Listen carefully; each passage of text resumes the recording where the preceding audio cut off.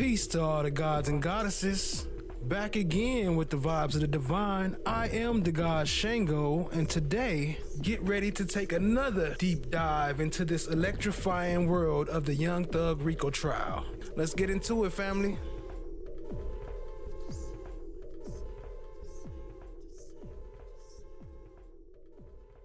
Now took all our neighborhood gangs, and now you give them an organization based out of that was been running since the 70s. It's almost like a Fortune 500 company. If I get control of this pipeline, I run the city.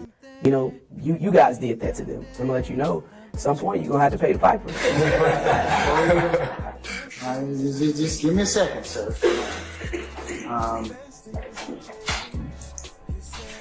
Yeah. I'm wearing the same suit tomorrow too. Nah, I got a green suit. I'm wearing just like. I think I'll get your style.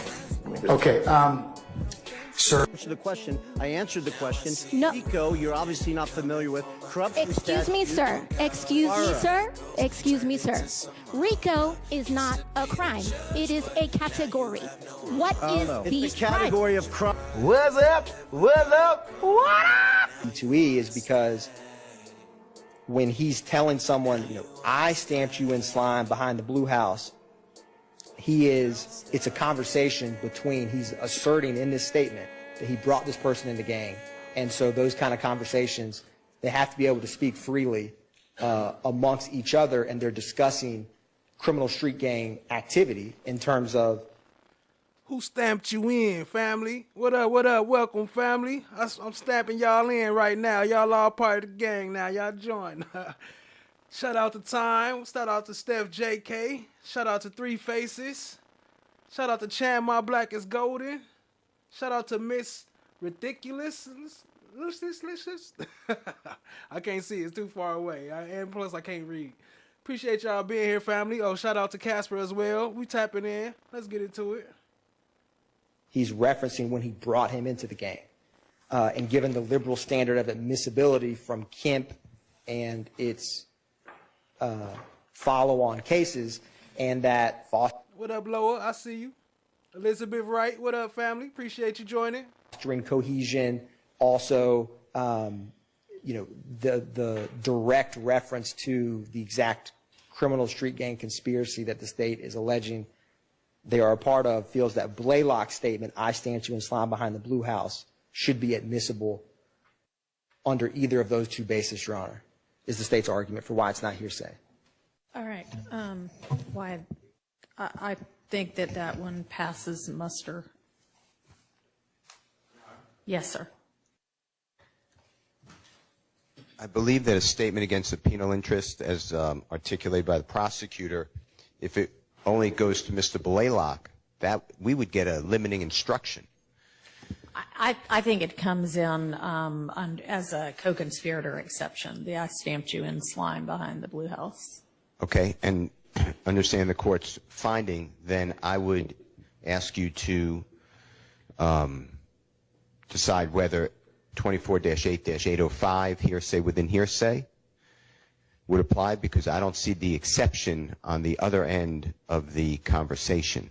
I don't see I stamped you in. The other person's statement is also 801 D2E? The other person's statements, frankly, are GMFU and you not. So how did... I mean, I don't... Making no sense. Welcoming y'all in. Welcoming y'all in. What up, Cynthia Thorpe? Is that a T? Is that a Cynthia or Cynthia? Cynthia. What up, Donna? Appreciate y'all joining. GMP. Loa said that. What up, what up, what up? 403 Love. Appreciate y'all all being here, family. Let's get into it. What up, Time? Conversation... think further... it seems... I don't think it does, but I don't think those statements are being offered for their truth. That's correct. All right. All right, so what's the next one? Your Honor, that, and correct me if I'm wrong, Ms. Bassi or Ms. D. Williams, but all of the remainder of this are conversations we have discussed that are pertaining to the February 23rd, 2019, the day of the murder itself, not gang co-conspirator statements. They're tethered to, they're ones we've discussed of no issues with. Unless Okay. defense counsel corrects me. That's Accurate. right? Okay. All right. And so is that it for That's the entirety of Mr. Blaylock. Ryan evidence? All right. And when are we, we discussed before about how we need to get to this kind of grouping of evidence before the end of this month. Is that going to happen? There is yes, Your Honor, the state, we could reach this case today. Okay. All right. Sounds good then. And then how about the Shout out to Elizabeth Wright with the 5 gifted. I appreciate you, family. I see you. Y'all go crazy with the slime brothers. I just now noticed my my chat pop-ups ain't here. What's going on? Let me try to get that fixed. Appreciate y'all though, family. I'm gonna try to get that working. Mr. Arnold's scheduling? Is that gotten nailed down? Good afternoon, Detective. My name's Jay Apt. I represent Mr. Kendrick. How you doing? I'm well. How are you? Good. So I listened carefully to your testimony. When you were giving an answer about, or answers about a photograph depicting Mr. Kendrick standing on the hood of a vehicle, you said you wanted to focus on, quote, the crime at hand and who committed it, correct? I didn't say it was a crime. I said it was disrespect. Okay. So you don't believe that my client was committing a crime? If he didn't damage the vehicle, no. Uh-huh. All right, great. And you didn't, you perceived that that was an act of disrespect, correct? Yeah. Okay. Did you question Mr. Kendrick or any of Mr. Kendrick's associates about him doing that? I did not. Did you question Mr. Rayshawn Bennett about that incident? No, I didn't. And to be clear for the jury, Rayshawn Bennett is the person who you believe owned that car, correct? Correct. He's also known as YFN Lucci, right? Yes. So you didn't question him about how he perceived it? No. And you didn't question any of Mr. Bennett's associates or friends about that incident? I didn't, but Mr. Lucci spoke out on a pod with how he felt about that. Okay. But you don't know you're assuming that it was gang related, correct? I'm not assuming. I know what was going on when that happened. You didn't question anyone involved, but you knew I didn't what was have to going on? question. I knew that it was a gang beef going between YFN, Lucci and his crew, and also YSL and their crew. When is the last time before that photograph that Mr. Bennett and Mr. Kendrick spoke in person? Do you know? I think they ran into each other at Lennox, but that was just according to social media. Or they actually talked about them running into each other or talking. Do you know whether or not they ran into each other that day? I think I saw something on social media saying that they did. Is it possible that they made a bet that day and this was just someone winning a bet? I don't know what was said. You don't know, right? Because you didn't ask anyone, correct? No, but the You're guy assuming. stood on the Let her finish her answer, and y'all are kind of talking over each other, so try not to do that. Thank you. Sorry, Your Honor. Sorry. I don't know it, but I don't think they even made a bet because, like I said, it was a lot of animosity and tension between the two groups. And you wouldn't know because you didn't bother to question any of them, right? I didn't question them, no. Yeah. So you don't know for certain whether it was gang related or a bet or what the reason was or the intent was behind Mr. Kendrick standing on that vehicle. That's fair to say you don't know because you didn't question any of them. I saw the reaction of Mr. Lucci when he was questioned about it. Why not ask him? Why not go and ask him then? I didn't have to ask him. I saw his reaction. He wasn't happy. He didn't have to follow the evidence? He wasn't happy. It's possible he wasn't happy because he lost a bet and had nothing to do with gang activity? Yeah, it is assuming facts. You don't know one way or another what the reason or intent was in my client's mind. Isn't that fair to say? I don't know what his intent was, but he got a reaction out of Lucci. You believe in the First Amendment, right? He said, that's right. It is assuming facts. What up, Chad Diggy? I see you, family. What up, Melissa? Appreciate y'all joining. Yeah, we got it up in there. Check this out. Check this out. Chad Diggy, I got you. Check this out. You what? Move for time. What? I do. You believe in people's right to free speech? I do. You believe in musicians' ability to create lyrics for art, right? I do.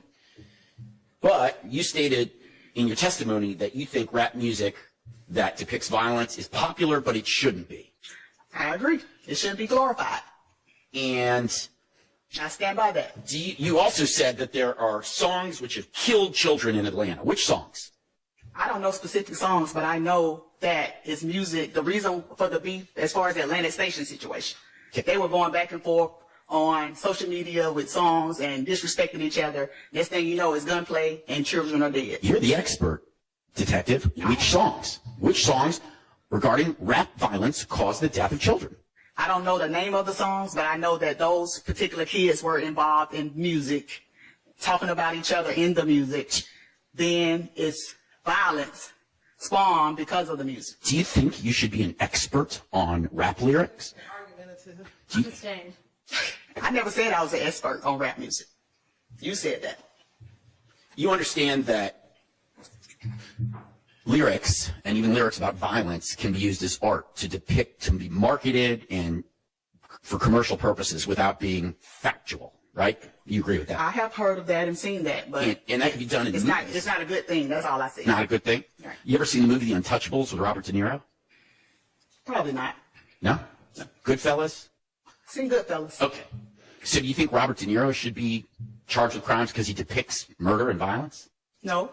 What He about didn't Al do it. Pacino? If he was charged when he stepped off the movie set and he went and did the actual things that he did in the movie, then yes, he should be charged. But you said in earlier testimony that if it's depicting previous actual acts of violence, then that should be a crime.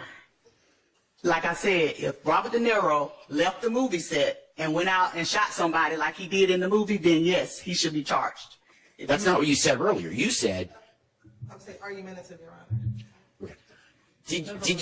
did you say earlier that someone who is rapping about a previous act of violence should be held responsible for that? That's not what I said. Okay.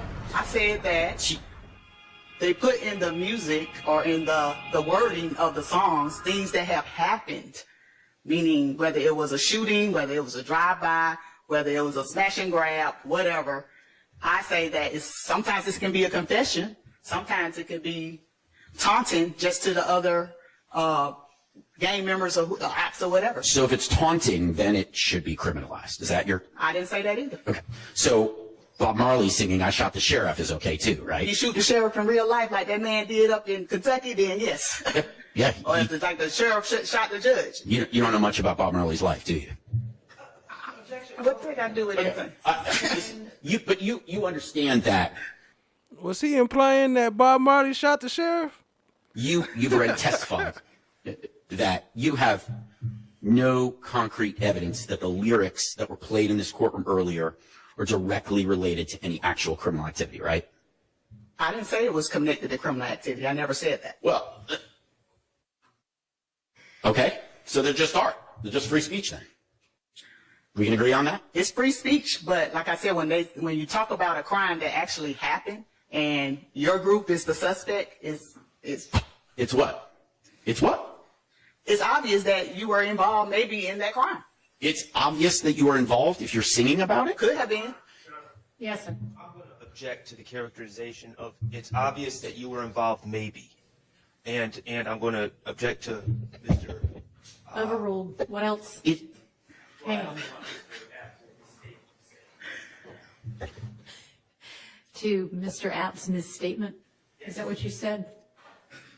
Ask your question again. Thank you, Your Honor. So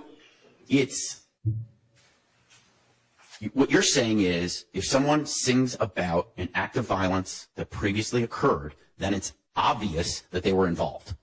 That is a misstatement. That wasn't. Is that what you're saying? Not exactly. I'm saying that if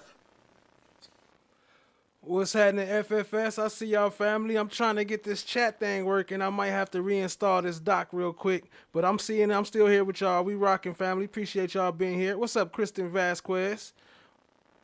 What's bracking? FFS. crimes have been committed and then you go brag about it in a song, it's hard to defend that you didn't have anything to do with what you're pretty much confessing in the song. Okay, and I guess that's my point. If Robert De Niro plays Al Capone, and he's playing Al Capone in a movie, is it then obvious that he's the one who's in the mafia? I don't understand. Why is it that singing about a previous crime that occurred somehow ties you to that crime? What evidence do you, or let me rephrase, what evidence do you have that either Mr. Kendrick or Mr. Williams actually committed the murder of Donovan Thomas? I didn't give you any. I didn't tell you that I had evidence of that. Did I tell you that? You testified. I testified that they killed Donovan Thomas? You testified that it was obvious. Got me mixed up. I didn't tell you that. So it's not obvious that they're involved? Objection, Your Honor, because I'm not sure where we're going to go, and so I want to. Well, a minute ago. Hang on and let me listen to her objection. Can we approach her? Yes.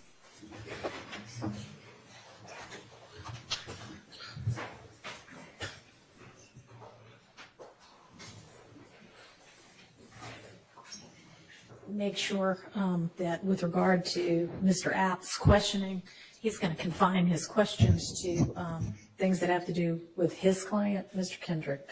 And you should likewise confine your answers to things that have to do with his client right now while he's the one questioning, okay, and not talk about any of the other co-defendants on trial here. And things like a search warrant that got the results of which were suppressed, don't even veer into territory like that. And I'm not going to go through all of the different possibilities, but just be mindful when you testify to be careful not to testify to anything that, as an experienced detective shouldn't be being talked about, okay? Okay. All right, any other kind of parameter anybody wants to mention? Well, Your Honor, and I guess I'm speaking to the detective as well. Detective. Okay.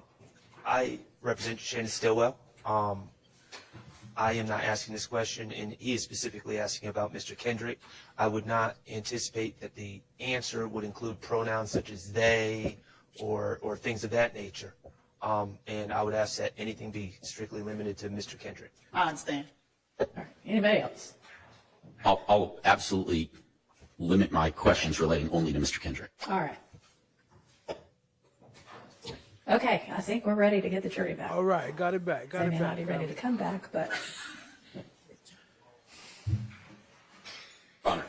So, Detective, you were saying that and I don't want to misquote you, but that if someone raps or sings about an act of violence that actually occurred, then it becomes obvious of what? To me, it's bragging. Could be taunting or bragging. Well, let me ask you this. Are you aware of whether Mr. Kendrick wrote any of those lyrics that were played in the courtroom earlier? No, I'm not aware. So you don't know if my client was even involved in writing those lyrics? I never said he did. And you're not aware of Mr. Kendrick in any way, shape, or form being tied to or involved in the murder of Donovan Thomas. Isn't that true? I know he was arrested and charged or a suspect for it. Do that mean you got any evidence? What up, Daniel Berry? See you, family. We got the chat back working. Now I can see it a little bit better. What up, April O'Neill's baby daddy? Appreciate you joining, family. We getting into it. Jim Pete. See y'all, fam. Let's go. Plans and pins. What up? Were his fingerprints found anywhere? I didn't work the homicide portion of that. You would have to refer to. You don't know if his fingerprints. I didn't get into the homicide investigation. You don't know if his fingerprints were found on the Tahoe or any evidence in the case? No. You don't know if his DNA was found? No. You don't know if any ballistics were found that were tied to Mr. Kendrick, correct? No. In fact, you're not aware of any eyewitnesses who saw Mr. Kendrick commit that crime, correct? I don't know of any. And you went to great lengths to give an expert opinion about what the state refers to as exhibit, I believe, exhibit 535 YB, which is the song called Slime. And I apologize, I may be less genteel than Mr. Steele is, but it's a piece of evidence. The song's actual name is Slime Shit. Is that right? That's correct. Okay. And You stated earlier you don't know the date that that song was released, right? No, I only see the date that it was uploaded to YouTube, like I told Mr. Steele. You don't know the date it was written? I don't. You don't know who wrote the lyrics? I don't. And so if that song, if I told you that track was released officially on September 16th of 2015, and that... Sustained. I'll withdraw the question. If, hypothetically, if those lyrics were released in 2014, before the murder of Donovan Thomas, then would it be fair to say that the Tahoe mentioned in the song had nothing to do with Mr. Thomas's murder, right? That would be fair. You're not suggesting that whoever wrote the lyrics was psychic and predicted the murder of Donovan Thomas, right? I did not say that. Okay. Way too much attitude to be an expert. That's a fact. Thank you. I have no other questions. All right, are there other defense attorneys with questions for this witness? Come on up. Good afternoon, former agent. No, I'm actually a retired investigator, but I was a former task force. They do not like that former. I'm actually retired. Don't call me former. Have you looked up the word former or what? You just don't like the way it sounds, or do that mean something different in the South? Officer. Retired investigator. Okay, retired investigator Underwood. My name is Max Shard. I represent Shannon Stillwell, okay? How you doing? I'm fine. How are you? Good, good. All right, good. First of all, I just want to get one thing out of the way. Brief, and I know you were answering a question. You brought up some Atlantic Station incident. That has nothing to do with this case, Oh, correct? no, it has nothing to do with this case. Okay. It was just representing gang violence. Okay, cool. You, in preparation, you knew you were going to be testifying eventually, and you provided a CV I did. to the state, correct? I did. It's probably been a while though, because I might have updated it since I did my doctorate, maybe. Okay. Yes, I understand. On Friday, when the state was asking him, What up, Wilma? What up, TC? What up, Christine? Appreciate y'all joining. about some of your background experiences, you were asked, have you received training on how gangs use music to promote violence? And you answered yes. I have. Okay, can you tell me the name of that class and who taught it and when that occurred? I have attended like the Georgia Gang Investigation Association training where, and I can't remember the name of the individual. I know Marissa Viverito has taught one at APD, but when I went to the GGIA one, I can't remember the name of the instructor, Okay. but I've had like at least 2 or 3 classes. So Marissa Viverito is someone who worked for the DA's office in Fulton County, correct? She used to. And and she's also worked for the state of Georgia, correct? Yes. And you know her to be on the witness list for this case, correct? Okay, so she taught that class. She taught one of them. Okay. I've been to more than one. Well, who specifically talked about how gangs use music? What individual, what professor, or was it an artist that talked about that? Who was it? What? It wasn't a professor, it was law enforcement. Oh, law enforcement. And who was the law enforcement? The one that I do remember recently was Marissa. She taught one at APD. All right, Marissa Viverito, who used to work for the DA's office. Okay. So there was no one from the music industry, no artists or anything there. Okay. No. How gangs, you were asked if you had training in how gangs use music to promote fear in other gangs. Again, who were the musicians or anyone that spoke to you about that? No musicians. Okay. The classes that I've taken have been all from law enforcement when it came to gangs. My other classes at Columbia Southern were professors, but they didn't talk about gangs. Okay. And how gangs use music to promote fear in other gangs. What date was that? Who taught you about that? I told you what class. I don't remember the instructor on one of them, but I do. Like I said, the most recent one at APD within the last 3 years. It might have been while she was still here.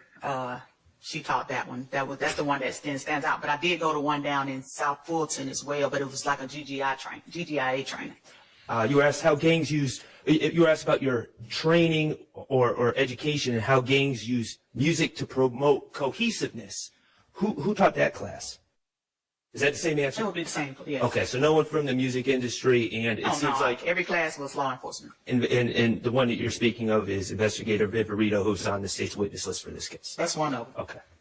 And the same answer would be for your experience when the state asked you how gang members use music to send messages to rival gangs. Would those be your same answers? Yes. Okay. All right. And then you were asked by the state here, among other things, to talk about lyrics in this case, and you've been speaking about specific lyrics. Yes. Okay, in that Bad Boy video, you didn't recognize the other artist? No. I don't know who that is. You ever hear Juice WRLD? I've heard of it, but that's not anybody that came on the radar because he haven't probably committed a crime here in Atlanta. Okay. So as I understand it, in preparation of this testimony, and correct me if I get the timing wrong, sometime last week, the state gave you some music videos to review, or some songs to review? Yes. Okay. How many? The 3. Okay. It was just... Shout out to Elizabeth Wright. She was the one who helped us get over that hump and hit that the love dozer emoji. That's why I pulled that up for you. Appreciate you, family. Those 3? Just these 3. Okay. And they were all songs by Jeffrey Williams? Yes. Okay. Did they not ask you to review a song called Homicide, written and performed by Lil Woody, featuring Fagiano? Never heard of it, no. Have you ever watched that video? I haven't. Okay. Are you aware of this song? No. You aware that in that music video, in that song, Woody talks about putting money on someone else's head? Not aware. Are you aware that the person he talks about putting money on their head is a heavy-set African-American male? Not aware of that. Are you aware that the person he conspires with in that video to kill the heavy-set African-American male is Trevante Turner? And also objection vague as to, are you talking about what happened in the video? Yes. This video, so I haven't seen the video. Okay, so you're not aware that Trevante Turner played the role of the hitman in Woody's video where I haven't seen that video. he depicts killing a heavy-set African-American male. Okay. No further questions. Thank you. All right, are there any other defense counsel questions? Homicide. All right, it's a redirect. Homicide. I should have put that video right there. My bad, y'all. Mr. Steele asked you when he was questioning you if any of these lyrics mention Donovan Thomas Jr.'s name inside of those songs. Do you recall that line of that question. When you're listening to songs that may become a part of your investigation, do the ops usually say specifically the person's name, or is it more of a hit? Did she say, do the ops say? Do the ops usually say? Hidden message. What has been your name inside of those songs? Do you recall that line of question? When you're listening to songs that may become a part of your investigation, do the ops usually say specifically the person's name, or is it more of a hidden message? What has been your experience when you're listening to the music that becomes a part of your investigation? My experience is not directly, saying the person's name is like sending a message, but like if that particular person or that person's group or person's gang know that I committed a crime or know that we have beef, then a lot of times they know it's obvious who they're sending the message to. The redirect. Go ahead.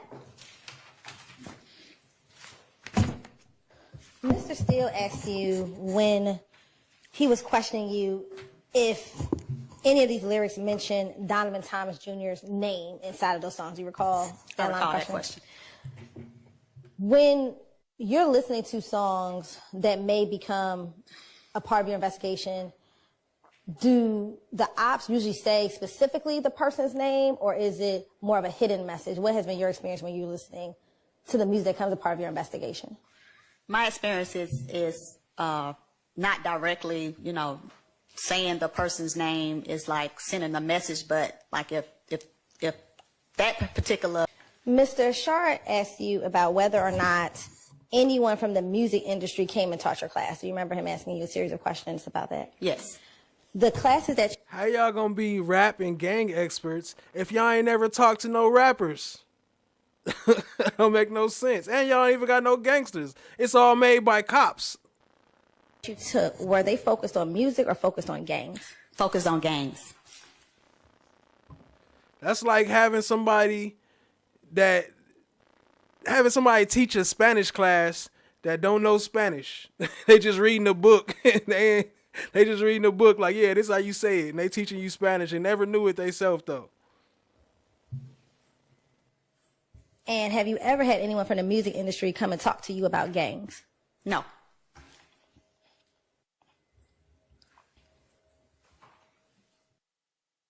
Court's indulgence. We're a little late getting started. I had a criminal calendar this morning that ran a little bit over, but give me just a second to finish getting logged in.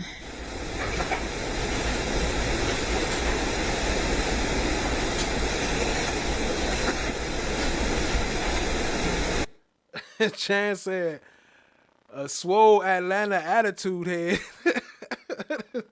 What is that?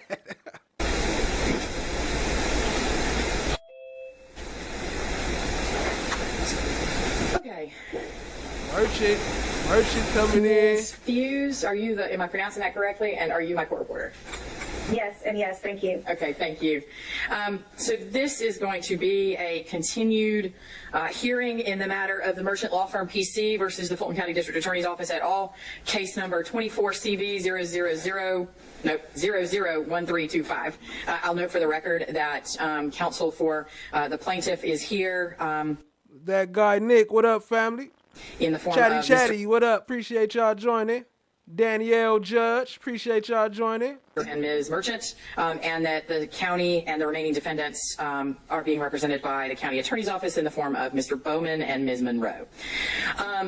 So where we left off, I think, and then then y'all can tell me where we need to pick up if it's different, is that the plaintiffs had rested their case in this as to the initial portions of demonstrating, of offering evidence in an effort to demonstrate that the Open Records Act had not been complied with. And what that left remaining was the issue of, if in fact there is a violation of the Open Records Act, what steps or remedies does the plaintiff seek? And there were sort of two things that were left open. Number one was I requested clarity from the plaintiff if it was solely a matter. Thank you, that guy, Nick. Appreciate that. Matter of demonstration of damages, attorney's fees, et cetera, associated with efforts to secure the information that was requested, or if there were still outstanding matters that had not been produced for which the plaintiff was still seeking injunctive relief. I think law enforcement taught me how to listen to rap music. Initially, Mr. Merchant had indicated that they believed they'd received everything, and then subsequently, as I invited the parties to do, Mr. Merchant advised that upon review, it appeared that there were still some outstanding matters. That's where I think we left off with the Lady Chameleon, what up, family? Expectation that we would return today and begin to address those issues associated with the possible remedies, assuming if in fact a violation has been proven. Last thing I'll mention, there had been lots and lots of people that were being subpoenaed. There had been some sequestration, that sort of thing. As far as I can tell, other than perhaps calling Ms. Merchant as a witness, those people, there's not a sequestration issue currently pending. Are we all in agreement on that for now? Yes, sir. Okay. Yes, Your Honor. Excellent. Okay. So with that, I'm going to throw it over to Mr. Merchant, Ms. Merchant, if you want to tell me where we are. And I did receive, I think, a lengthy email communication right after the conclusion of the first hearing, or adjournment, I should say, and then a more recent letter dated October the 20th outlining some of those issues. Yes, Your Honor.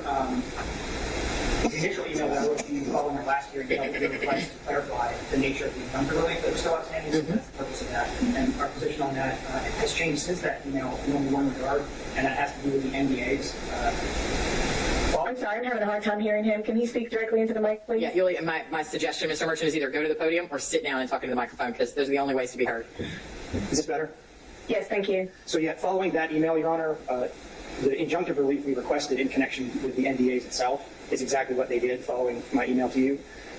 In response, they apparently obtained another 100 or so NDAs and produced those to us. So those are reflected in Plaintiff's Exhibit 27, which was filed last week. So other than that, though, they have not provided any additional documents, so all of the other requests for injunctive relief still remain pending. They have told us that there are no additional NDAs, so for all practical purposes, the court does not need to enter injunctive relief on that particular issue. As we are being told, there is nothing else to give on that front. Okay. With regard to a separate issue, Your Honor, which is we've been handed just this moment, literally minutes before Your Honor took the bench, a motion for directed judgment, sanctions, and opposition to plaintiff's request for attorney's fees, which has been signed by Ms. Alabi as legal counsel at the Office of the District Attorney. I assume that would be on behalf of the individual witnesses who were subpoenaed but ended up not being called to testify? That's what we're asking Your Honor to clarify. Okay. Well, I've never seen it before. It's not part of the record, and I'll note that it would be surprising to me if it was just handed to you in the last 5 to 10 minutes, since I was running 30 minutes behind. But anyway, I haven't seen it, so I can't really address it. Yeah, Your Honor, I can't address it either because I have to read through this, but essentially it appears to be more in line with a political document outlining Ms. Willis's personal position. So Thug is the state's ops? I guess so. With regard to certain issues and actually asking for sanctions against us for bringing this lawsuit in the first instance. But I have not had a chance to read it at length or in detail. I point the issue out because I think we probably need some clarity as to who represents who in exactly what capacity before we proceed. Is Ms. Alabi here?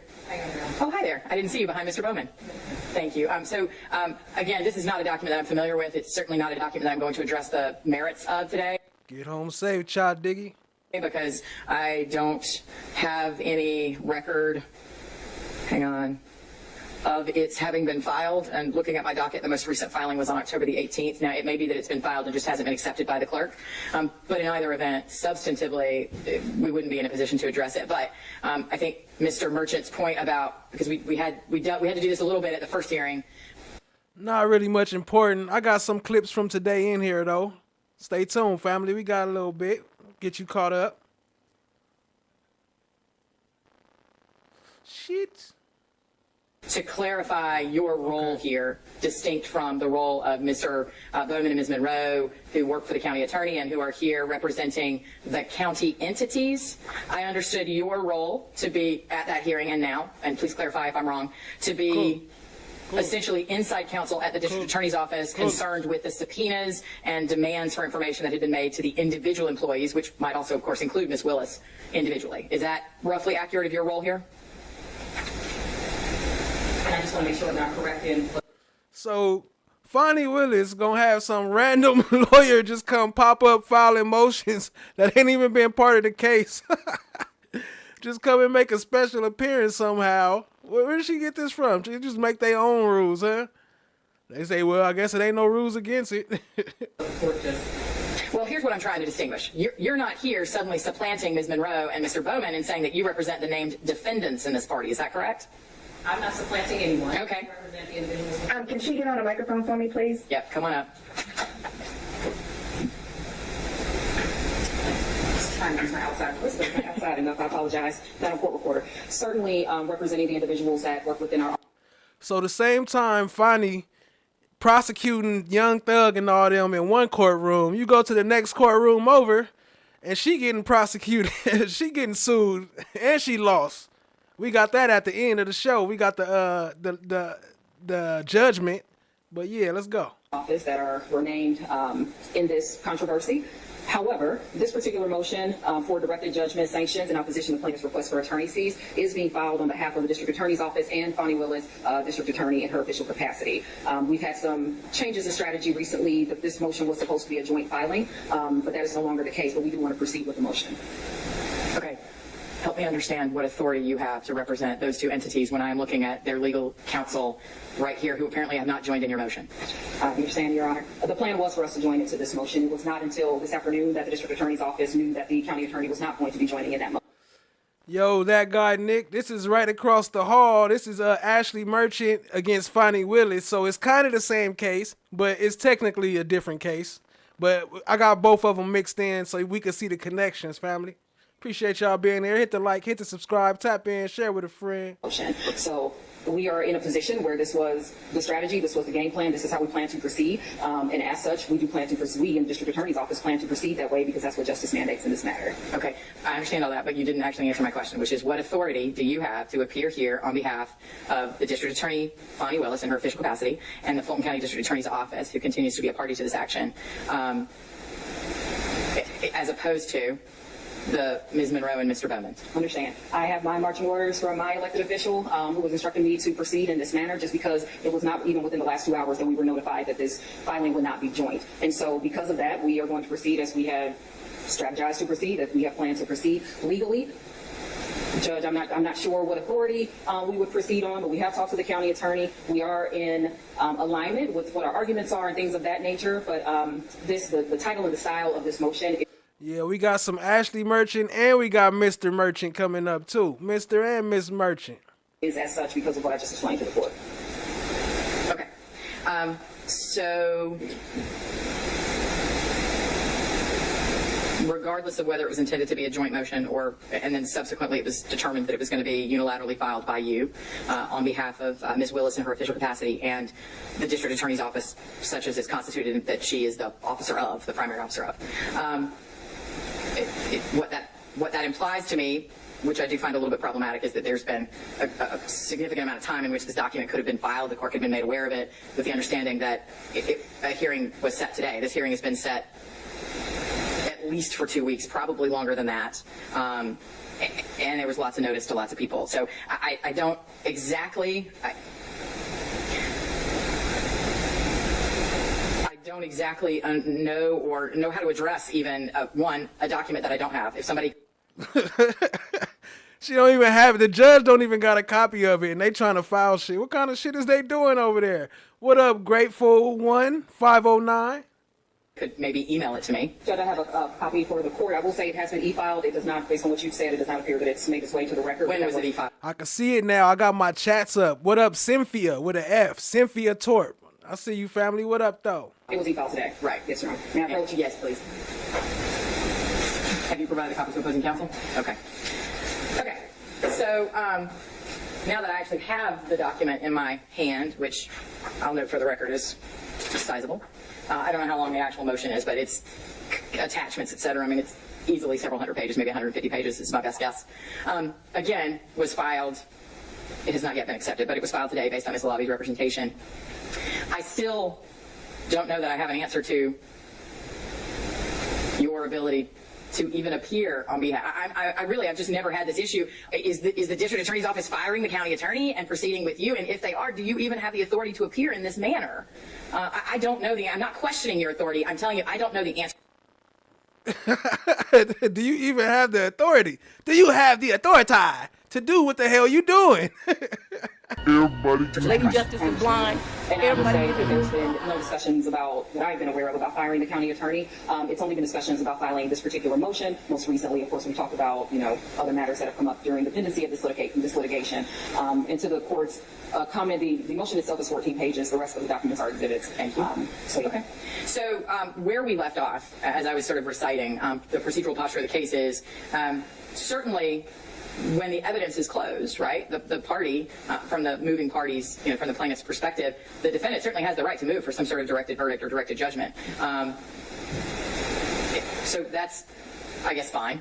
But to the extent that there's some effort to, I guess my point is, if y'all want to move for directed verdict on these claims at the appropriate procedural time, right, which would be when the evidence is closed on the plaintiff's side, then we can certainly take that up and address that. That would be procedurally appropriate. To the extent that the court were to rule in favor of the defendants in a case, right, to grant some sort of directed verdict, then, of course, under all the civil procedural rules that I'm aware of, you would have as much as 45 days from then to assert some sort of basis for sanctions under 915.14 or anything else, right? So it feels like the motion is premature in the sense that if we close the evidence today, y'all can move for your directed verdict, and I'll hear from somebody on behalf of the District Attorney's Office and Madam DA on a motion for a directed judgment or directed verdict. All good. Laugh, always having fun. No problem. No problem. We got you. It's still part of it, though. It's still very much related. It ain't just a random case. Verdicts. And then if there's an issue of sanctions to address, then we would address it at that time. And at that point, your motion would be perfected, right? and then there would be an opportunity for the plaintiffs to respond. Is that acceptable in terms of how we're going to go on the procedural part? Judge, we're at the court's pleasure. We wanted to get the motion filed. We are back here today. This was our first opportunity to be before the court. So we wanted the court, counsel, everyone to have our position with regard to. But not really. Not with the filing, right? You've had plenty of time to file this document. I understand that it takes a while to get documents together, especially with lots of exhibits. Totally understand that. But this is you've had some time to file this. Right. Elizabeth Wright, it's like they whole caseload, huh? Ashleigh Merchant and YSL, that's all they doing right now. Everybody else just sitting in jail waiting. Document. Judge, I would disagree with that. There have been some things that have happened, and we have outlined them in the motion that have taken place during the pendency of this case. Which was just filed today, and Yes. I haven't had a chance to consider any of the whatever behavior or actions that have been taken that you find problematic. So there have been some kind of recent developments that we wanted to outline for the court. We wanted to make sure that the court was aware of it. That supports our position to rule in defendant's favor and to enact sanctions and all of those things. And so if the court wants us to hold an argument, we're happy to do that. I just wanted, kind of as an aside clarification, the court said that the sequestration issue is now over. So does that mean that the witnesses that were subpoenaed Be safe around there, Chot Diggy. I hope you got that thing on you. on behalf of the district attorney's office are released from their subpoena? My understanding was that they were released from their subpoena at the conclusion of the last hearing because the plaintiff's announcement on the record was that they were resting as to their evidence that they intended to offer to demonstrate that the Open Records Act wasn't complied with, and they were reserving only their opportunity to put evidence on as to their alleged damages. Did I accurately reflect what your position was at the time, Mr. Merchant?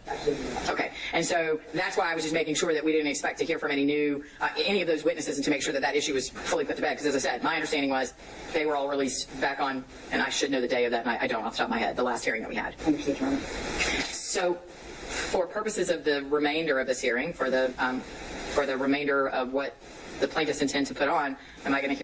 So for the new ones here, yes, there's free chat points, and you get a balance by chatting in the point. Your balance keeps increasing. I mean, by chatting in the chat, your balance keeps increasing. You keep getting chat points. The prompts are at the bottom. See down there scrolling where it say chat prompts. There go example. Somebody just hit, Elizabeth Wright just hit gatekeeper. That's why that popped up. You push exclamation point, no space, gatekeeper, or whatever the chat prompt is. They scrolling at the bottom. And appreciate you, family.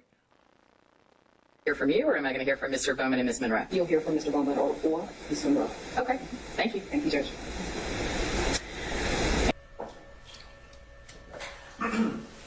Is that, you're now looking at States 28, Charlie, does that look like, again, the vehicle that you were in? Yes, sir. Okay, and where's the damage on that vehicle? That would be the right front, the right left, excuse me, the right left side. Front. Okay, all right. Looking for this. Okay, now we back to YSL. The right, left, front, right, back. That's a fact, though, Melissa. She lost $26,000 in that case, and it could have been more. She was nice charging her $300 an hour. Okay, so it would be the driver's side. Let me just say it's the driver's side. Yes, ma'am. Front bumper. Okay. Access to the contact of the 911 callers? Most of the time, officer want to talk to the caller, he would ask his dispatcher to call the caller back.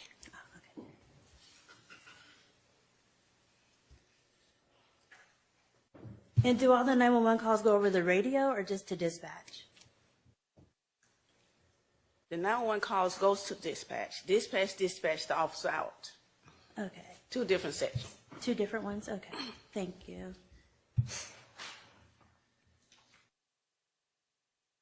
And then upon the request from the DA's office, your office turned over all the records regarding this incident?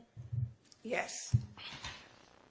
Appreciate the sub. Appreciate you, family. We almost at our 3K goal. Y'all sub up. Help us hit our 3K. Appreciate you, family. And all calls that require an officer on scene, are they entered into a CAD report? Say that again? All calls that require, I guess, are dispatched to a scene, are they entered into a CAD report? Lady Justice is blind. Everybody will get ready to CAD report for calls to come through 911. If an officer pulled out on a call, their dispatcher will create a CAD report for them. Oh, okay. Thank you, Ms. Latners. You're welcome. Anybody else? Go ahead. Oh, help me. All right, let's not comment on the various attorneys. Hello. How long do 911 calls preserve? Mike McNulty said Fulton County don't pass the smell test. Well, since Atlanta take over 1 million calls a year, our system can only hold so much, so the system purge out the 911 calls itself. We don't The authority. purge it out. The system does that. How long does it, when you say purge, you're saying call on January 1, 2015, let's say, January 11th, 12:04 a.m. January 11th, 2015, 12:04 a.m. How long will that call last? We should hold the call. 911 should hold the audio for at least 3 to 4 years. 3 or 4 years? Years. So in my January 11th, 12:04 a.m. What year? 2015. We would not have. We're going up to approximately 2000. Exclamation point first, then Free Thug to check your balance. Exclamation point. Here, let me pull up the chat prompts real quick. Appreciate y'all being here, family. Hit the like, hit the subscribe, tap in, share with a friend. Here you go, right here. Boom. Let me move them over. Boom. That's the point, the chat points. Exclamation point first, no spaces, all one word. That's in 19. We'll have 2019. And then it's gone. 2015, we don't even have that system anymore. Thank you. Your Honor, thank you. Anybody else? All right, any redirect? Your Honor, Mr. Jeffrey Williams was arrested on May 9th, 2022 in this case. I can't answer that.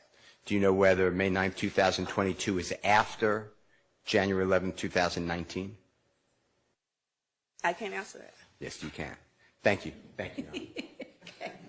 All right. Yes, you can. You are You can't answer that? You don't know dates or something? You don't know if January is before December or after? Last name. Last name, right?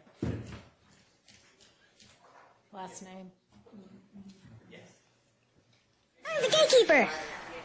We ready? So this old girl from today, earlier today, and this started off yesterday, but they ended I today. can't see what's on that screen. So. She the one that was talking about Rod. She got attitude too. I don't know why everybody got attitude with the defense. And then her story don't be adding up. It ain't making sense. Sound like she lying.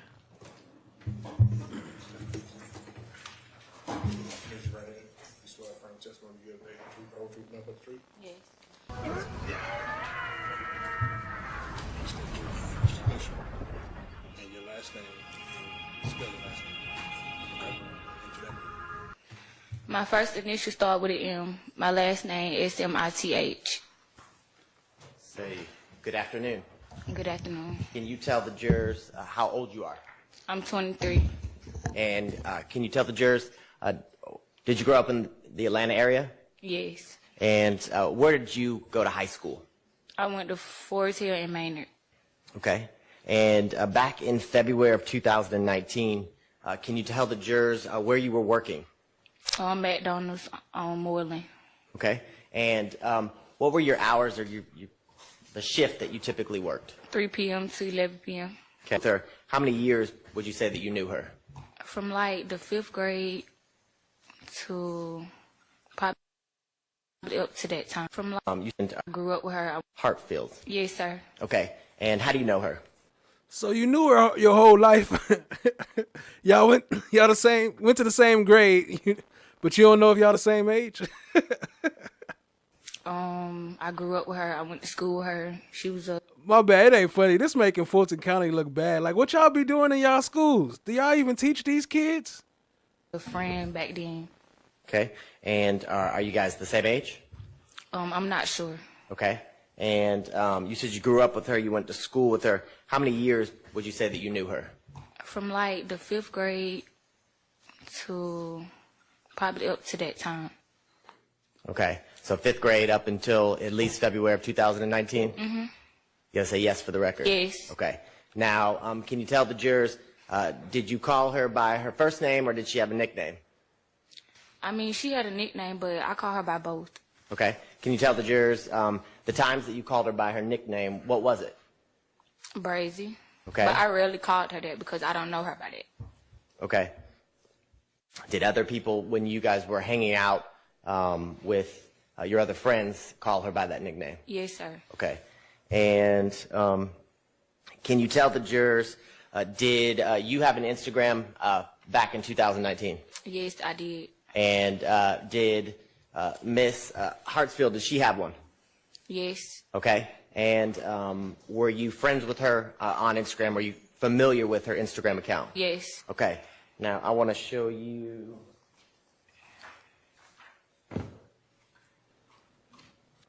Yeah, that was Sniffles. Laugh always. That was Sniffles. And don't trip. Stick around. You'll get a hang of the points. It's not that hard. You'll catch on. Just stay tuned and keep your eye on the chat.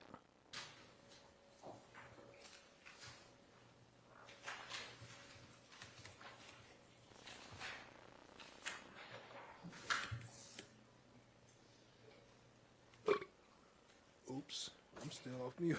My bad, y'all. What is State's Exhibit 21 and a picture of? Tahira Hartfield. Okay. And is that her Instagram account that she had back in February of 2019? Yes, sir. And in 22NN, can you tell the jurors, do you Yeah, Miss Ladner did say that, Chan. recognize that one? Yes. And how do you recognize the picture in 22NN? This me. It's you? Yes. And is it your Instagram account back in February of 2019? Yes. Okay. And does both 21NN and 22NN represent the Instagram account for your friend Miss Hartsfield as well as yourself back in February of 2019? Yes. At this time out of the state would tender what's been marked as. So, Kristen Vasquez, I see you always talking about in the courtroom. You be actually up in there, huh? You be inside the courtroom, actually, huh? So you get to see all this on a up close and personal note. State's Exhibits 21NN and 22NN. M or N? N, I'm sorry. All right, Nancy. Those are admitted. Okay. Now, can you tell the jurors, back in February of 2019, did you know anyone by the nickname Little Rod? Yes. Okay. Tell the jurors, how did you know Little Rod? I met him through Tahira. Okay. And can you tell the jurors, do you know Little Rod's real name? No. Okay. Did you always call him Little Rod? Yeah. Okay. And can you tell the jurors, did you know somebody by the nickname of Bally? Yes. And can you tell the jurors, how did you know the male whose nickname was Bally? I was introduced by Tahira through both of them. I met them through her. Okay. And do you remember, if we're talking about in relation to the shooting in February of 2019, how long, I guess, had you known the males with the nickname Bally and Little Rod? I had just met them within that same month. Within that same month? Yes. Okay. And can you tell the jurors, the male that you knew as the nickname Bally, did you know his real name? Demine. But I'm learned it from the stuff that's going on now. Yeah. Okay. So did you know his last name back in 2019? No. Okay. So you just knew him by his nickname as Bally. Yeah. I met them through her, so I didn't know them personally. Okay. And you said you met him in the same month. Can you tell the jurors within that month how many times had you hung out with Bally and Lil Rod? I mean, that first day I seen them, from that day, the second day, we was going over there to Blaylock them house every night. It was never a dull moment. We was having fun. So when that situation occurred, it was just came out of nowhere. Okay. And you said you would go to whose house and hang out and have fun and chill? Blaylock. Okay. And can you tell the jurors how many times do you think that you went to Blaylock's or Bally's house? I'm not sure. Okay. More than once? Yeah, it was more than one. Okay. And did you ever have an opportunity to go to the person you knew by the name of Lil Rod? I mean, we all just used to be right there at Blaylock House. Okay. And do you remember, I know it's been some time, where or what general area that Blaylock's house was? I just knew it was on Cleveland. I'm not familiar with over there because I don't hang over there. I just went to school over there. I was introduced to over there by them. I don't hang over there. I don't know nothing about Cleveland for real. Okay. And you said off of Cleveland? Mm-hmm. Yes? Yes. Okay. Now, in the times that you spent with Lil Rod and Valley, can you tell the jurors in your interactions with them, did they tell you they were in a gang? I mean, Shout out to Elizabeth Wright. Y'all drop some Slimebrella. She making it rain. Memberships up in here. Appreciate you, family. Elizabeth Wright showing the love. Much love, much love. not sure. Okay. Do you remember the detectives after this incident asking you if you knew if Lil Rod and Valley were in a gang? I'm not sure. Okay. Do you remember telling the detectives that both Lil Rod and Valley were members of the YSL gang? Yes. Okay. Now, let's talk about some other people that you may have known back in 2019. Did you know a male named BJ? Yeah. Okay, did you know his real name? Bernard. Okay, and how did you meet Bernard, or the person whose nickname was BJ? I was long time friends with him. Like, he used to come over to my house and stuff. We grew up in the same neighborhood. Okay. Was he friends with Miss Brazy? I mean, I really don't know. I could just only speak for me, but we all was around each other one time, yeah. Okay. So I guess a better question is, did you and Miss Brazy and Mr. BJ, did you guys all hang out fairly often? She didn't used to be with us, but when I used to hang with him, like, I used to see him in apartments and stuff like that. It was like a hey and bye situation. Okay. Now, can you tell the jurors, back on February 23rd of 2019, did you work that day? Yeah. On the night of the shooting? Yes, I did. Okay. Did you work your regular shift, or the hours that you talked about today, 3 to 11 p.m.? Yes. And can you tell the jurors, after your shift at McDonald's was over, what did you do next? I went home, took a shower, and I was there, like, really the whole house was asleep. My mom, she was up and out. Like, my sister, she was downstairs asleep. Everybody kept really telling me not to go out the door and go out the house with her that night. But me, I just wanted to be hard-headed, go with my friend, have fun. I went with my friend, and that's what went down. Okay. And when you say go out of the house with her, who are you referring to? I was with her, and we got in the car with Lil Rod. So who's her? Brazy, Tyra. And so when you got home from work, was Brazy already at your house? Yeah. Okay. Can you tell the jurors, why was she at your house? Because she was homeless, and she was already, like, asking me could she stay there and stuff. But my mama had already been telling me, like, she had to go prior to that because I guess she was doing stuff or giving. Wait, what? My bad. I know they kids and stuff, but so she was already living there. But my mama been telling her she had to go. Them little signs when I was at work about what was going to go on and stuff like that. So my mom told me she had to go, but she was staying with me. Okay. And you said you guys were leaving the house. Who picked you up? Lil Rod. And can you tell the jurors, if you got off from work around 11, you went home, what time would you say you left your house that you lived with your mom and Miss Brazy? I can't really remember what time we left. Okay. Do you think you, after you got home from work, that you were home for an hour or 2 hours or longer? Probably like an hour or two. Okay. And can you tell the jurors, do you remember what kind of car Lil Rod picked you up in? Yes, it was a van. It was a van? Yes. Remember what color? No, I don't. Okay. And I should have asked you this earlier, so I apologize. the people you're referring to as Little Rod and Bally, were they, do you know if they were around your same age? I'm not sure. Okay. Did you go to school with either one of them? I'm not sure. I was introduced to them by her. Like, I didn't know them like that. Okay, when you say her, who are you referring to? Tahira. Okay. Now, after Lil Rod picked you guys up, can you tell the jurors, where did you go next? I can't really remember. Okay. What was the plans that night after you were leaving your mom's house?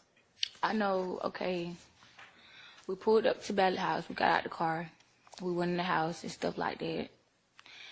We in the house. I was talking to Blaylock then. Boom. After that, we went downstairs, played the game. I dozed off. In the midst of me dozed off, I hear Tahira on the phone saying, pull up, we finna do one. Do one mean fuck.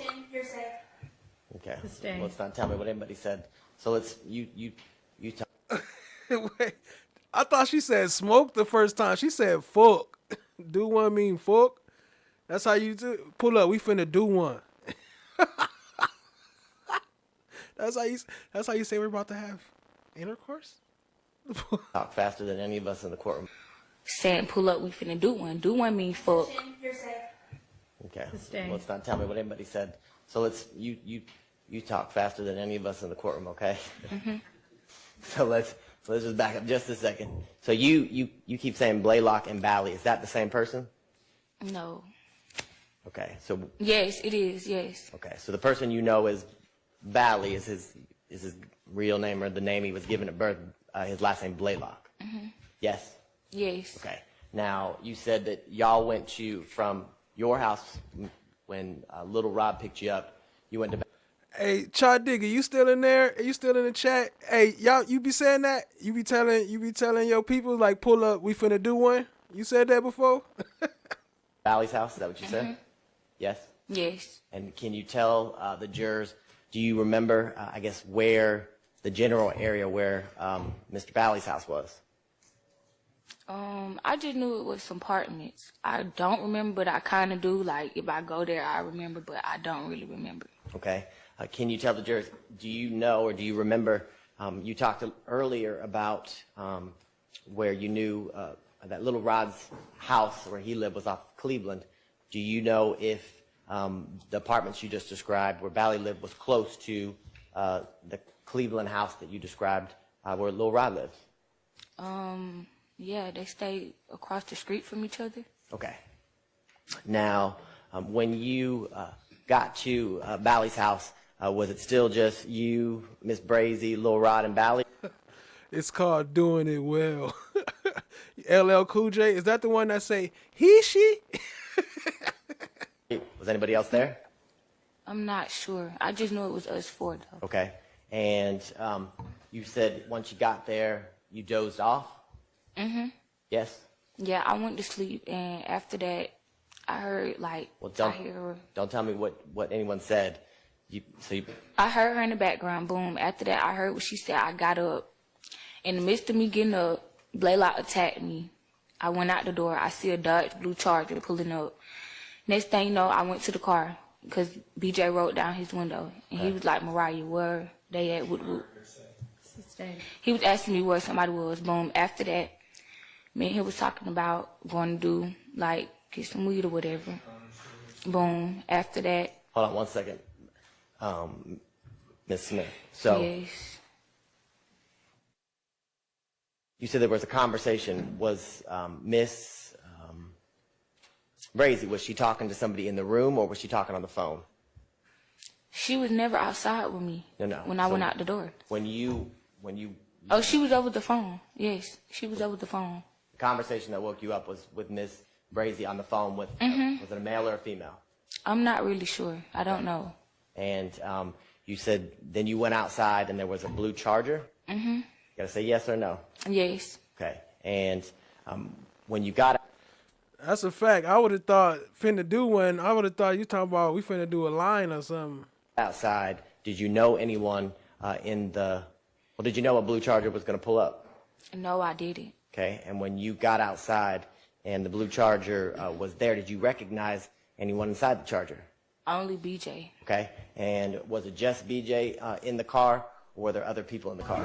It was 2 other people in the car, but I didn't know them. Okay. Never seen them. Okay. Was this the first time you met him? Mm-hmm. Yes? Yes. And do you ever get into the car? Yeah. Okay. And can you tell the jurors, once you got into the car, did you get introduced to, you said there was 2 other people in the car? Mm-hmm. Yes? I mean, I can't really remember. I don't know. I just know we was all in the car. Okay. And we drove to the other side. Was BJ driving? Boom. Was he in the passenger seat? BJ was driving. He was driving. And, Boom. Do you know who was in the front seat when you got in? And Jamari. Okay. And who was seated in the back seat with you? Brazy was by the door. I was in the middle, and little boy Red was on the other side. Okay. So let's talk about that. So you said that you went outside and you met BJ and the people you met that night as Jamari and Red. Mm-hmm. Can you tell the jurors, when does Brazy enter into the picture? When does she come outside? She came outside when I got in the car. Okay. And did she also get into the car? Yes, she did. Okay. Where in the car did she sit? She sat by the door. I was in the middle. Okay. So was she in the back with you? Yes. Okay. Asistencia And de so, Shani Mesca Planeta para can you Messi, tell the Messi, jurors, Messi, Messi, Messi, when Messi. everyone's in the car, where are you guys going next? I guess we was going to get weed. Okay. After that, we pulled over there, whatever she led them to, some apartments I never been in. I'm sitting in the car for a little minute. Next thing you know, she get out the car. She leaves. She come back and get me as soon as I got the car. Hold on, before we get there. So, how far did you go from where BJ in the blue Charger picked you up and took you to buy some weed? How far was that trip? I mean, it was across the street, literally across the street. And I think I heard you say that Ms. Brazy directed BJ where to go? Mm-hmm. Yes? Yes, she did. Okay. And when you guys got there, That's a fact. Where Julie at? She must be busy. Let me send a shout out to Julie Horn as she watching on the replay, because she always come back for the replays. Appreciate you, family. do you remember inside the car, did you or anybody else give anyone any money to purchase marijuana? No. Okay. I don't remember. Okay. And so once you get there, can you tell the jurors, do you all go inside to an apartment, or? No, she get out the car first. Chloe Alberts Revenge, what up? I see you, family. Who else just came in here? Puerto Rican Gloria, what up, family? I see you. I see somebody else. Who's shit, I lost it. I had to come back. Appreciate y'all joining, family. Appreciate y'all. Then next thing you know, she come back and get me out the car, and the car just got shot up all of a sudden. But when we get out the car and we started running, I seen Blaylock and Leroy running towards the car, like literally shooting the car. I saw them. Okay. And had you ever been, you said this was an apartment complex, had you ever been there before? Never. Okay. And I want to show you what's been marked as State's Exhibit 10, N as in Nancy, N as in Nancy, through 19, N as in Nancy, N as in Nancy.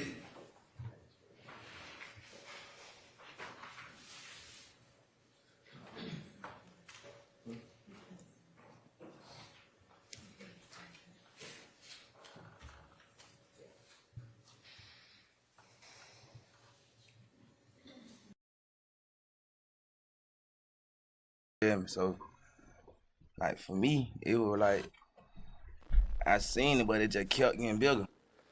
That's Yak Gotti, the one that's over there with Mr. Weinstein, and that's Funk in the middle. That's Young Thug brother. You tasted it. Yeah, I tasted and then a it little got bit of it, snatched. and it just got snatched. So, yeah, I was mad as fuck. Like, man, I just blew up. Like, damn, like, you feel me? I know what I'm missing. Wait, I know what's going on. Like, hell. And I know what it's finna be and what it's finna turn into, and I'm not here. You Like, feel me? But it just, I don't think I was ready for it. Like, I was too much in so the you think street. like Shout out to April O'Neal's baby daddy. Appreciate the gifted membership. everything really does happen for a reason? For sure. Okay. For sure. What about papers? Y'all still on paper? Who's still on paper? Yeah, I'm on paper. Yeah. So what they did, they gave you how you get out? They gave you time served. What? Nah, I got granted appeal. So you out on appeal bond? Yeah, I'm out on appeal bond. Oh. See, they can like right now. I had beat Supreme. I had beat the Supreme Court. So now I'm at the high court. So right now they ain't doing them, just dragging me, just prolonging me, just keep prolonging. Yeah, just trying to see I'm gonna catch another case. Then they gonna ask you, oh yeah, now we got you. They be setting them up with that. That's a straight setup. What up, Shannon Giuliano? I see you, family. Throw your ass on back in there. So I'm trying. Oh, so you appealing? Oh, okay. So you was locked up for his mistake. 11 years. Yeah. And you came back on appeal. On appeal. And then you got a bond. Yeah, I got a bond on appeal. To go back to trial. Yeah. Like my whole case it just started over. Like I ain't never been down the road, it just restarted over again. Yeah. But Chloe Hours Revenge, Skeet, Scrimp. It's like this time you have like the proper top-notch, high-power representation that'll be able to accurately represent you. Yes. If them folk come in there and offer you, so if they come give you an offer like, all right, we're going to give you credit for time, sir, but you on probation for life. You take it? Yeah, come on with it. Hey, you don't believe I'm ready to get out y'all way. They got to go back. I'm ready to get out. Yo, Loa, you know who that is, right? Loa, that's Young Thug daughter. You what? Move for time. That's Thug's daughter. What? I'm over time.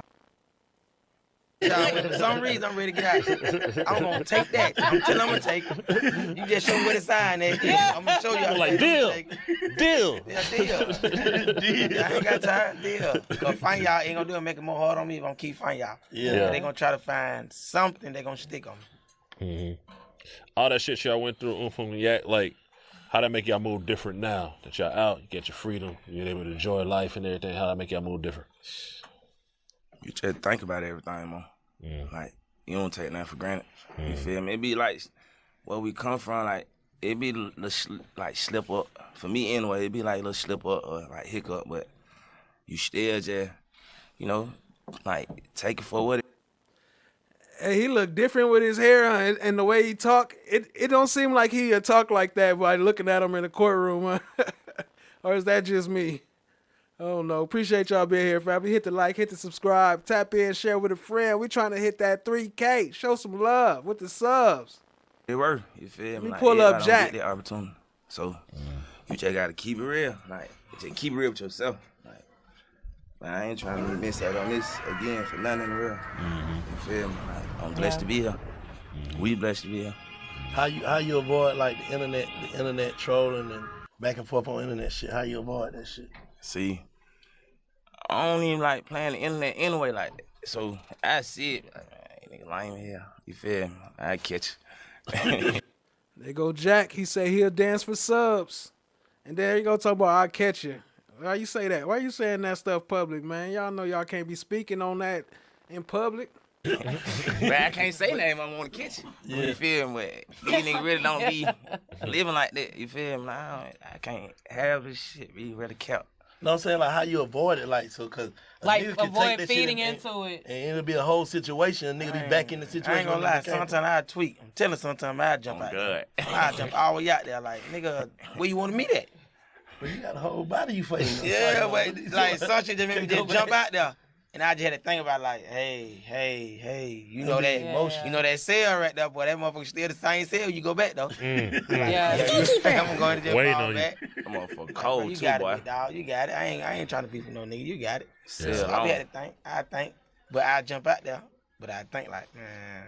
Whole time sitting in that box with that L, you thinking, goddamn, did you actually think it was possible for you to get out, or you knew you were gonna? I ain't gonna lie at first. I'm like, hell nah. So I had to adapt to my surroundings. Yeah, how did that affect your mental, like, knowing that there's a possibility that you might be stuck there? I ain't gonna lie to you. My battle was in prison, my mind window. I always thought like that. My mind gonna stay free. I'm not trying to get caught up in it. Yeah. But I had to adapt to my surroundings. Man, so you can survive. Was in a hole for 11 years. The hole though, not just locked up. The hole. No, I only did like a year and a half just in population. When you and Rollo roommates, so when you call me, I'm calling you from you. Like we in the hole. I did 6 years in the hole. Yeah. By myself, 6 years just stuck in the hole. We hear that. That nigga tell anybody calling for him like, Rollo say send us something. Yeah, I be like, tell the nigga, I'm gonna send you something too, bro. Just make sure you get it, cause nigga know. Oh yeah, nigga ready to slang. I'm sending the nigga whoever call. Yeah, for sure. Nigga ready to slang. Make the call. You want $20 just to make the call, bro. We in the hole. Me and my man went to the hole together, boy. Like I seen this boy get low in the hole. Like literally. Shawty got so long, like, boy, please just go ahead and free you. Like, gonna free you. Always Lying Love said, boom. I started watching Flesh of the Gods live, then boom. I clicked the like button, then boom. I was enjoying it live, and boom. Some lying girl kept saying boom.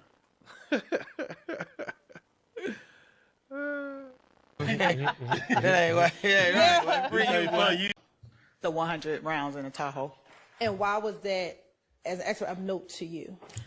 Because of the murder of Donovan Thomas. When he was murdered, he was standing outside of his Tahoe. Okay. I'm going to show you what's already been admitted as 6 Exhibit 8Y.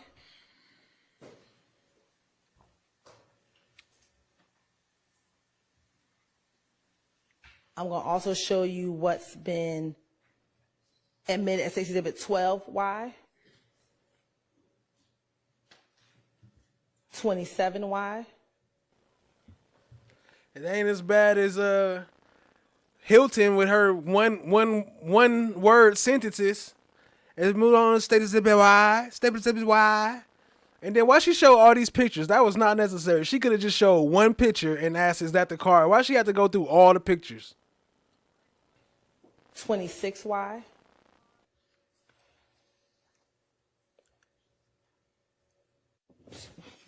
I'm sorry. 218Y. 174Y.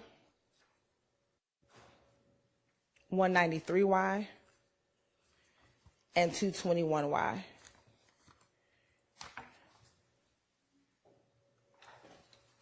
Is that the Tahoe that you were just referencing? Yes. Okay.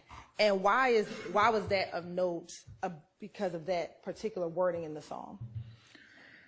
It was because it was actual crime that was committed with a murder happening, and the fact that it was a rival between the two. It was a rival between the YSL crew and the Inglewood Family Bloods crew.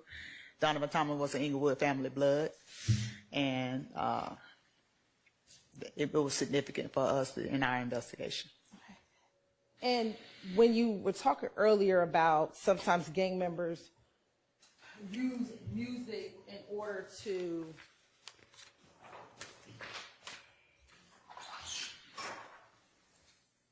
I'm gonna make sure we get the language right.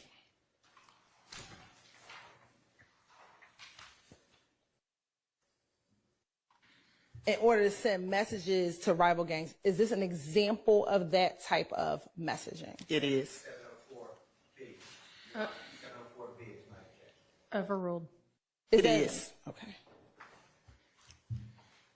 Was there anything else of note to you in this particular song? I think the part about killing 12. And why was that of note? Because the police is referred to as 12, and if you're, I guess, rapping or singing about killing somebody in law enforcement, that's not nice. Let me ask you, this was in 2016. Were you aware of any incidents of YSL members alleged to have shot at police after 2016? After 2016. All right, that guy, Nick. Appreciate you, fam. Yes, we had a police officer shot. A gang officer shot. Objection, Your Honor. Same objection I raised previously. Sustained.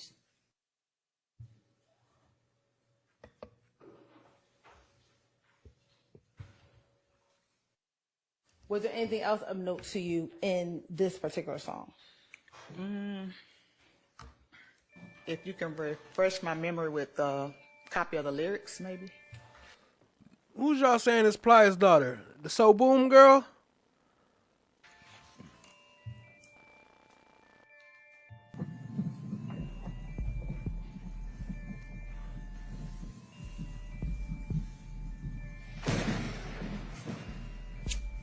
I might have to skip through some of this. You know they play that music.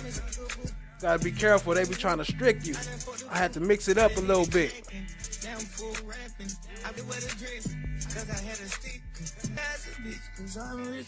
I got cause good Lord, little bitch, cause I ain't rich. I just ID, put it in your people, send it to a shoot. Man's whole body scale, hands on the delivery. But I want y'all to listen to the words though. The parts that I did clip in. Listen to the parts y'all can hear if y'all can hear the words. I came from rest, riches on this shit. I can no longer disguise it, bitch, cause I'm rich. Oh, you shit like Captain. I can fail, but I can't for business. Fuck around, that nigga tried me, almost got fucked in. Ask the cops, ask the detectives, they know I was business. Cops and the heads of all the shit. Lawyer close to 2 million, and all the killings. The Inglewood family, Bloods, he was a high-ranking member, well-known, well-respected, I guess. How was that of significance to you?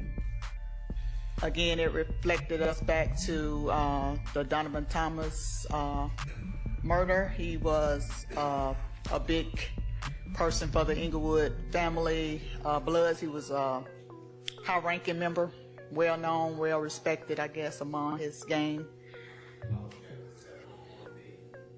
Overruled.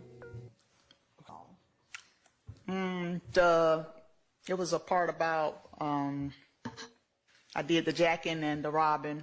Now I'm rapping. Okay. And let me ask you. I did the jacking, I did the robbing. Now I'm rapping. Were you made aware of any robbery in which Mr. Williams was a person of interest? Yes. Okay. Did one of those involve an Archillian Bennett? Yes. Okay. Yeah, we can approach. Yeah, I think y'all might need to. Where this is, or the location? Look like Trussell Tree. Okay. And that interview, I think that was 2019 or 2020. I had to double check. I think it was around 2019. The one with Yak Gotti and his little brother. I mean, and Young Thug brother. Are you aware of an Archillian Bennett? Yes. Okay. And I think you were talking earlier. Y'all see what they doing here, though? Trying to bring in and say that Young Thug robbed Archillian Bennett. When we all know that didn't happen. We all saw that part. They crazy. Why would they bring this back up? 403. Based on your review of reports and information that you gathered as an expert, were you aware of a robbery of Archillian Bennett in May of 2013? Yes. Excuse me. Sustained. Were you aware of a police report involving Archillian Bennett? Yes. In which she alleges to have been robbed in 2013? I object to what she said, and it's a leading question, and new facts and evidence. We already heard from the witness. So I'm trying to narrow down the issue so we can get to the answer as an expert that she's reviewed and she's aware of. All right. This. So the jury will recall We got the girl coming back up. She coming back up. what the prior testimony was. Go ahead. She gonna come up with Miss D. Williams. I got Miss D. Williams coming up. And as a part of that, are you aware who was a person of interest in that armed robbery? Yes. Who? Jeffrey Williams. Okay.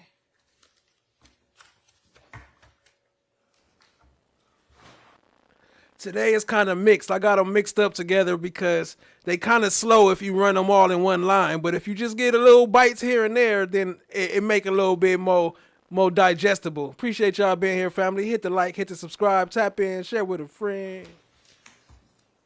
And I'm going to show you what's been admitted as 23AA.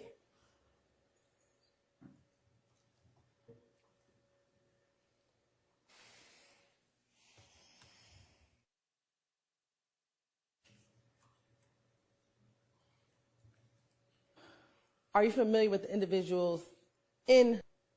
Yes. Okay. Who were the two individuals in that picture? look like Jeffrey Williams and DK, and his name's not coming to me right now, but his nickname is DK. He's a YSL member. Okay. Bro, what's up, man? What to do, Brody? You all right? Hell yeah, man. And then why they bring Bean interview back up? And this the interview after Quinn came over and told her what to say and told them what to say. So you could tell they trying to set Thug up in this conversation. If you listen to it, it's a set up conversation. Yeah, I'll point out some things as we go. I just talked to them nigga Thug, bro. What they come out? Shit. Man, I know how that nigga, man, them nigga that got a nigga killed, boy. Fuck you talking about, man? I seen Little that nigga shit, DK, man. little nigga DK shot at 12, nigga. Yeah, he said it. For no reason, boy. So you know you're on a recorded line. You know you being recorded. Why would you start off with the conversation? DK shot at 12, boy. For no reason, boy. Y'all ain't even been to court yet, and you over here on the phone like that? He shooting for no reason, though. That's why they started shooting that child. Man, that nigga just start busting for no reason. Call the little young guy there. I'm like, hell no, boy. Hit Big Fred, hit his ass. Me and Thor got there. We get out the car and run. I just went the wrong motherfucker. Okay, got you, Lola. I'm super late. Wait, man, I should have fought Thug at. Oh, that wild. For a reason, though, man. They got to get this shit off his back anyway. For sure, bro. Yeah.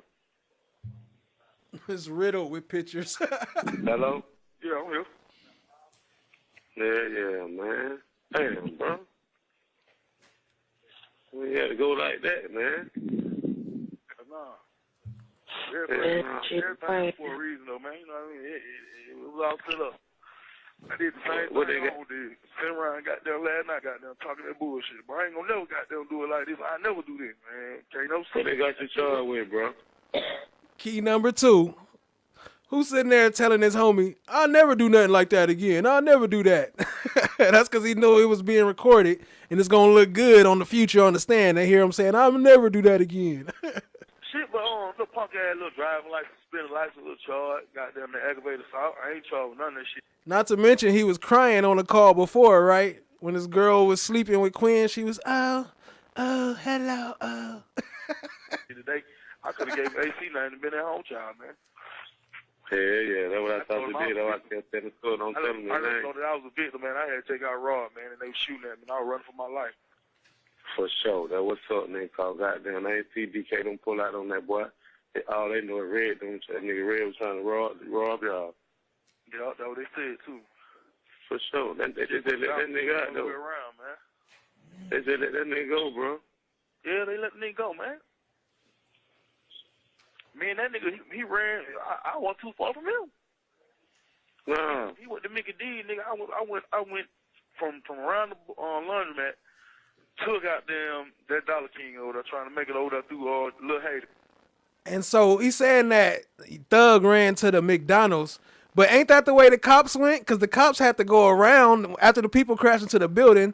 The cops had to go left and go around and go up where the McDonald's was. So they passed Thug up by the McDonald's and passed him up and ran over Bean. The math ain't mathing. For Cleveland E, goddamn, up through the top of that, and I go hit Jamal in my old apartment, goddamn, go down there and chill with Big Nick, you know. But shit, man, that whole goddamn come out of nowhere, boy, run me clean over. That was goddamn, that was Thug. Okay, got you. Big Nick out. Yeah. They hit you with the car. Yeah, they ran me smack ass over, man. My mom broke my goddamn collarbone and shit, man. You alright though, ain't it, bro? Big ass knot on the back of my head. That nigga escaped, bring the police back to the spot, bro. He did. Yeah. Right. Hey, went up there trying to get the fucking car?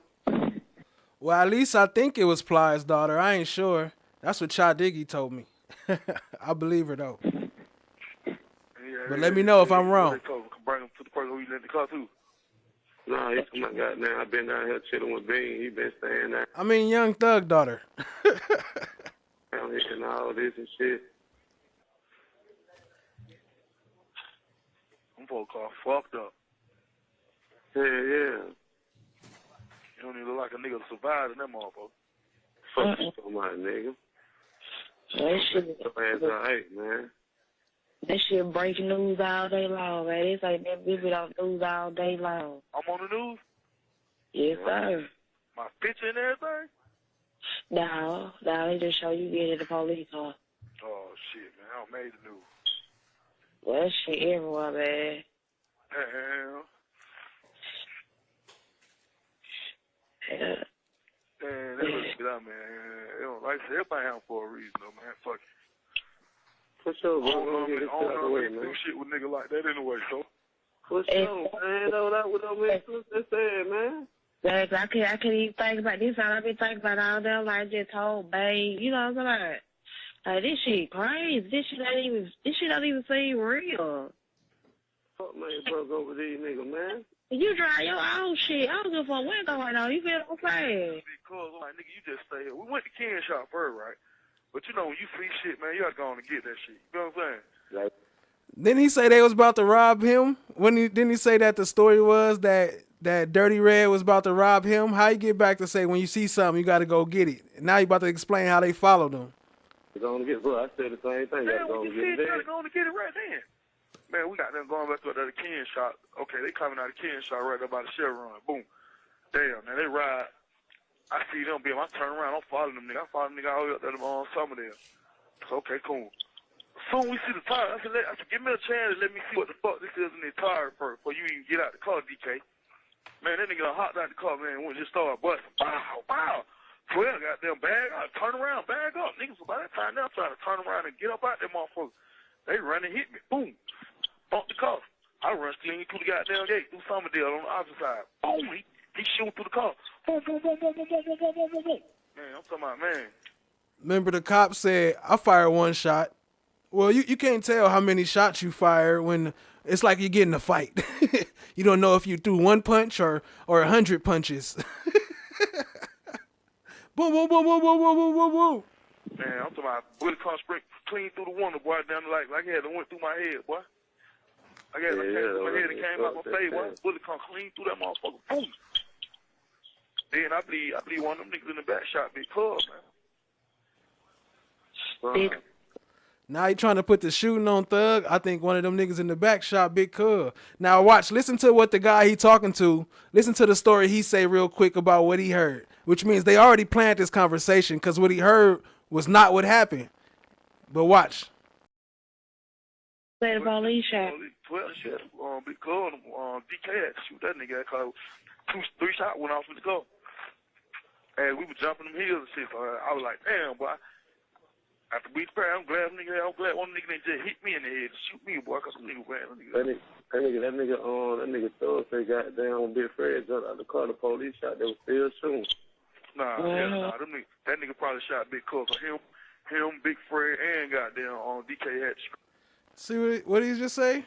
scrap. I wouldn't even scrap my 20. The car, the police shot, they was still. We prayer, I'm glad one nigga didn't just hit me in the head and shoot me, boy, because some nigga ran. That nigga Thug say goddamn Big Fred jumped out the car, the police shot, they was still shooting. Nah, them niggas. He said Thug said when Big Fred got out the car, the police was still shooting. Where that part of the story come from? That nigga probably shot Big Cub because he ran. That nigga Thug say goddamn Big Fred jumped out the car, the police shot, they was still shooting.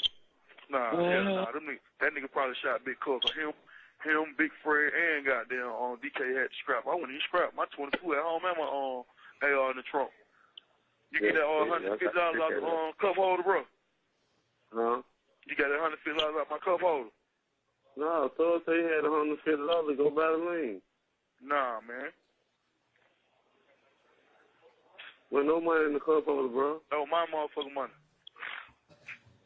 Yeah, they say he had the money to go buy the lean. No, I think I had never $50, $40. He didn't even have that because DK didn't even get him his 50. All that money was mine, and money came out of Buck hands. So he ain't had no business doing that. Y'all remember Buck, right? Y'all know Buck. Buck be with Mondo. Remember Buck, Mondo, and DK? I think that's the other YSL. I think it's 2 YSLs. I think YSL split into 2, and I think that's the other YSL that they saying they started. Mondo and them. Buck got them come off 100. I told him, hell no, nigga got them go 50. You go 50. Nah, Buck told me, girl, you don't harm the fit. No, them gave me nothing. I had a fit of my own money. I had 300 fits on them. They got $340, $5. I got to let Babe come down here and goddamn go to Profit and get that shit. Come down here and find a piece of paper. I got to fill out a profit release form or a waiver form. And we're going to stop it at 10:46. In 2013, and have you looked at any reports of a armed robbery of an individual by the name of Derek Dotson? Yes. And who was a person, or who were some of the persons of interest in that particular case with the armed robbery of Derek Dotson? Your Honor, again, I'm going to object on the bifurcation issue. This Overruled. Confrontation clause, Your Honor. Just read the report. Overruled. Jeffrey Williams and Walter Murphy. Have you heard of the name of Adrian Bean? Yes. Okay. And what about an individual by the name of Frederick Prothro? Yes.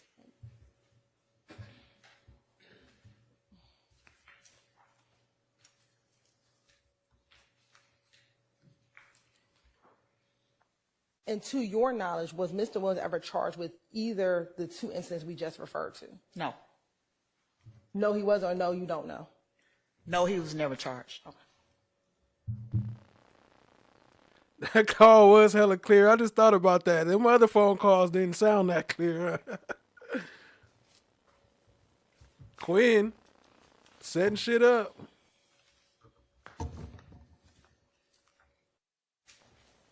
Homicide disrespective detective.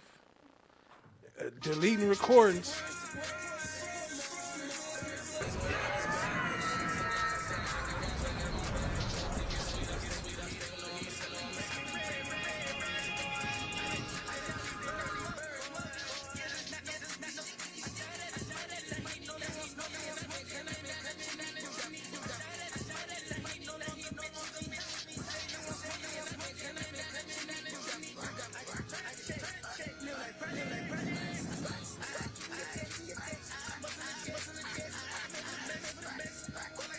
February 15, 2021. And we need particular words of note to you in this song. Yes. What was that? I shot at his mommy. He no longer mentioned me. Okay. I'm going to show you. Are you familiar with what that location is? Yes. And where is that? That's 1007 Hill Street in Atlanta. So.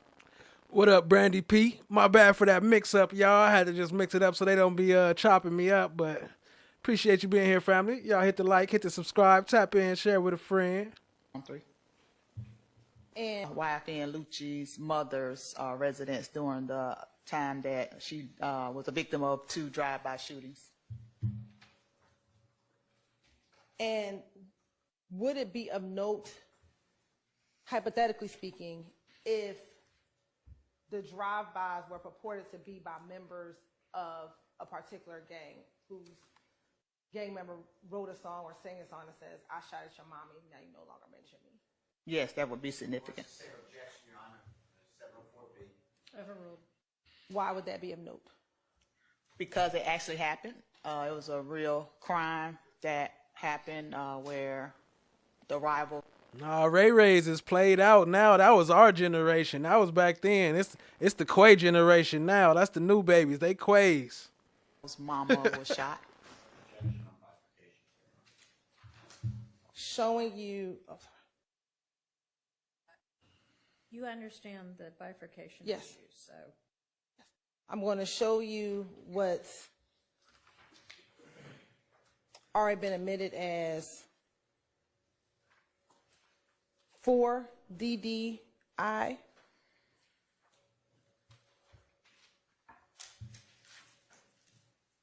And 5 DDI. Facts, Chan. My black is golden. 6 DDI. Words such as "I shot at your mommy" and "you no longer mention me," and you see particular evidence of that when you're doing your investigation. For you, in your opinion, what if anything? In your opinion, what if anything is being communicated? Sustained. Why is that of significance to you? Because as an expert, why is that of significance? I don't know what the answer is going to be, but it is potentially going to be. You could tell when they know they on some bullshit because they start doing that pause talk. That it could. Why would you?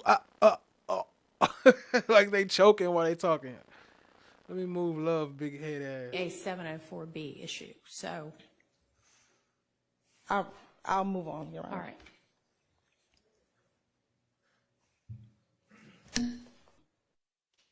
The first song, Slime S, and you said you wanted to look at the lyrics to see if there was anything else of note to you.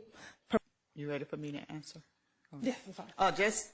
Just looking at the words as far as significant for gang or furtherance of gangs, the part about the neighborhood 60s. Consistent with being just what is of note to you without talking about whether or not that's further. Hey, that's a fact, Wilma. Hey, was that was Buck also that took the heroin from Archillian Bennett, wasn't it? Wasn't that Buck too? Him and DK was over there. It's about neighborhood 60s and Troop and stuff like that. What is the significance of Troop? Troop was a NH60 leader in over off of Old National Highway. Okay. You said an NH60. Neighborhood rolling 60. Okay. Some clout, whatever it is that he's seeking, cause I guess cause Woody paying his ass dust, he's trying to find any relevance that he can. Somebody please give him some paper. Give him a job. Get that bitch a job. Put that bitch up in a warehouse somewhere. Goddamn, do something, bitch. Do something other than talk about other people. How you want to talk about who pee or who tender, bitch? But you speak on the next man relationship. The fuck? You're a chase. You just want attention, baby. That man not gonna give you no attention. That bitch not gonna give you no attention. You ain't got no paper. You don't got no money, baby. You brought me one bag the entire time that we was together, bitch, and I had to go in with you. You was mad that I was even trying to get you to get it for me. I had to put 500 on it. Let's talk about it. Somebody please get a man some attention, some clout, whatever it is. That shit sound crazy, right? Like you running the 6 figures, but I can't get you to buy me a $1,500 bag, bitch, and I just spent 20 plus racks on your attorney to save you from doing 30 years in jail. But you think you the catch? Boy, you was delusional. Perks got to make people delusional, dog. Talk about go fuck with a real one. Boy, fucking with you ain't never bring nothing but L after L after L after L after L after L after L after L after L after L after L. Any bitch that fuck with you gon' catch an L, gon' find a whole little trail of L's coming behind you, baby. Be real with yourself, dog. And I hate this for you because I really had real love for you, dog, and I really did, you know what I'm saying? Like, I believed in you. You're a talented person. You just got fucked up way of thinking, dog. Just work. Put in the work. Stop being lazy, bro. That shit sound crazy, right? Like. We got another one that bites the dust. For those who don't know, that's, what's his name? Quavo? Offset? Wait, what's the other one name? One of they baby mama. What's Cardi B husband name? Yeah, that's his other baby mama. She was messing with Mondo. She the one that paid for Mondo to, this is Mondo right here. This is the one, remember, Fonnie Willis used to be a defense attorney. This is the person she defended in court who was also a founder of YSL. Suspicious? Yes, it is. So Fonnie used to be his attorney. She defended him, got him out of jail. And Offset baby mama paid for his attorney. Got another one that just fell for the pay. Yeah. Offset, yeah. Shout out to Steph JK. Offset, yeah. Man, this bitch ass nigga just called my phone, man. Damn, bro, why you playing with a nigga? Hey, this on God, don't let me wake up tomorrow online. Wallahi. Here go Mondo right here. So I guess he tried to slide in Cardi B DM. Now he trying to argue or get some clout off of Offset, it looked like. He was like, this nigga just Offset just called my phone. Bro, why you playing with a nigga, bro? Da-da-da-da. Hey, man, the truth hurt. You shouldn't have been on the internet with your business, my boy. Don't get mad because I'm posting shit on the internet now, but I'm speaking the truth. Now you mad at me. Don't go to calling my phone, hoe ass nigga. We ain't gonna do that, Tinder man. We ain't gonna do that. Cause I, know what I'm saying? Don't get mad cause I smacked one of your baby mama and I tried to fuck Cardi. I ain't gonna say fuck her. I'm gonna take that back cause there ain't no disrespect to Cardi, but I really would just let her know, man, you need a real nigga in your life. Why you letting a nigga drag you through the mud? Like, don't go for that, baby. You feel what I'm saying? That's how I came in her DM. And you cop block because she went. You know what I'm saying? You cop block. But Good day, everyone. Good morning. So, I understand your ruling, obviously, abides by it, but what I'd like the record then to show, if you don't find this to be changing. That's Mondo. That's the original founder of YSL, according to him. That's the real founder. He started this shit. Yeah, we got him at the very end, too. The state sent us lists of witnesses on a short list that they were going to call Mr. Lamar, who's a performer known as Rich Homie Quan. This was well before September 5, 2024, when he, God forbid, passed unexpectedly. So, to me, and the state has put in evidence over objection, that starting in the fall of 2014, Mr. Lamar and Jeffrey Williams don't get along, and Mr. Lamar is with Mr. Donovan Thomas, who doesn't get along with Jeffrey Williams. And it's all, to me, it's all made up. It's not supported. Obviously, the jury can make that determination. But I think that it is important that the state, in writing, put the predecessor court, as well as Mr. Williams et al., on notice that they were going to call Mr. Lamar. They filed their service of a subpoena. And not just any lawyer, Melissa. Remember, Fonnie Willis was his lawyer that they paid for, I believe, unless that was a different case. It might have been a different case. And they don't call him to support this, supposed beef. And I can't do anything about his prior statements now because it would be frivolous under 24-8-807, which is rarely used, it's frowned upon, and it has to have the same guarantees as a dying declaration or something. It's not like that. He gave interviews throughout all the years talking about his close relationship with Jeffrey Williams. And if you let that in, that's great with me. But I'm assuming you're not going to let it in, so I wasn't going to try to get it in because I don't think that that's a dying declaration type of statement. So I'm stuck. So I would like the jurors to know that unfortunately he passed, and that the state stated that they would call him as a witness and subpoenaed him. And if the state has reasons that they didn't call him, that's fine.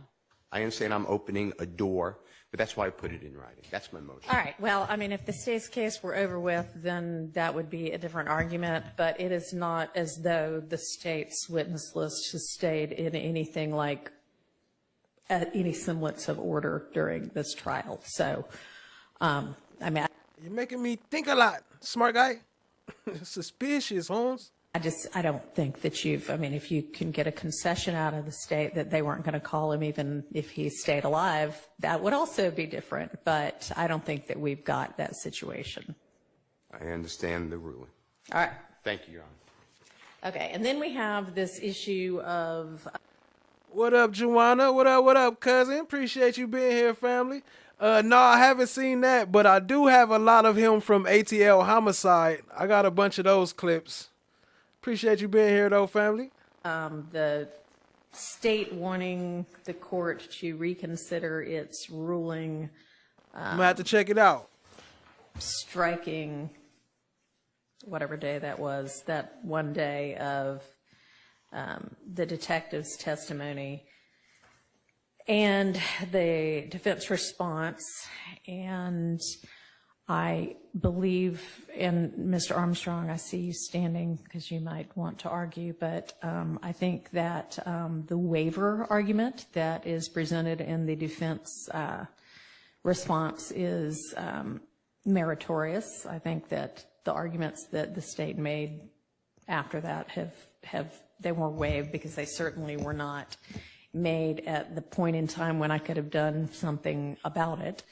But in addition, the state last week ended up calling a different detective and investigator, Detective Underwood, who's on the stand essentially right now in the midst of her testimony and seems to be covering the same things that the other investigator was covering anyway. So it doesn't even seem, I mean, it seems like this whole issue is moot.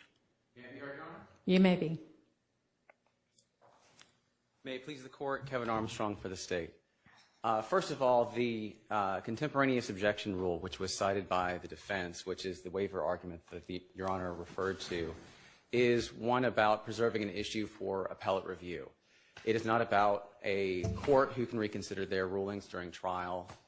One of the issues that is here is that the court precluded the state from calling that individual back to testify about other things. And that's one of the things that the state filed the motion for reconsideration to avoid. And so the state is asking that for other issues and for whatever issues that have not already been addressed, the state be allowed to recall Detective Dennis to testify about other matters that were not the offending statement, which the court appropriately excluded from evidence. And one of the things the defense brought up in their response was confrontation.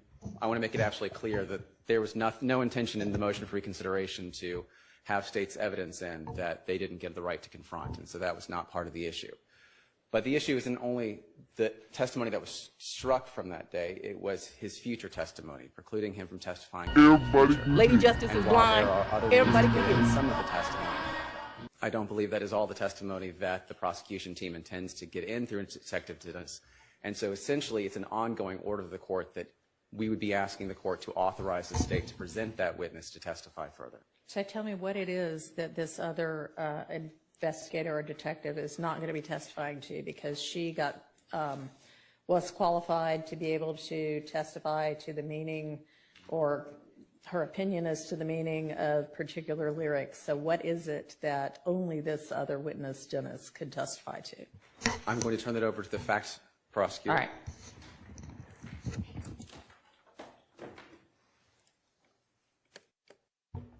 Thank you, Your Honor. Detective Dennis testified to a statement regarding Defendant Kendrick, in which Investigator Underwood was not present for that interview, and so he testified to that. He also testified further regarding the Quindarius Zachary interview, in which Investigator Underwood was not privy to that interview as well. Additionally, Your Honor, he was able to introduce several additional exhibits to include the Magic City video that will not be able to come in through Investigator Underwood. And I believe those are the three primary things that Investigator Dennis was able to testify to previously that was struck that Investigator Underwood would not be able to introduce during her testimony.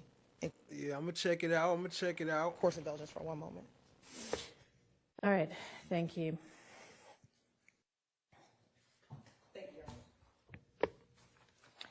Okay, so Mr. Steele, I guess you sort of led the charge on this, if I'm not mistaken. What do you say to the state's position that the court's decision to strike and prevent further testimony of this witness isn't a remedy that is permitted to the court by statute or the Constitution, and understanding that if this were reconsidered, the state would be, I mean, the defense would be permitted to cross-examine?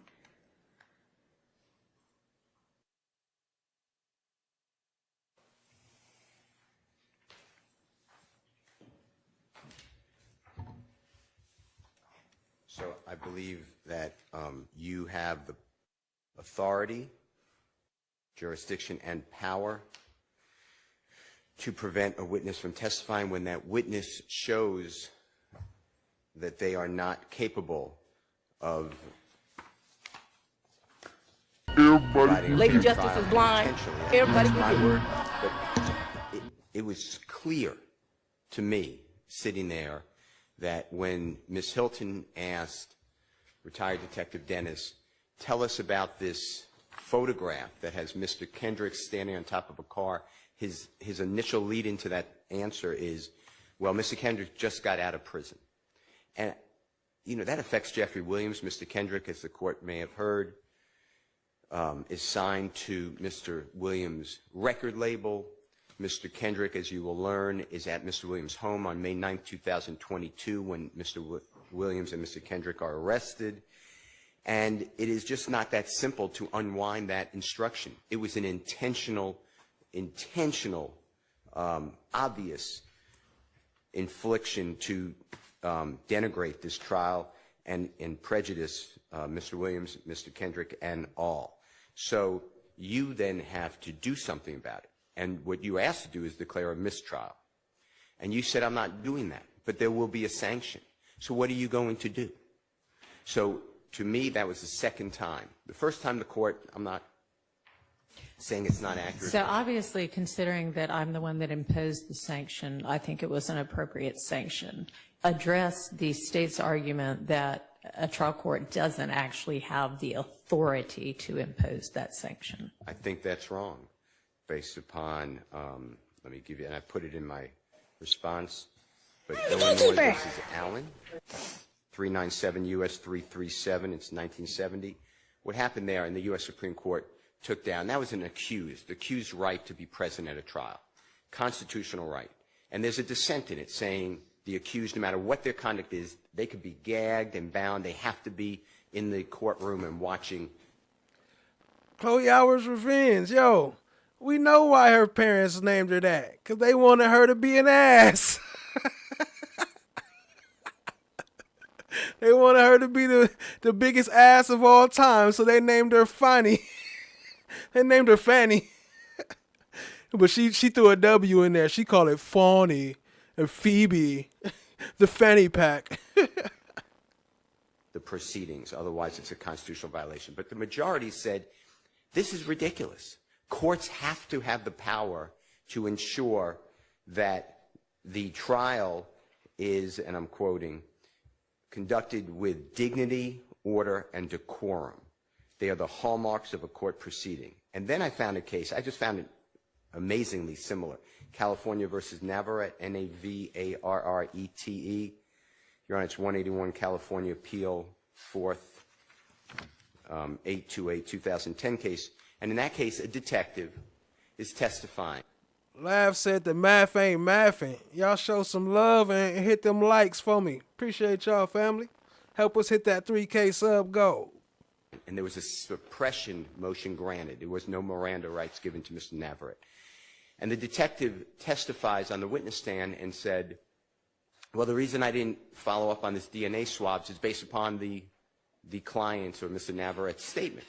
The judge did exactly what you did. The judge called the prosecutor, well, a little different, called the prosecutor and defense counsel in chambers and yelled at the prosecutor and said, you know, I'm demanding, what are you doing? And the prosecutor said, I didn't know that that would happen. Just like here, I'm not saying that it was Miss Hilton eliciting that on purpose. I had no information that she would ever do that. But the judge said, well, this detective knows better. I find the detective is trying to harm this trial. The detective is barred. His testimony is struck. The direct is gone, and he can no longer testify. And the state did exactly what happened here. The state in California, the prosecution, the people, they called their next witness. To me, it's on all fours. The appellate court, Mr. Navarrete is, God forbid, convicted, and the appellate court then reversed. Okay, Cuzzo, I got you. What up to D-Life's Jenny D? I see you in there, family. What up, Rainy Rain? I see you, family. Appreciate y'all joining.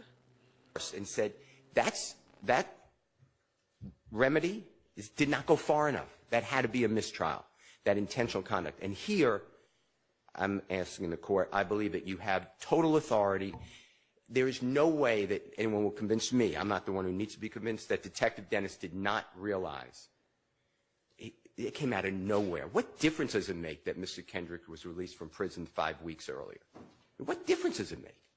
He did that to bring out to the jury that Mr. Kendrick was in prison for, and I'm telling you, it's a federal offense, a gun charge. There was no basis. So to me, to say you don't have the authority to do that, I believe you have every authority. If a witness comes in here and starts cursing I'm using an example. You, I would assume, you are going to say, you know, this is just not decorum. You can't curse. The witness curses again. You're going to do something. You're done testifying. Courts have that power. So I believe that the state's argument that you have no power to control the proceedings is not backed up by the U.S. Supreme Court. All right, thank you. May I respond? You may. There was a defense attorney who raised their hand. Good morning. Good morning, Your Honor. I want to be very brief because I don't think what I'm going to add is truly what Your Honor is looking for. But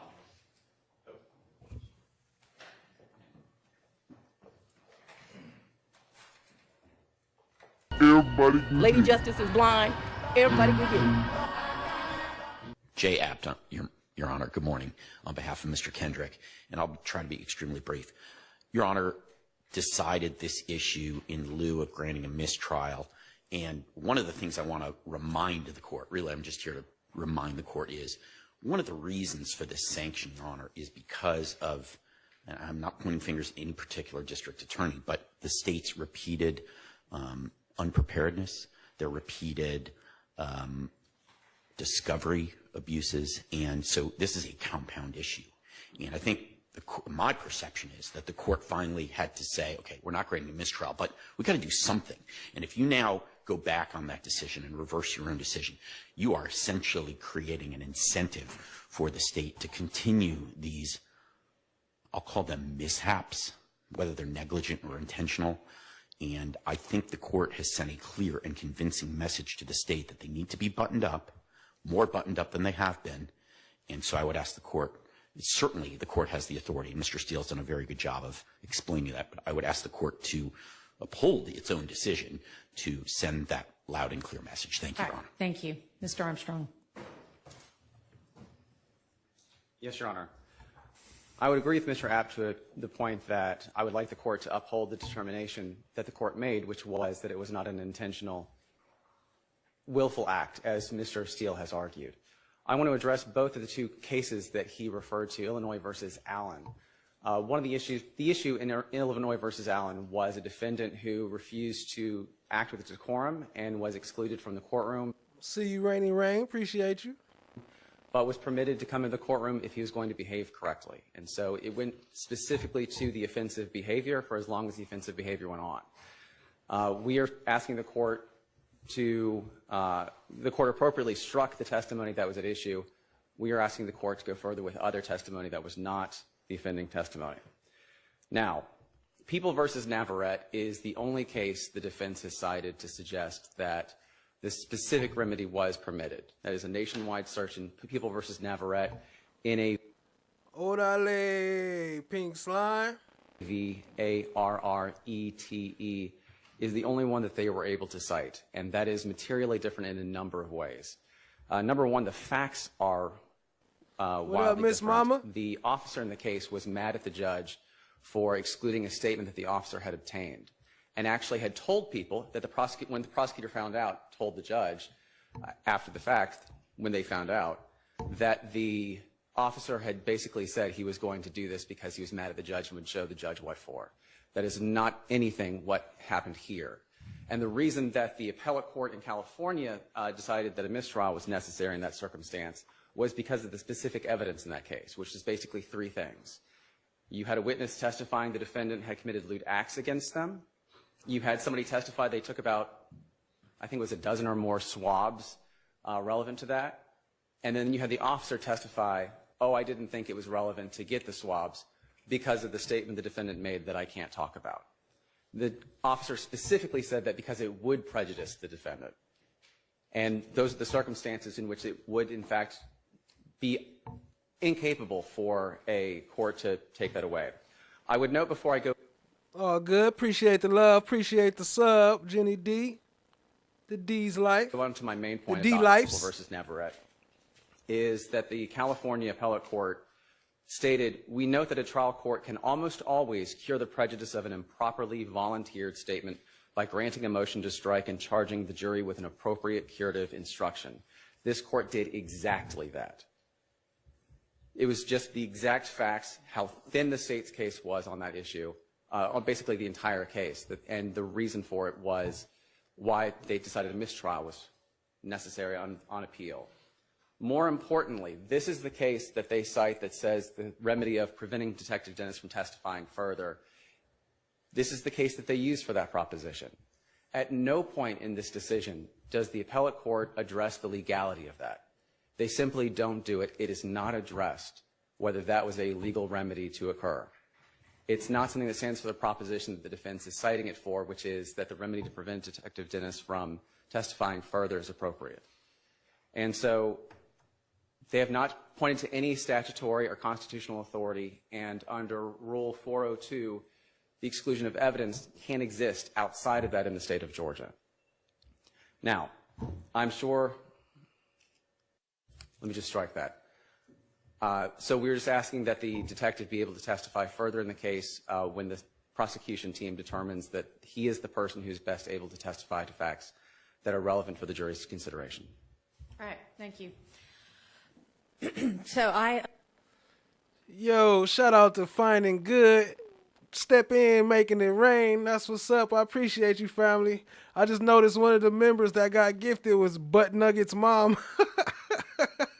I don't know who that is, but welcome to the family, yo.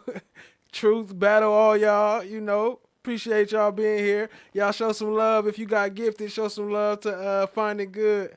Making it rain up in here. Drop some slime umbrellas for her. Well, I don't know if that's a her or him, but drop some slime umbrellas.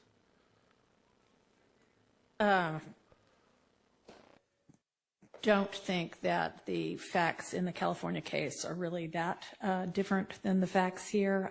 Frankly, I think that an argument could very plausibly be made that the detective in this case was upset with somebody about his qualifications having been challenged and had made a decision that he was going to show somebody what he thought about that. I don't know that that's what happened, but I do think, like I said before, that the detective absolutely knew better than to have said what he said and did it anyway. And I have given consideration to everything that has been presented, but I am not going to change my decision about this. All right. I think that the next thing that we had to do was sort out the remainder of what we're calling the Ryan evidence. So if y'all want to present what you've come to agreement on. She said they calling it the Ryan evidence? On and what still needs to be litigated. And thank you, Mr. Armstrong. Thank you, Judge. Yes, Your Honor. And one small matter that's in this act we can address is in the CAD report. Hey, Texas T, it say Butt Nuggets mom knows, so she call her baby Butt Nuggets. Oh. Okay. Never mind, Your Honor. Counsel and I have been discussing stuff in frequently, so yeah, I know. I will turn to all that's left. To my understanding, is the last little bit of Blaylock's Instagram. Okay. And do y'all want to give me some kind of, I don't know if it's written or whatever, indicator of what y'all have agreed to, or just put it on the record, or what's in, what's out? Your Honor, I'm trying to think. Or I guess, you know, if you don't have something at the ready, then Anything from the county attorney's office regarding the resumption of the evidentiary portion of this case in terms of the merchants calling witnesses as to their alleged damages? All right, for those who don't know what this is, we getting back into a little bit of the Ashleigh merchant because, you know, we got to mix it up a little bit. Let's get back to this. And so watch her shut them down because she won the case. Y'all know that, right? I wanted to clarify as to where we last left off. There was one last thing that the plaintiff had agreed to remove Fulton County, Georgia, as a defendant to this action. Yes, they were, and I had asked them to await my ruling because there was a motion to dismiss pending substantively that I had denied. And Lady Justice is blind.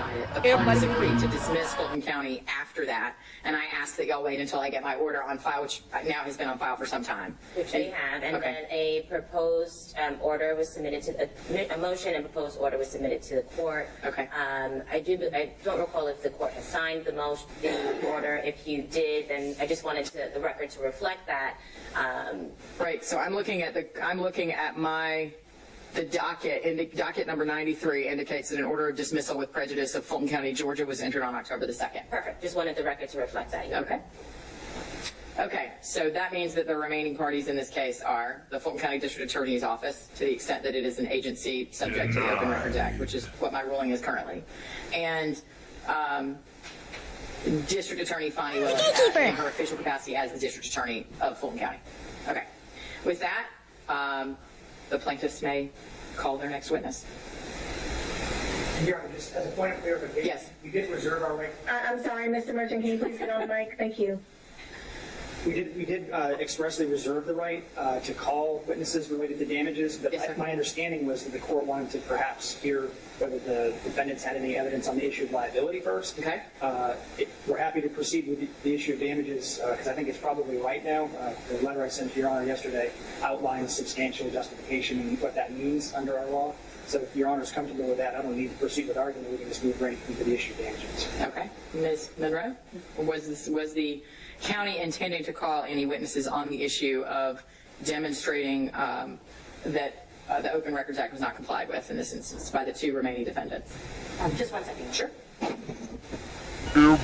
Lady Justice is blind.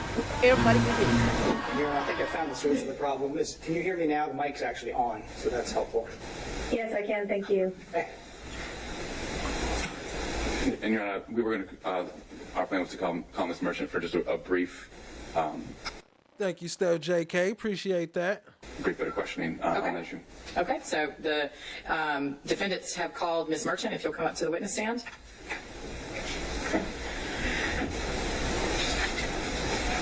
You will raise your right hand, please. Do you swear the testimony that you're about to give the court will be the truth, the whole truth, and nothing but the truth, so help you God? Yes, I do. Thank you. You may be seated. Please keep your chair away from that ledge. It's a rolly chair, so Is it good for? yeah, roll it to the microphone and make sure that you speak loudly and clearly into the microphone. And if you will state and spell your name for the court reporter. Ashleigh Merchant. My first name is Ashleigh. My last name is Merchant. Mercha. Strike team in the building. Gactal. Ashleigh Merchant. Go ahead. Thank you, Your Honor. Good afternoon, Ms. Merchant. How are you? I'm good. How are you? Good. And to clarify, you are plaintiff or one of the plaintiffs in this case, is that correct? Yes. Okay. And this case was filed on January 30th, 2024, correct? I'd have to defer to my husband on that. That sounds about right. January. Okay. I know it's late January. Okay. But if it's in the record, it's January 30th, we can argue with that. I have no reason to dispute that. Okay.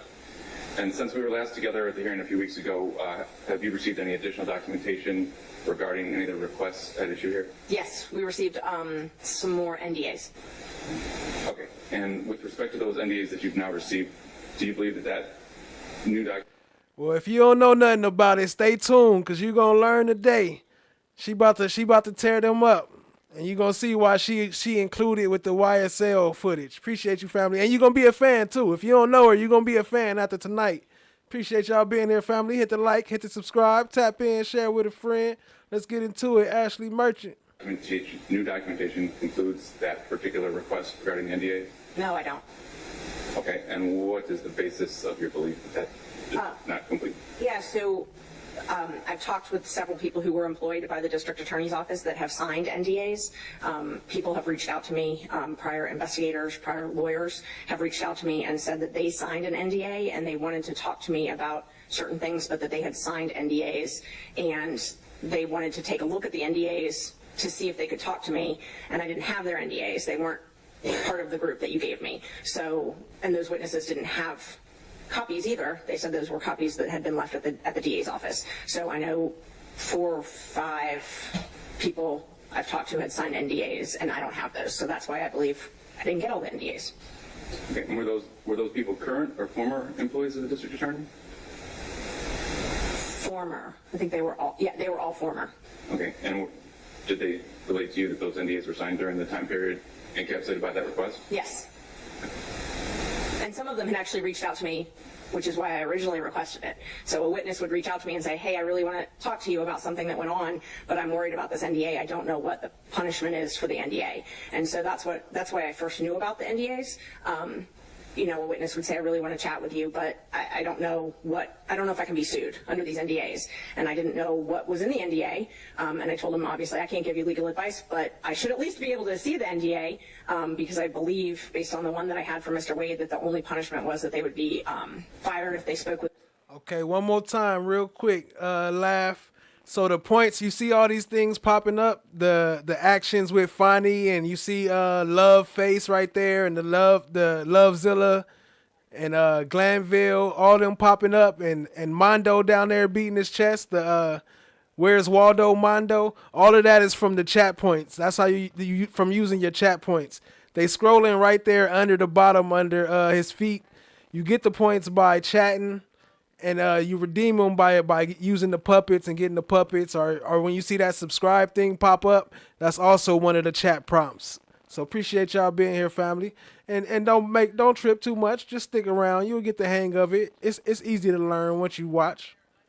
Anybody, but you know that's why I originally asked for the NDAs. I was surprised that a public agency had required something like that to be signed. Okay. So previously we've discussed just generally open records requests made by you or your office to the county. Would you say that you frequently make open records requests to either the county or the district attorney's office? No, I actually would not say I frequently did. What up, Trey? Appreciate you joining, family. I was surprised Mr. Ron testified that I had made 40-something. I've made, I believe it's 10 to the district attorney. I mean, total maybe, I don't know, less than 20 in total to Fulton County entirely. All of the different entities. I made, I believe, 10 to the DAs. And actually, she does still have a client that's part of the case. That's the one that they scared to bring in, and they was trying to delay the other day. This is the one they was talking about. They was talking about Ashleigh Merchant with, what's his name? Not Antonio. What's his name? Somebody text me his name. You know, I got a bad memory. You know, I got a short track memory. But I think of it right now. But she is representing one of the YSL members also currently in the case. I think he got severed, though. He got severed, but he's still up for the charges for count 1 with the RICO and all that. Martinez Arnold. There you go. Thank you, Gaki. Martinez Arnold. GSKI. I thought that was an A. GSKI. Thank you. Yeah, Martinez Arnold. That's what I'm talking about. Duke. Yep. That girl, Mia. Rainy Rain. Appreciate y'all. Cutie Pie. Chloe Albert. Yep. Y'all know what I'm talking about. That's what she represents. So she is part of the YSL case. Right around 10.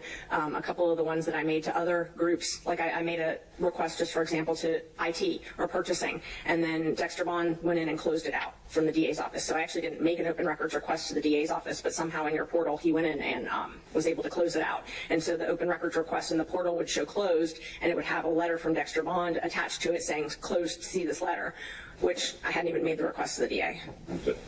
And so of those approximately 10 requests that you've made, what's the time frame over which you've made those requests, you know? A year. YSL Barbie. Well, so in the last year. Okay.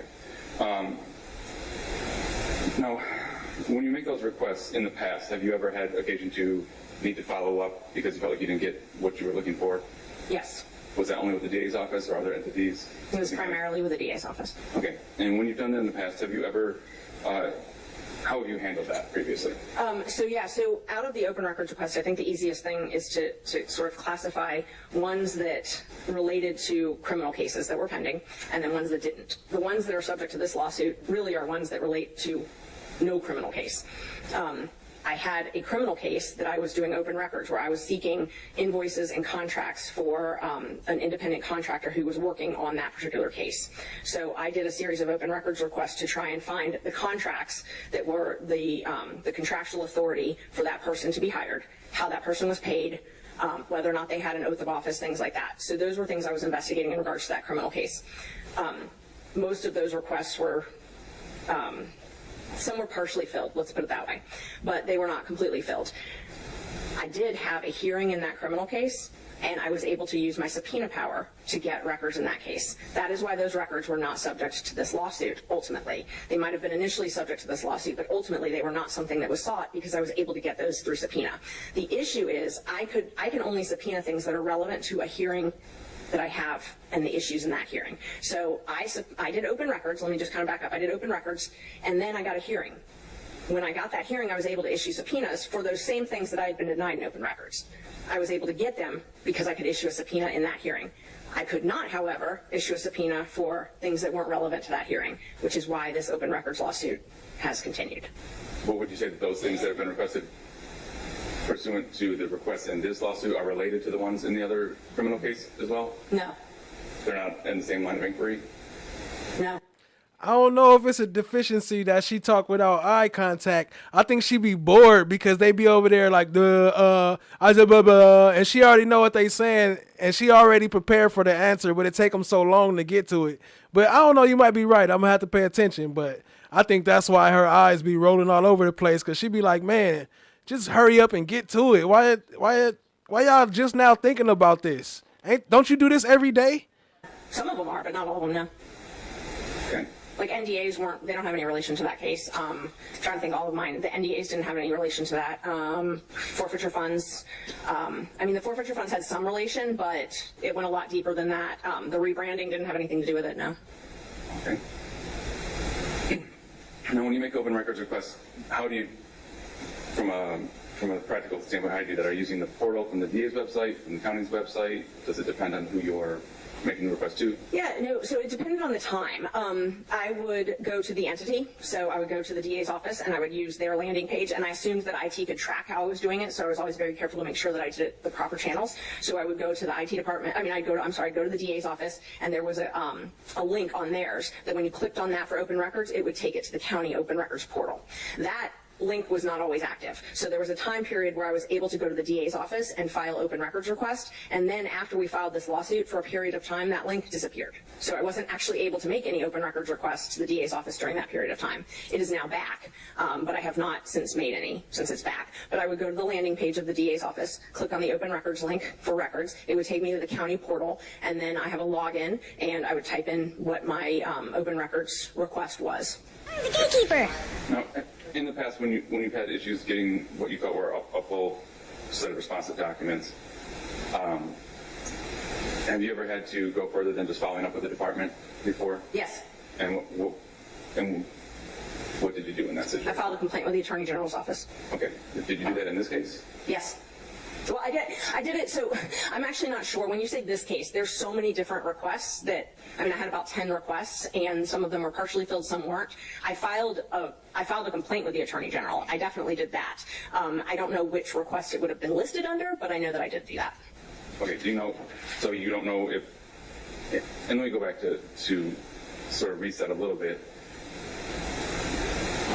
Which particular requests do you believe still have outstanding documents in this case? Is it all of the ones that you filed on, or is it limited to a couple of those requests? If I could look at the actual requests, I can tell you exactly. Is that okay? I have them. I'm happy to look at them. Okay. Yeah, May I go? Yes.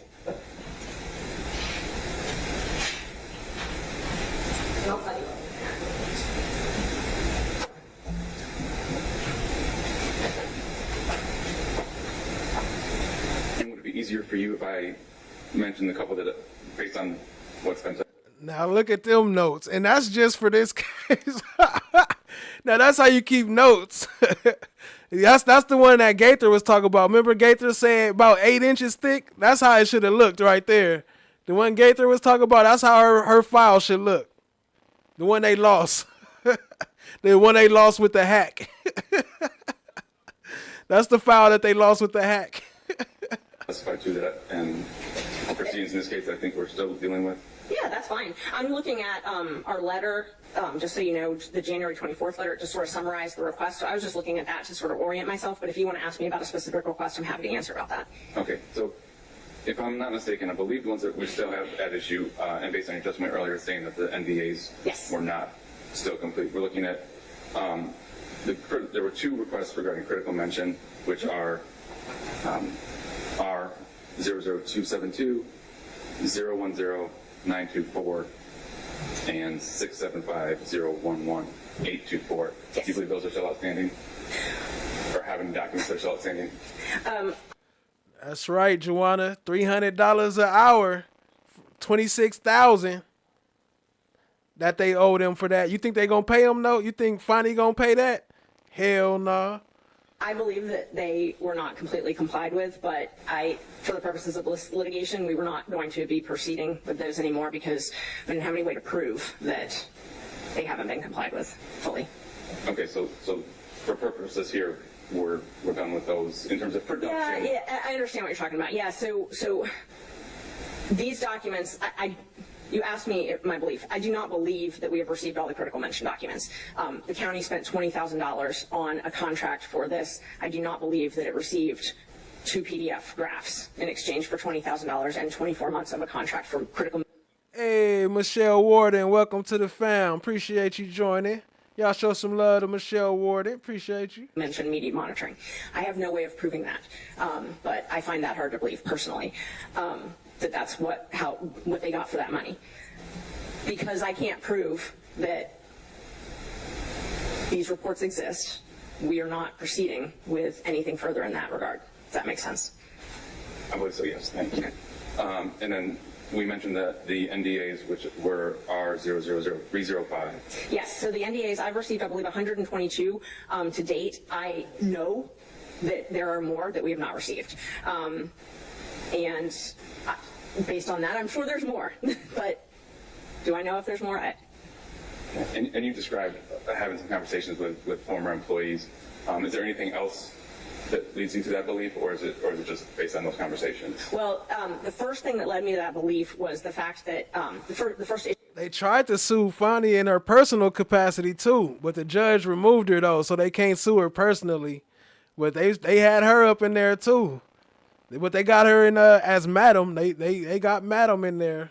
Issue I had was so Dexter Madam Vaughn, the DA. records custodian, had done a business record certificate in a civil case where he certified Nathan Wade's NDA. Then he did a business record certificate in our case where he certified that there were no NDAs. So I had 2 certifications where he swore to 2 completely different things. Based on that, I do not have any faith that they actually have been searched for.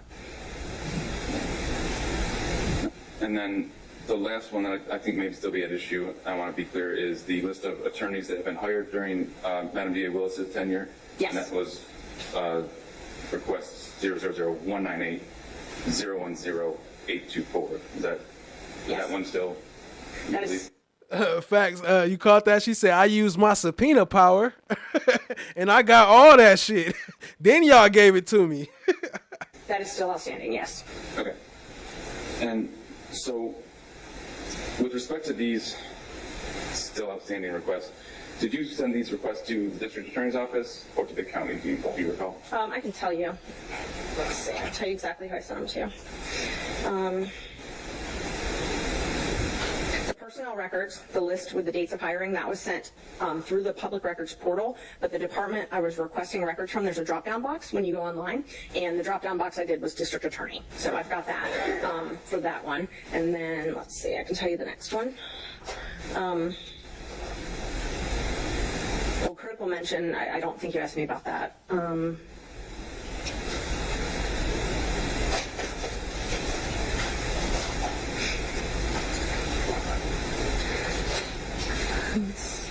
I also did, She said, Ash the Bash Merchant. Shout out to Chad, my black is golden. I did it to Human Resources. I did one to Human Resources. Let's see.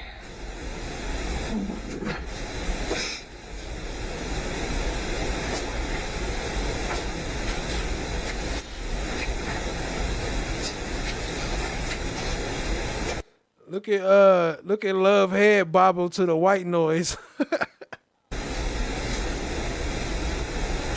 So the one that I did regarding promotional material, I submitted that request to purchasing. So that's one of the ones I'm glad you asked me about it. That's actually a good example. So I submitted that request to purchasing, but somehow it got hijacked by the DA's office, and the DA's office closed it out with a letter from Dexter Vaughn. So I actually submitted that request to purchasing, but the DA's office responded. From Dexter Bond. You remember seeing our Dexter Bond video? He got the no Ashleigh rule. He got his first rule is call first and make sure you clear up everything. His second rule is don't call anything or do anything for Ashleigh. Anything, no Ashleigh. And I'm guessing it's because I asked for records in there from the DA's office. But I did not submit that to the DA's office. I submitted that to purchasing. And do you know if any of these were ones that you submitted to the Attorney General's office for a complaint? I don't. That wasn't part of this litigation, so I didn't really pay that much attention to it. I can tell you that. I can find it. The one that I submitted. There's only one, and I don't know which one it was. And maybe a better question might be, how did you make a determination regarding what requests to send to the Attorney General's office versus what requests to... Yeah, the file that Love ended up with. Yo, shout out to Elizabeth Wright. She just dropped another membership, making it rain up in here. Y'all drop some slime brothers for Elizabeth Wright. We appreciate it, family. Go to litigation more directly now. It depended on the time frame, mostly. So, and also the AG didn't really work. I mean, I've done open records for many years. John and I have both done open records. We've gotten, I mean, it's something lawyers do. Every lawyer needs to know how to do open records. And normally if an agency was not responding appropriately, I could file a complaint with the Attorney General and they would call and say, hey, follow the law, and it would be resolved pretty quickly. That was by far my preferred option because I certainly don't want to spend the time or money having to litigate. I tried that early on in this case and it didn't help. So I didn't need to beat my head against the wall.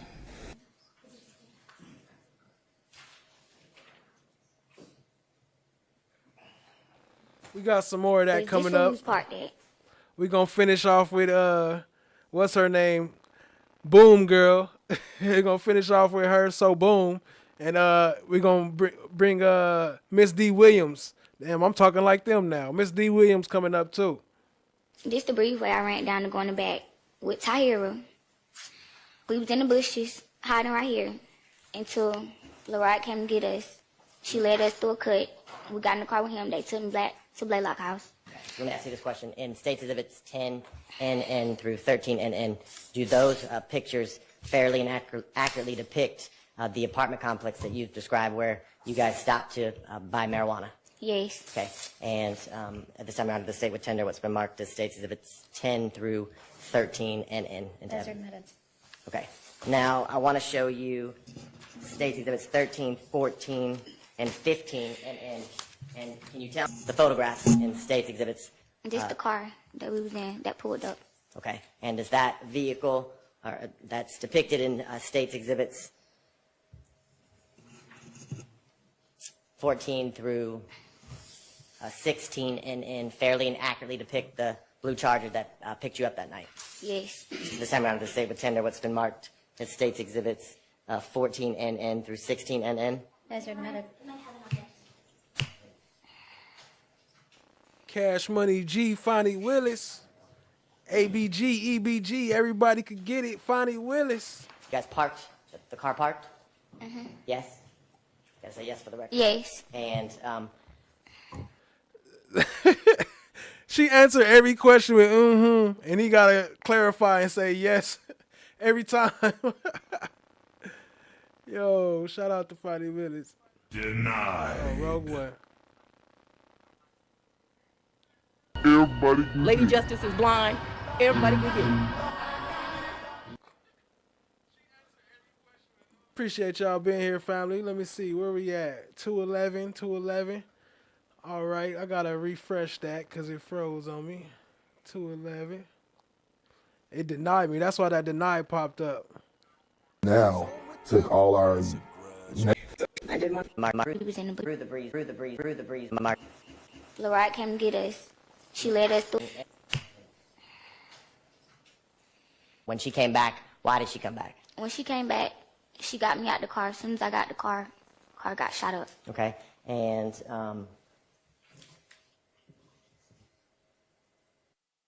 why they are pulling that up on the screen, I want to show you State Exhibit 17, 18, and 19.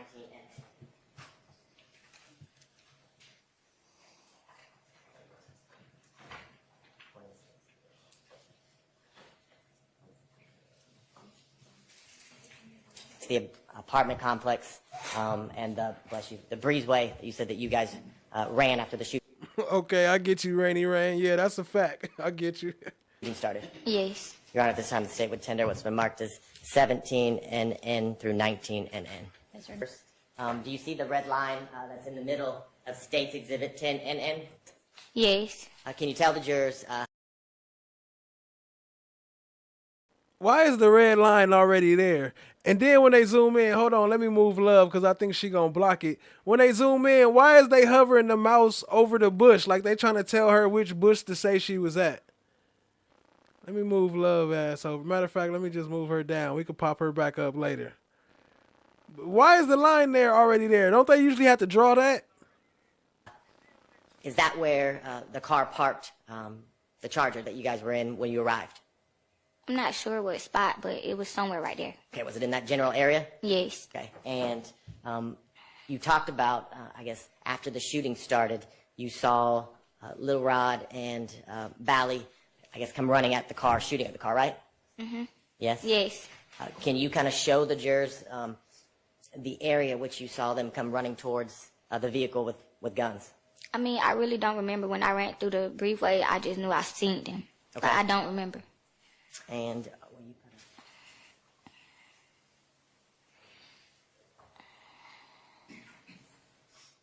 in 18 and can you tell the jurors, is this the breezeway that you're talking about as soon as it comes up? Welcome, welcome. In 18 and can you tell the jurors, is this the breezeway that you're talking about as soon as it comes up?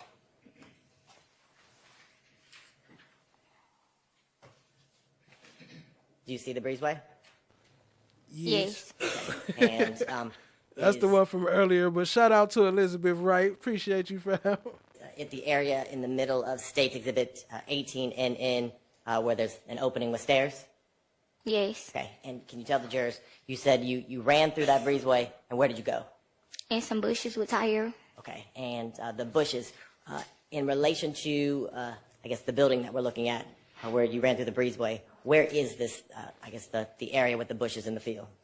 I mean, the bushes was right there, literally, in the back. Like, as soon as we ran through the breezeway, the bushes was right there. It was a field in the bushes. Okay. And in State's Exhibit 10 and which will be in front of you in 2 seconds, can you kind of show the jurors, orient them kind of where you ran through the breezeway and past the buildings? I mean, I'm assuming these the bushes right here. Well, I don't want you to assume. So can you kind of circle the area or point to the area? Of course, super stickers and super chats count as support. We appreciate everything and anything around here, family. Much love. Area on the photograph? You can't sit on the screen? Oh, I forgot your screen isn't interactive. Okay. Yeah. So I'm going to walk over here, okay? And I want you to tell me where to...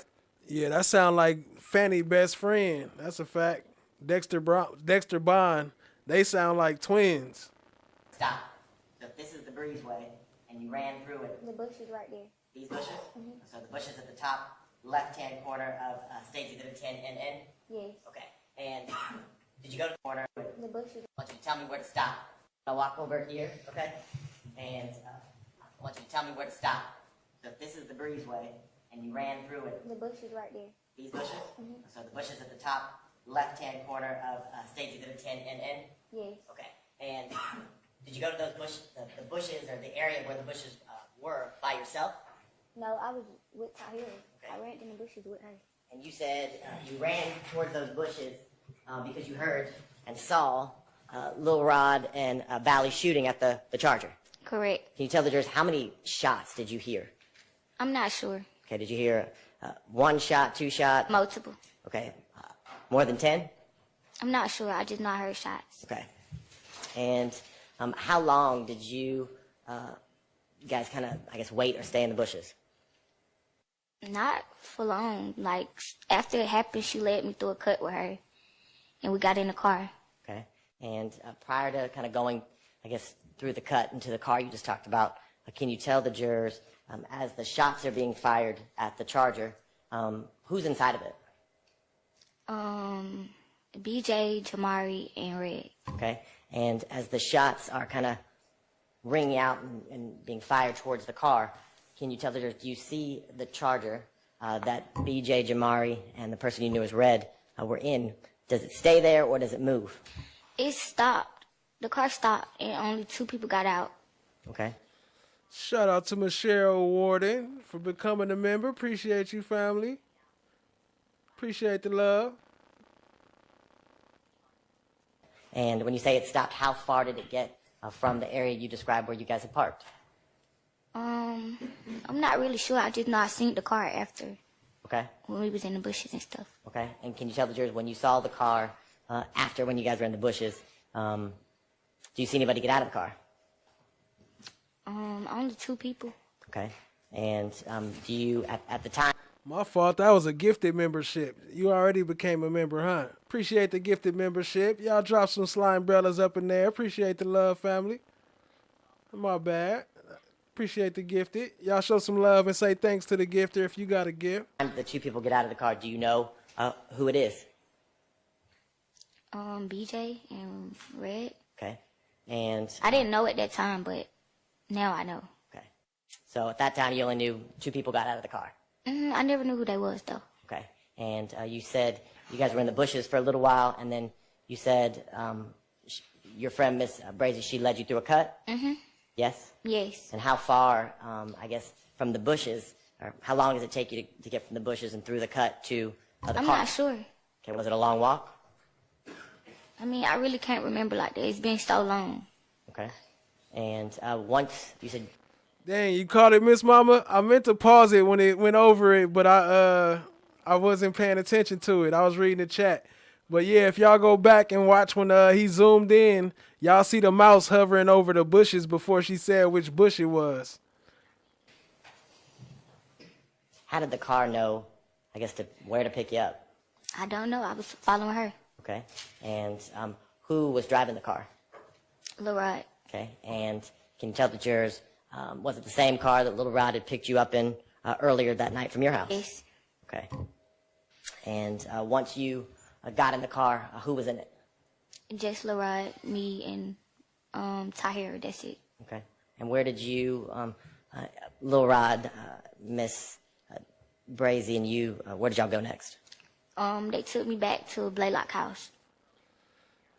Appreciate the love, laugh, always have fun. Appreciate the super chat. And I see Steph JK making it rain up in here. Drop some slime brothers for Steph JK. I'll pull that up in a minute. I'm going to let this one marinate, and we're going to pull yours up next. Appreciate the love, family. Okay. And we was there. They left, locked me in the basement, and went back to the scene. Okay. And you said they locked... She said they locked me in the basement and went back to the scene. That sounds like something the police told you. How you know where they went? Or why would you call it the scene? You in the basement. Why did they lock you in the basement? I don't know. Okay. I mean, it's not funny. You know, if they really did that, then it's not funny that this happened to this little girl and all that. So I'm not laughing at her per se, but it's just her testimony. Just, I don't know. It ain't adding up. The math ain't mathing. How long were they gone?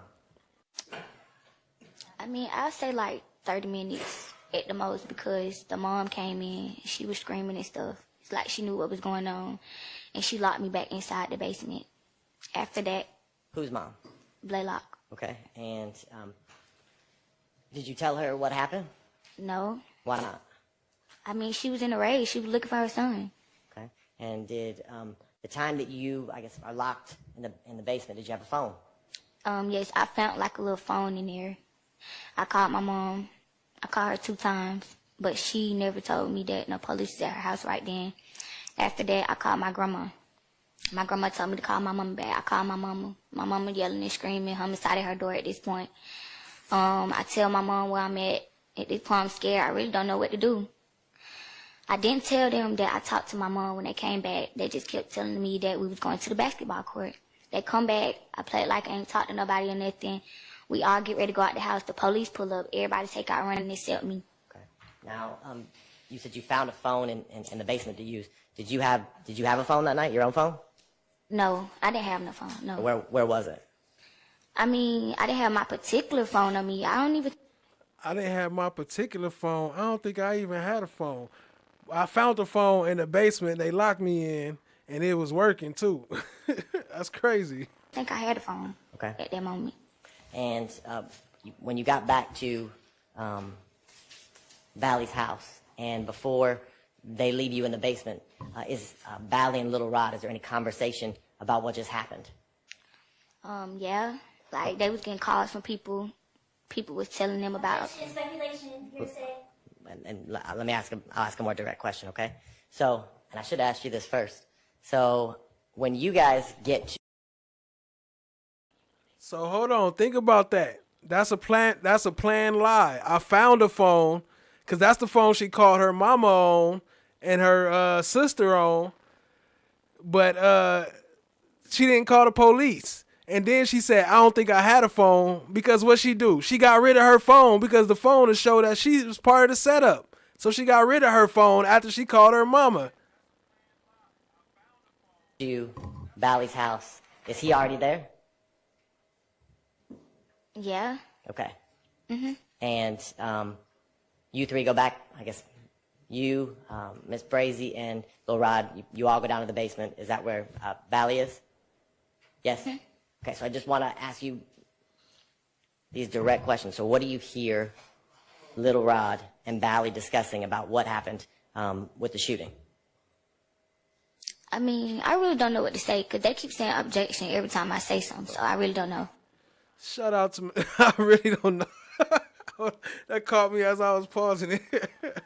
Shout out to Michelle Corley. Appreciate you, family. I believe a mistrial is coming. The defense is rocking it. You ain't never lied. The defense is killing it, family. Appreciate you, Michelle. Appreciate the love. All right, I get it. You don't worry about what they say. Just stop, and then if he asks Drop some slime umbrellas. you another question, unless you hear objection again, go ahead and answer. Okay. But just tell me what Valley and Little Rod said. Don't tell me what anybody else said, okay? Yeah, I'm not sure. I really don't know. Do they say, well, let me ask you this. Are they talking about the shooting of the Charger? Yes. Okay, what do they say? I mean, I just hear Blaylock saying, oh man, I ain't know that was him, this and the third. Okay, and does Little Rod say anything? I'm not sure. Okay, and as they continue to talk, would you say they're kind of bragging about the shooting? I'm not sure. Okay. And then, how long, I guess you guys, let me back up. You said you're going, when they get back, you said you go to a basketball court? We didn't ever make it there. Okay. And why didn't you ever make it there? Because the police came. Okay. And you said when the police came, everybody else ran? Yes. Okay. And do you go with the police Yes. anywhere from, I guess, the area where the basketball court is? Yes, I went with them. All right. And where do you go? Down to homicide investigation. Okay. And do you remember, do you speak with a Detective Hogan and a Detective Casey? Yes. Okay.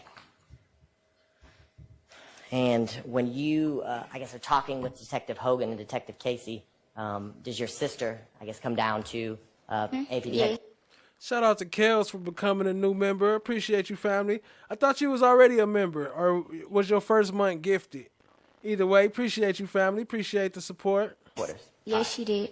And when you first begin to talk with Detective Hogan and Detective Casey, is it just you and the two of them in the room? I'm not really sure. Okay. And tell me this. When you initially start, I guess, answering the questions that the detectives have for you, can you tell the jury, are you honest? Do you tell them the truth about what happened that night? Shout out to Chan My Black is Golden. Y'all drop some slime umbrellas for Chan, making it rain and gifting the membership. She just gifted Michelle one. Appreciate you, family. I mean, at first, I was kind of shook up. I kind of lied a couple of times. But when my sister came in there, I felt more comfortable and told the truth. Okay.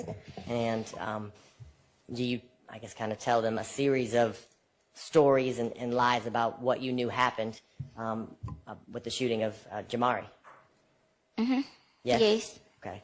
And why do you tell them several different stories or different lies as they're questioning you? Because I was scared. Objection. Self-serving. Response. Self-serving what? Overruled. You can answer.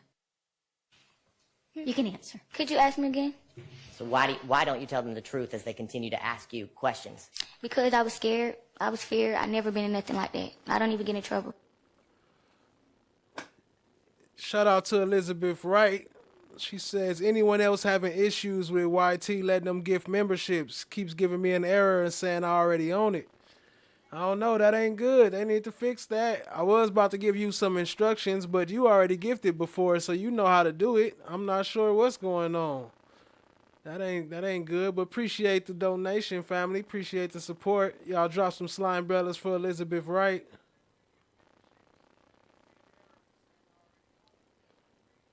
I don't even have a record, so.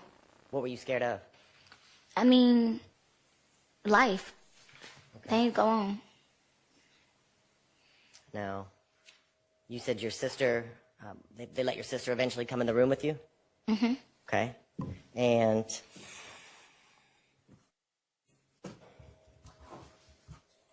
when she comes into the room, can you tell the jurors, I guess, why do you feel, or do you begin to tell them what you told the jury that you saw Bally and Lil Rod do to your friends inside the blue Charger?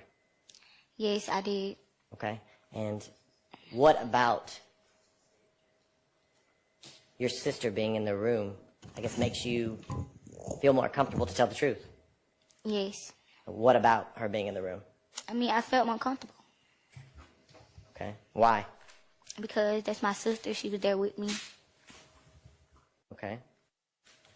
Now, do you remember during the speaking with the detectives, are you able to give them like the Instagram names or usernames for Little Rod and Bally?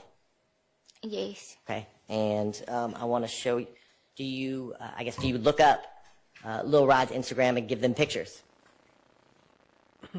Shout out to Steph JK. Appreciate the super chat. She said, at the end of the day gotta end.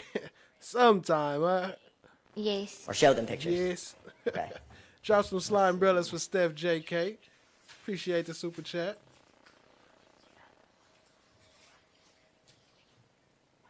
I'm gonna stop talking so much so it can go a little faster.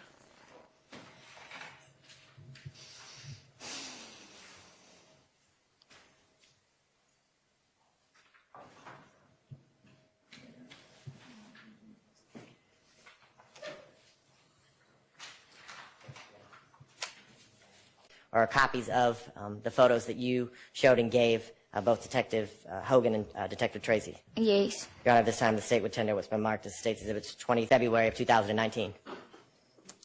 Yes. I'm not sure if that's how he looked, but that was a picture of him. Okay. And is that... Hold on, listen to this. Now, in State's Exhibit 23, is this how how Little Rod looked back in February of 2019? Yes. I'm not sure if that's how he looked, but that was a picture of him. Okay. And is that the same with State's Exhibit 24, N as in Nancy, N as in Nancy? Yes. She said, I'm not sure he looked like that, but yeah, that was a picture of him. Okay. And do you see in both of those photos, the person you've described as Little Rod is holding a gun? Yes. And can you tell the jurors the guns that you see in either one of those photos, does it look similar to the gun that you saw Little Rod with on? I'm not sure. I'm not familiar what type of guns they had. Okay.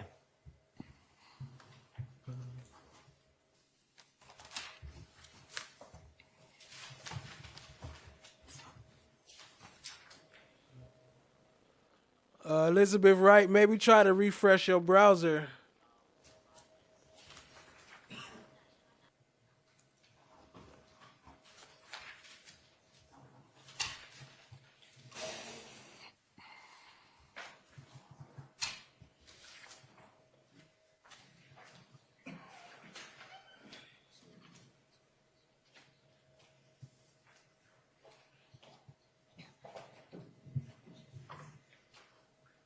Describing I guess, the length of one of the guns that you saw Little Rod with?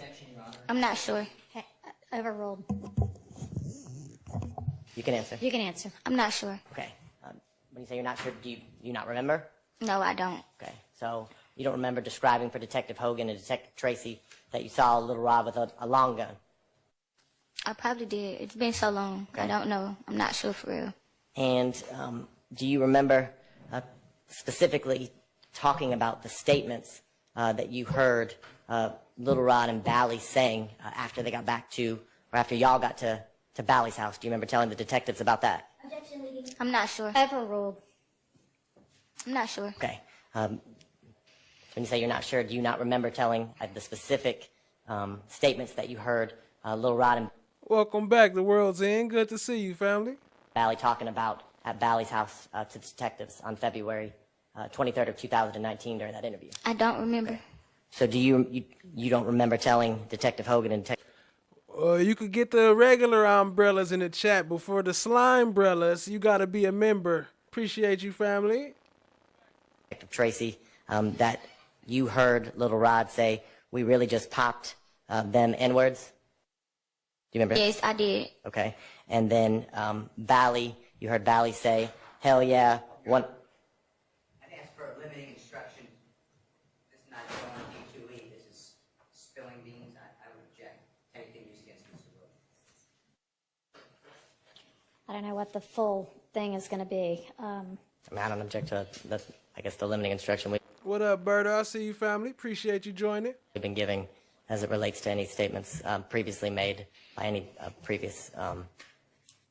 I don't think that was exactly his objection. Y'all come up to the bench with us for me.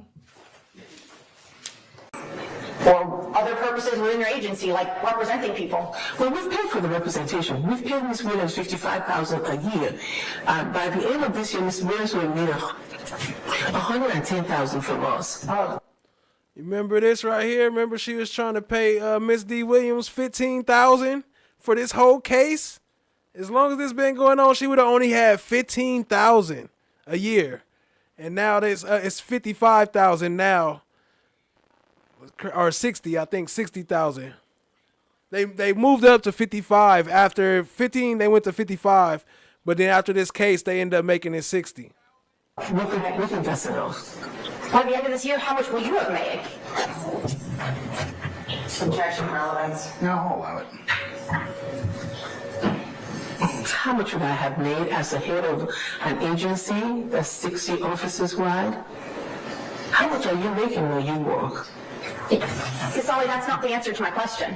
How much will you have made by the end of the year? I would have made $160 for the whole state of Georgia. $168,173. And she getting $168,173 to be exact. Shout out to FFS with the super chat. Appreciate you, family. I kind of lied a couple times, but then I told the truth. Is she scared now and lying? Or is she scared on the stand, telling the truth? Honest to God, motherfucking truth. The honest to God, motherfucking truth. I don't know which one she was telling. Shout out to you, family. Appreciate it. Y'all drop some slime umbrellas for FFS. Is that right? Mm-hmm. Okay. And Ms. Glazer here, she makes over 140, right? And she's in 3 different positions. She is the communication. She is overtraining. She is the counsel for the agency, and she is over litigation. 3 different responsibilities for that, for somebody who's been practicing law for that long. Okay. And how do those things assist Mr. Ryan? Mr. Ryan belongs to Ms. Williams. Ms. Williams is an independent contractor. I don't think I need to explain to you the rules of independent contracting. Independent contractors come with a tool. She has a contract. We're paying on the contract. She's going to make $110,000. That's all this agency will fund for that contract. And so at the end of the day, we are not going to increase that contract. Okay. So you are responsible for providing attorneys who are conflict-free. Is that right? That's correct. Okay. Now, if Ms. Williams comes to you and says, look, I've got a problem problem. I'm not going to be able to continue handling this case because I can't afford it. I'm going to lose everything. Would you agree that is a conflict for her? She's asking to breach her contracts. That's all I know. Okay, that wasn't my question, though. Well, I can't understand your question. If she comes to me and says I can't continue because I have a conflict, I cannot go into the conflict that she has. The only thing I can deal with is whether she's able to continue to represent this client. If she's not, then the agent... You what? Move for time. What? He has to take the next step to make sure that Mr. Ryan does have an effective, someone who can provide effective assistance of counsel. Okay, but it's actually in the statute, conflicts of interest, 1712-22, that you are responsible for handling circumstances with conflicts, correct? Not personal conflicts. Is whether the person has a conflict that will not enable them to provide effective assistance of counsel for the client, whether they've represented the client. We're talking about legal conflict. We're not talking about what happened in her house in the morning or whether she's not able to do certain things at home. The code is talking about legal conflicts, not personal conflicts. Okay. Shout out to Elizabeth Wright, still making it rain. Drop some more slime, brothers, for Elizabeth Wright and FFS. Appreciate the love, family. She says, I will get it figured out. Thanks for the suggestions. All right, I hope you do. Appreciate the love either way, family. Shout out to Elizabeth Wright. A conflict is a conflict, correct? Whether it's legal or it's personal, right? I think in the context of the code, I do, Your Honor. She's asking for Ms. Ali to draw a legal conclusion that's the basis of this argument. When you determine what is or is not a conflict that you need to address, do you take a look at the Georgia bar rules? Yes. Okay. Are you familiar with the comment in Rule 1.7 about loyalty to a client? You familiar with that? Loyalty to a client? From the attorney? Yes. Okay, so you would agree that a lawyer's loyalty to a client is impaired when a lawyer cannot consider, recommend, or carry out an appropriate course of action for the client because of the lawyer's other... What y'all think about the Sideshow Bob locks? Y'all rocking with those? I think they kind of fresh. What y'all think about the Sideshow Bobs? competing responsibilities or interests. That would be a question for Ms. Williams, not for me. She's the lawyer. And to the extent that she does not think she can continue to do this case, then that's a question for the judge to determine whether she's going to be allowed to come out of this case. If the court determines that her personal issues are such that she cannot continue to provide for Mr. Ryan, even though her contract says that her representation goes beyond any termination, that's the judge's. It's not for me. The judge makes that decision. When the judge makes that decision, then it comes back to us to see how Mr. Ryan is going to have effective assistance of counsel. All right. Finding good. Have a good one. Appreciate all the support. Appreciate the love, family. See you next time. Okay. So she is the best person to say whether she has a conflict, right? We agree on that? She's an independent contractor. I don't supervise her. We don't supervise independent contractors. They come, we give them the case, and she comes with the tools. She told us she had the tools to do this case. Okay. Told us she had the tools. And we believed her. When you say to do this case, what did you understand this case to entail, or that it would entail, given that stuff? This was a case that normally we would offer $7,500 for, right? And that's a double since we got here. When I saw the case was going much longer than I thought it would go because of the complexity of the case, we doubled it and promised to find more sources. The GPDC has been responsible and responsive to Ms. Williams. Okay. And Steph JK got a new pick. Hold on, let me see. Steph JK. See your new pick. What up, family? Appreciate y'all being here. Hit the like, hit the subscribe, tap in, share with a friend. Okay, Steph JK, I see you, family. Eventually, we increased the contract again. Okay. At this point, we're no longer able to. Whether she stays in the case or not is the judge's responsibility. I can't take that. But what's of utmost importance that we're not paying attention to here is Ms. Ryan. At the end of the day, how can we make sure that he's protected? How can we make sure that every 6 months they don't have another stunt or scheme to get more money from the taxpayers? We cannot continue to play this game. This is a game. Bless you. I'm Noel Honig, and I'm a director and a designer. You want to talk about playing a game? What the hell is this? This ain't part of my clip. Where'd this come from? If I'm working for what we at that time we thought was a little bit out of range, 200 and something thousand she demanded. That's a shakedown of taxpayers. We can't do that.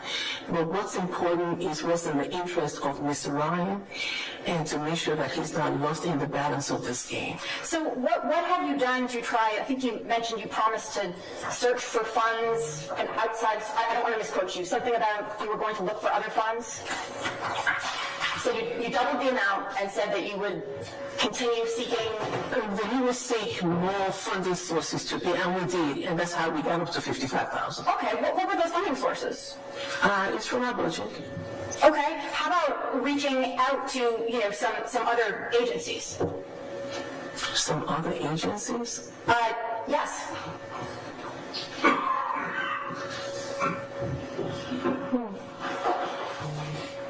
Your duties as director are outlined in OCGA 1712.5, correct?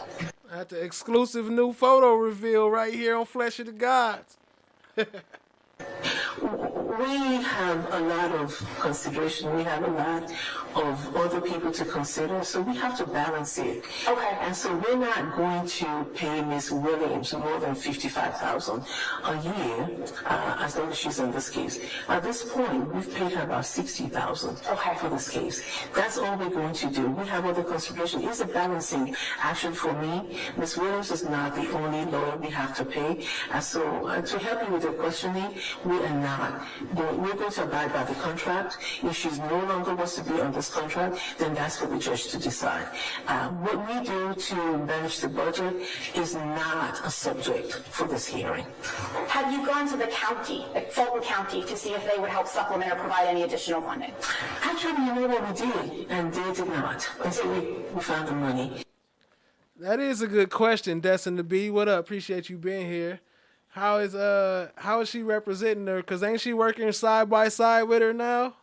I don't know. Maybe I don't know. I guess they could still use counsel, just like Ashleigh Merchant can use her husband as her counsel. You could choose whoever you want to be your representative, as long as it's not a conflict of interest. I think. Okay. When did that occur? That was sometime last year. Okay. And I don't have a good way to. How did you go about doing that, or who did you contact? How did you go about seeking additional funding? That's a good question. So I wrote letters, several letters to the county manager, to the county manager, to the deputy county manager. We went to Fulton County Court. We went to the Superior Court. We did everything to get support, to get money. Do I know Bob Marley? Of course I know the incredible legend Bob Marley. Everybody know Bob Marley, I would think. I never met somebody, well, maybe kids knew. I'm kind of older. I'm not that young, so you know. Yeah, I know who Bob Marley is. Appreciate you, family. Eventually, we found it. I'm almost 40. That $55,000. Okay. So we did all of that.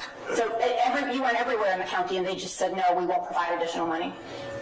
They did not provide the funding that we asked. Okay. Aren't they providing their own funding now to attorneys where your office has not appointed them in a timely fashion?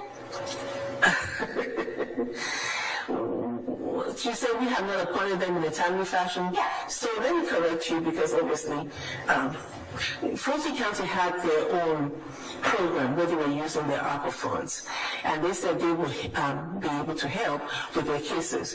And we sent them. What up, No One? I see you, family. Appreciate you joining. a lot of cases, and when they could not find attorneys for those cases, we took them back. We provide attorneys in a timely fashion. If you're referring to the Superior Court program, we give them those cases because they had Apple money that they wanted to use to fund their own backlog. Eventually, they could not find attorneys for those cases, and then we took them back. So we provide attorneys in a timely fashion. Maybe you're referring to another agency. Okay, so there were people sitting in jail for months and months and months, or years even, without attorneys to represent them? Is that what you're saying? I have no idea what you're talking about. We provide attorneys. As soon as we know them, some of these individuals that you're talking about, some of them did not ask for public defenders, but once they ask for us, we will provide attorneys for them. And I think that's totally out of the scope of your questioning. So where, as in this case, you could find an attorney for someone, Ms. D. Williams, did you ask the county to assist in paying her? Objection asked and answered.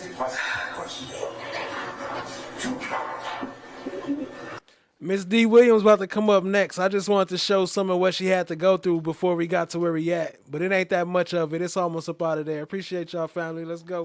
I just told you, yes, we did. You made that specific request for Mr. Williams? No, we made a request to support, at that time, to support the 4 or 5 attorneys that were still on this case. And at that time, we made that request. Today, we've been able to find the funding to pay how we're paying. I don't know what part you on, Latanya, but appreciate you joining. This is still the same trial. This is Miss D. Williams fighting for more money. But earlier, we had Ashleigh Merchant. She coming back up, too. It's all still the same trial, pretty much. Okay. And Mr. Bassey, if this will help you, the agency will abide by this contract, and that's all we're able to do. Okay. So when she comes to you and says, I have a conflict, how are we going to address this? How are you going to address this? Objection calls for speculation. Good morning, Ms. Smith. Here she go. So yesterday on Direct, you said that you used to hang out at Bolly's house? Excuse me? Yesterday on Direct, you said you used to hang out at Bolly's house? Correct. And you used to hang out on the 3rd floor? It was everywhere, all over the house. Okay, so you used to hang out on the bottom floor, the main All house? over the house. And so it's a 3-story house? I'm not sure. You're not sure? Okay. Ooh, somebody got some attitude. That she didn't sound like that when she was talking to what's his name. Ain't his name Abasi too? Is the lady named Abasi too? Oh no, Abasi, right? Yeah. When she's talking to him or Abat. I don't know, whatever the hell his name is. I don't be paying attention like that. And there's a door on the 3rd floor, right? I'm not sure. I really don't remember. Okay. The mom walked out of the door when she was on the 3rd floor? I'm not sure. I don't remember. Okay.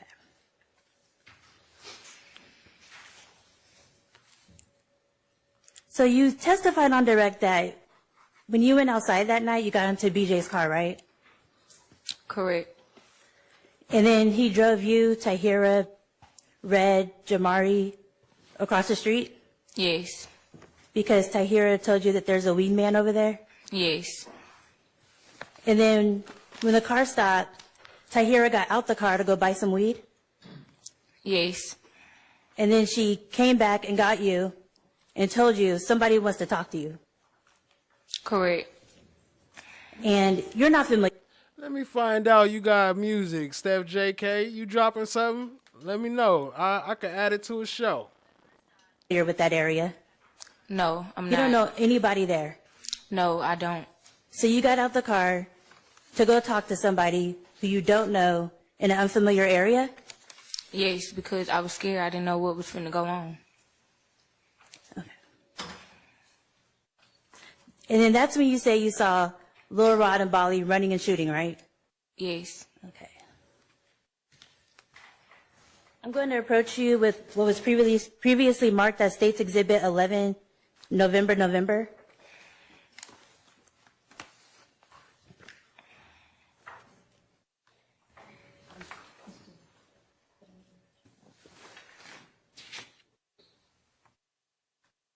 And I want you to mark where you saw Lil Rod with an R. Use the sticker and write an R and put it on the blue copy.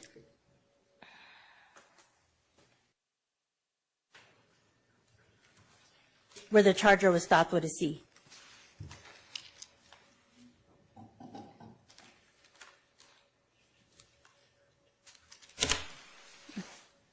I'm going to get that from you, okay? You also put an M where you were hiding in the bushes. The bush is right there. You can see it. Can you put the sticker on there?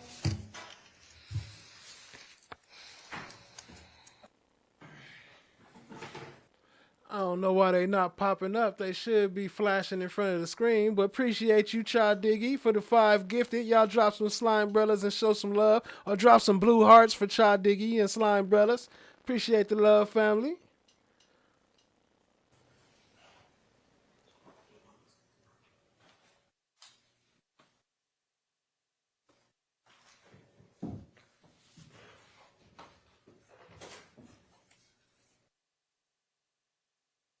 And I'll move to admit this as Defense Exhibit 1, Romeo into evidence.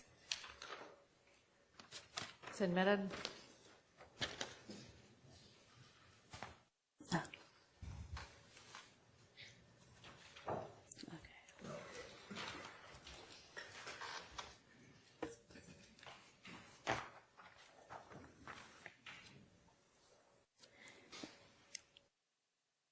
So now we're going to move on to your police interview after you were picked up, okay?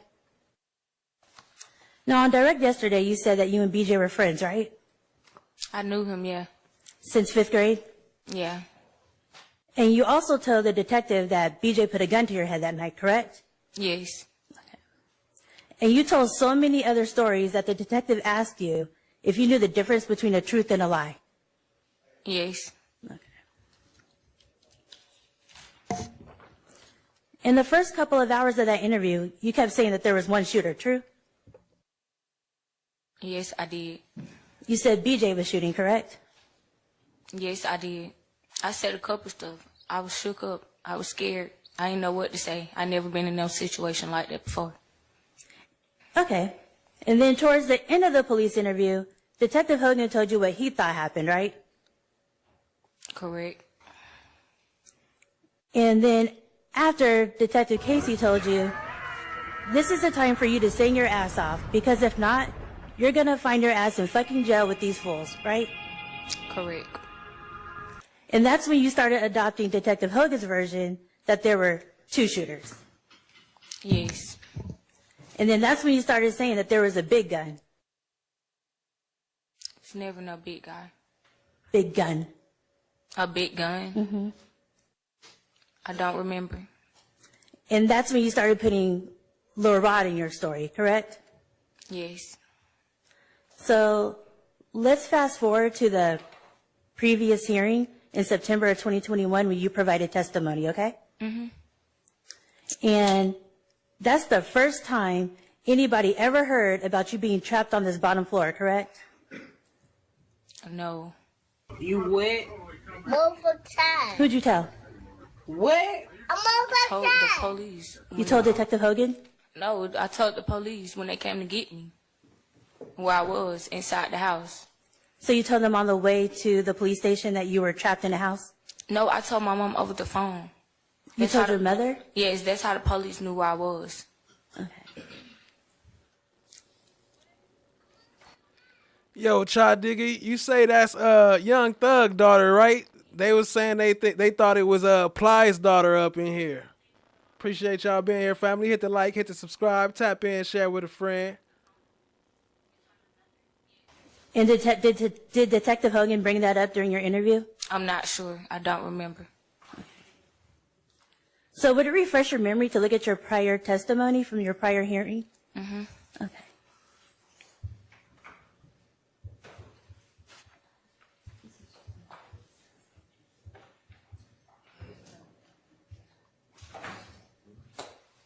Your Honor, may I approach?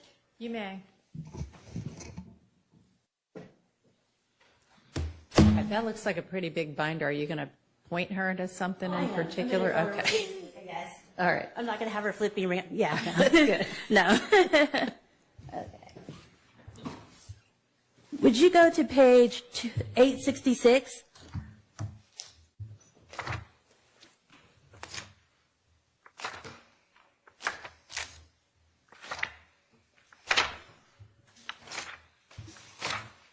And then to yourself, read lines 6 through 13. To myself? To yourself. And when you're done reading, you could just close the book or just look up, so I know that you're done.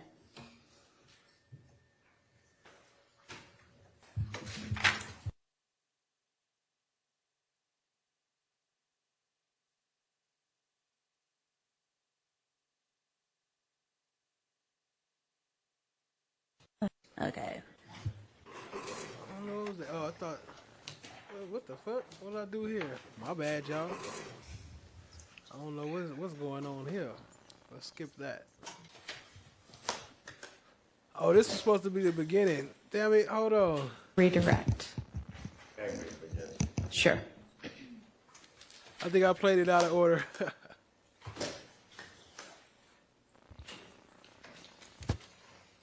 Good morning, Ms. Smith. Good morning. So, on cross, do you remember the defense counsel asking you about when you told the detectives at the beginning, when you started your interview, that you didn't see any guns or anybody shooting? You remember asking that question? Yes, I lied a couple of times. Can you tell the jury when you on? You're welcome. All right, is there redirect? Very briefly, Judge. Sure. Can you tell the jury? I'm sorry. Sorry, is that better? Oh, Hogan and Detective Casey. My bad. Not The sure. I was reason I looking lied for to- the beginning part when she first. Maybe it played already and I wasn't paying attention. When she first got up and she was like, "Can I have a minute, Your Honor?" And she was like, "No, we need to get this started." And in my mind, I was thinking, you're not supposed to ask the honor for a minute. You're supposed to say, do like Hilton them do and just say court's indulgence. But then today she did do that and say court's indulgence. I got them both on here. I don't know what happened, but we rocking, family. Appreciate y'all. A couple of times was because I was shook up. I never been in no situation like that. And can you tell the jurors or explain to them, when you say you were shook up, why were you so shook up? Because, like, I was still around them. Like, during the situation, after they did what they did, I was still with them. Okay, hold on. I got you, no one. I do remember that situation. Young Thug had the daughter. That's Young Thug daughter, and he had to check Plies for reposting her on his feed. Okay, I do remember that happening. I didn't know it was over that picture. Appreciate that, family. Oh, now they popping up. I saw the stream just pop up. I don't know why it didn't pop up on Cha. Appreciate you, family. I couldn't go nowhere until the police came. When you say them, are you talking about Lil Rod, Bally, or Blaylock? Yes. And your friend, Ms. Brazy? Yes. And were you shook up because Ms. Brazy had set you and Jamari? Objection, lady. Overruled. Were you shook up because Ms. Brazy had set you and the people in the blue Charger up? Yes. And did you know anything about the fact that she was going to do that? No, I didn't. Hold that mic closer to you, Mr. Body. Sorry. Thanks. Now, Miss He called a baby a bitch? I didn't know that. Williams asked you, or she phrased her question after Detective Hogan told you something that you just adopted it. Is that what you did when you were speaking with the detective and you decided to tell the truth? Yes. Okay. And were you telling the truth? I don't know why I thought it was. Oh, but Plies, he say bitch like a regular word. He probably wouldn't been. I mean, not to say that it make it right. He still shouldn't have said it, but he called everybody bitch. So I don't know. I got to look into it. I might have to pull that up. Or were you just telling the detective exactly what he said? I mean, I was telling some bit of the truth, but I was still lying. Okay. And when you told the detective that you saw Little Rob Again with the lying. All they witnesses is liars. Why would you got her on the stand and she clearly admitting to lying? and Bally run up and start shooting at the Charger, were you telling the truth? Yes.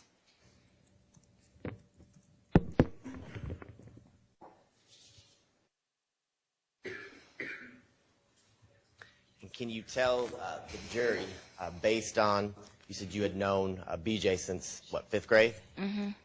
And There go Julie Horn. What up? We sent you a shout out earlier. Appreciate you being here, family. in your interactions with BJ and Red and Jamari, can you tell the jurors, were they all pretty close friends? I never knew Speculation. Yesterday she said she didn't know. Overruled. I don't. I knew BJ. I didn't know the rest of them.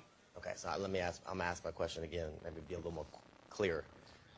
You remember you talked about yesterday, you got into the Charger, remember that? Mm-hmm.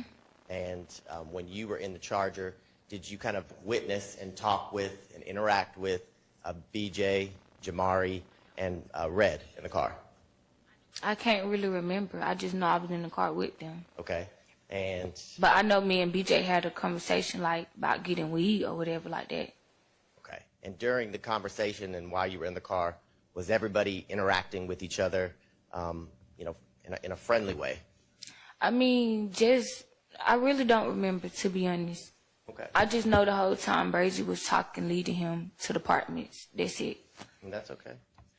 Do you remember also during your interview with Detective Hogan, he asked you, we talked about yesterday, but he asked you about BJ's Instagram handle or user ID. Do you remember that? Yes. And do you remember what you told Detective Hogan, BJ's Instagram?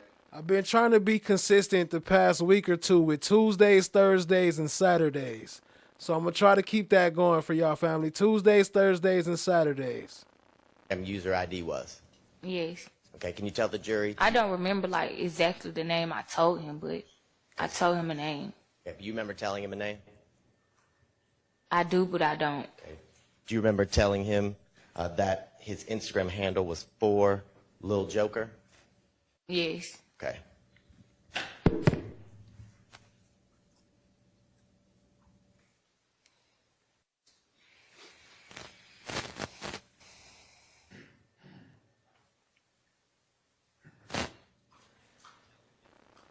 Nah, it's hard for us to see who subscribed at Laugh. Sometimes I could dig deep and find who subscribed, but it's a lot of work to find who subscribed if you're looking for a specific person. Or actually, I think if I go to your channel, I think it might show me if you sub, but nobody else can see it, only me.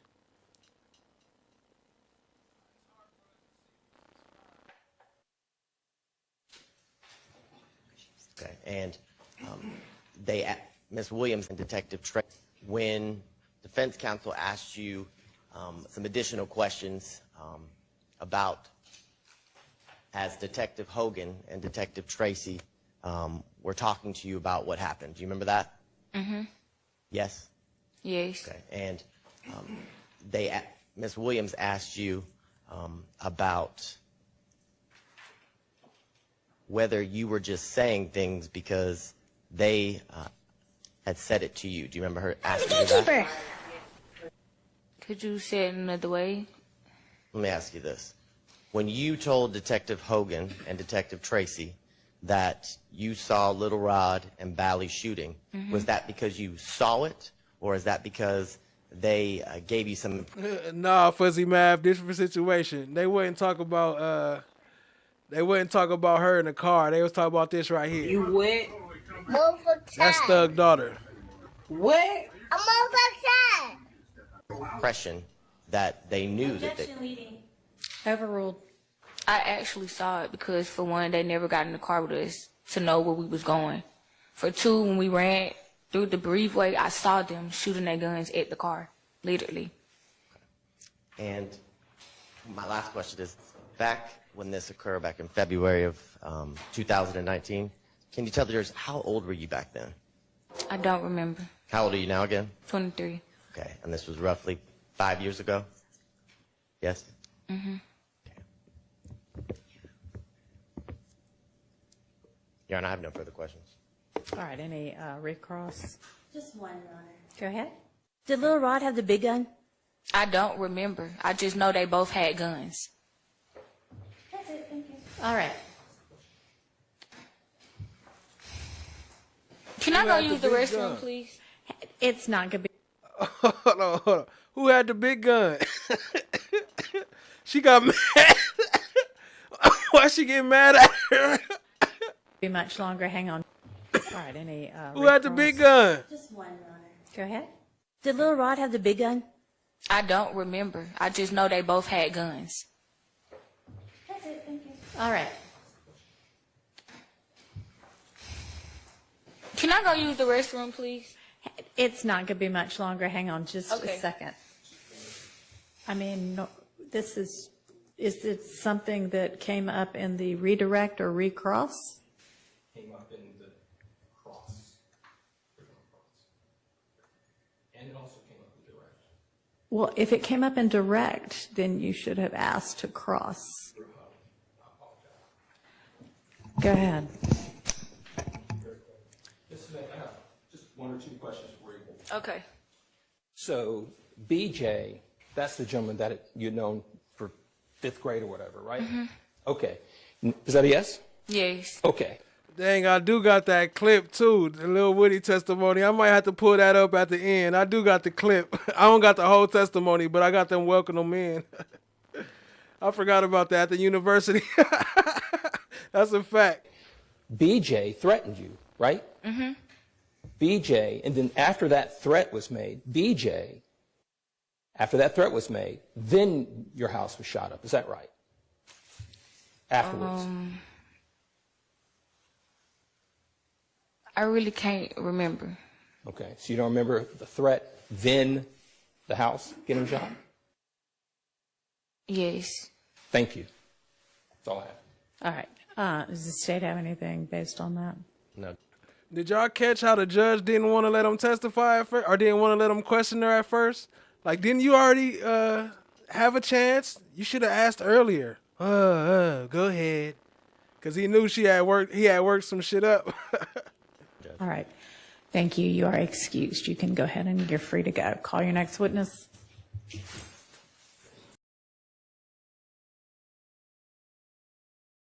On the criminal matters that we've discussed previously, have you spoken to anybody? Mr. Merchant on the stand. Look, they both ready to testify. They defending themselves, hopping back and forth out the witness chair. Regarding this case, Mr. Merchant. in that matter. Let me see if I understand. I'll rephrase it a little bit. Have you spoken to any either defendants or counsel in the case involving Mr. Roman regarding the issues in this case? No. Okay. Have you had any conversations with any media entities or reporters? All right, Diggy, I'm going to check that out right now. Regarding this case at all? No, I leave that to the other merchant.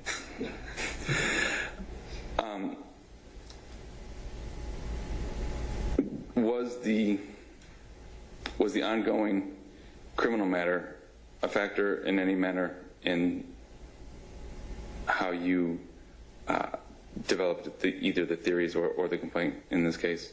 No, absolutely not. And are any of these documents that have been received in this case, are they being utilized, or do you have plans to utilize them in the criminal matter? I don't represent Mike Roman currently. Okay. This merchant does. Are you aware of any plans to do such?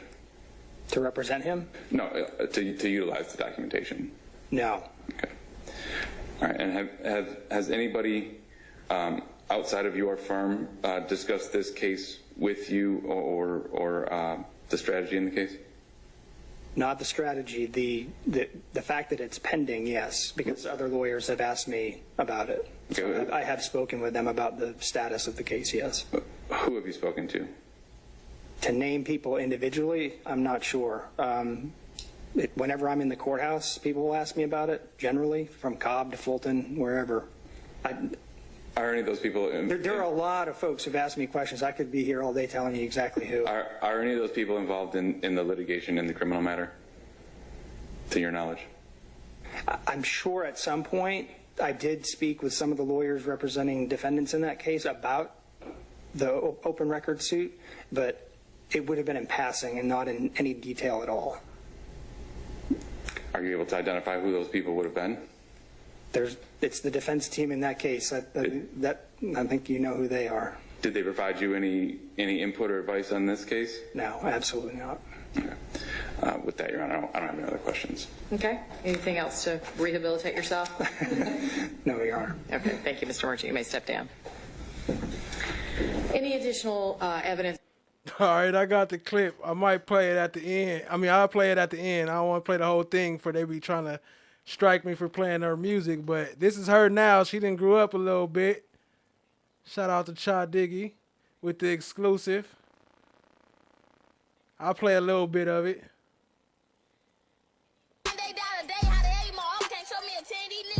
Oh, it's only 30 seconds.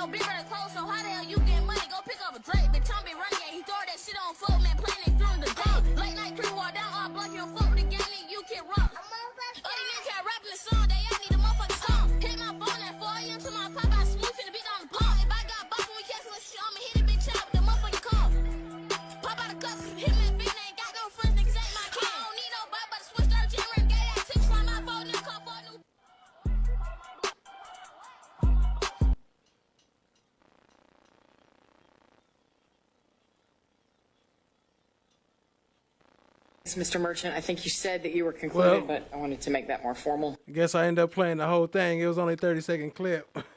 Yeah, no, we rest. Okay. Do the defendants have a motion, or the defendants have evidence, or which order do we want to take that up in? No further evidence, Your Honor. Okay. Do the defendants have a motion? Yes, Your Honor, we have a motion that we're allowing Ms. Allaby to argue for the purpose of arguing this motion. Just some background information as to why we could not sign off on the motion. Mr. Bowman and I were away on vacation, and there were meetings and recent discoveries that we were not a part of and we could not speak to nor sign off on. We did not have personal knowledge of this. And given Ms. Allaby's connection to this case and the information provided to her, she would be the best person to draft this motion and speak to this motion, and we're giving her limited permission to do so for the purposes of arguing that motion. Okay. Go ahead. Let me go back a moment to something I said at the beginning, right, in terms of the motion that you actually filed, which, by the way, has now been accepted, and I can see it in Odyssey. Not with the 5 for the S, though. Why is y'all certified gangsters up in here, huh? I just wanted to restate what I had said about, I think, the most efficient way for us to handle this. I understand that part of your position is that you're going to seek sanctions, et cetera. Also, right now, procedurally, the appropriate action here, right, is going to be a motion for directed verdict, I understand from you, which is also what was filed. What I wanted to be clear about is that now is the time for you to argue a directed verdict, which goes to whether or not the merits of the underlying claim have been satisfied in the principal case, number one. To the extent that you wish to ask for sanctions or attorney's fees, my belief is that that matter is not yet ripe. And so if you can... So, I will start by saying that this assertion that I did not mention the 4-3 argument. Don't worry about that, okay? Because it wouldn't be, I'd have to do it anyway, so don't even worry about that, okay? Okay. I was saying that it's just not true. It's capped, to be honest. But I was saying that it's just not true. It's capped, to be honest. But It took just hours for rapper Young Thug's legal team to file a motion to remove YSL Polo after he was seen acting like this in court on Thursday. The motion reads that Mr. Dorsey displayed unprofessional and unacceptable conduct in the courtroom. It goes on to say that Mr. Dorsey, during a separate trial, used movements with his hands to threaten the prosecutor as well as the jurors. It's not just what's legal or the evidence, the lack of evidence. It's the way people act, it's body language, facial expression. All of that makes a difference in a courtroom. Nah, it was no Kokomo in there today. He wasn't in part of these clips that I found. But you know who else was missing, though? You know who else y'all didn't see? And y'all should thank me too. No love. We didn't see no love up in this motherfucker talking her shit today. Yeah, but there were still some that you did not go to the Attorney General's office about. You just went straight to litigation after having some discussions with the department themselves. I only filed a complaint once with the Attorney General, and I think it was a generalized, hey, Fulton County's not paying attention to open records requests. Please help. And they did not. Okay. Now, with respect to the requests you sent to the DA's office, did you ever speak to or have any correspondence with Madam DA Willis herself regarding this? No. Do you have any reason to believe or any evidence that Madam DA was involved in the actual response to the open records request that you submitted? She's copied on emails. I mean, there's emails that she's copied on, and then she received, she received the lawsuit. She received the letter about the open records. I mean, did I personally speak with her? No. Okay, and did you ever see her actively take any involvement in response to open records? Did she say, hey, I'm trying to pull this, but she never, or did she ever correspond with you at all? No, she did not. Okay. All right. So, considering that Madam DA did not take in any part that you were aware of in terms of actively responding to the request, can you shed a little light on why she was named as a defendant in this action, either in her individual or official capacity? She's the elected DA. It's her office. Okay. And yeah, Lord, gamesters. You know, game up in here. Feel me? Certified gamesters. And with respect to her as the elected DA, do you believe her to be the person responsible in the department for complying with open record, to providing responses to Open Records Act requests? I think that every government agency has a duty to respond to open records requests. I think when you have an elected official, that they're the ones that are actually held accountable by the public. And so they are the one that sets the policy. Are you familiar with the custodian of records for the district attorney's office? I have since, in this litigation, learned that I guess it's Dexter Bond now. And is there a reason that during this litigation, when you learned that it was Mr. Bond who was the custodian of records, that the amended complaints continued to name Madam DA herself? Because she's the DA. He's not. I mean, he could be fired and not there tomorrow. She designates him as the open records custodian. That's her job. He's just an employee. Like, she's allowed to designate whoever she wants, but that can change at any given time. I mean, county employees can come and go. When you have an identified custodian of records, is there a reason why you would choose a different person than that to name as the respondent? No, but that would be something that John would do anyway. I mean, he's the one that does the civil litigation, not me.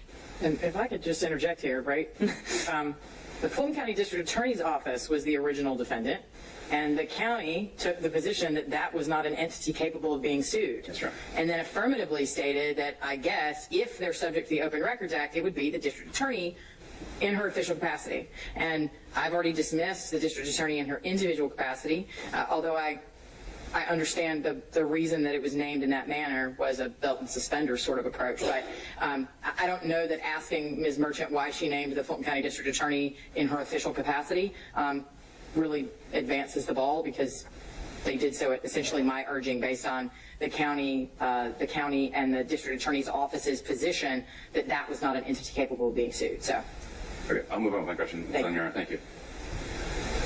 All right, Ms. Merchant. What up, Becky? Appreciate you, family. Mr. Bond's testimony. I did. Becky Einhorn? Is that how you say that? Einhorn?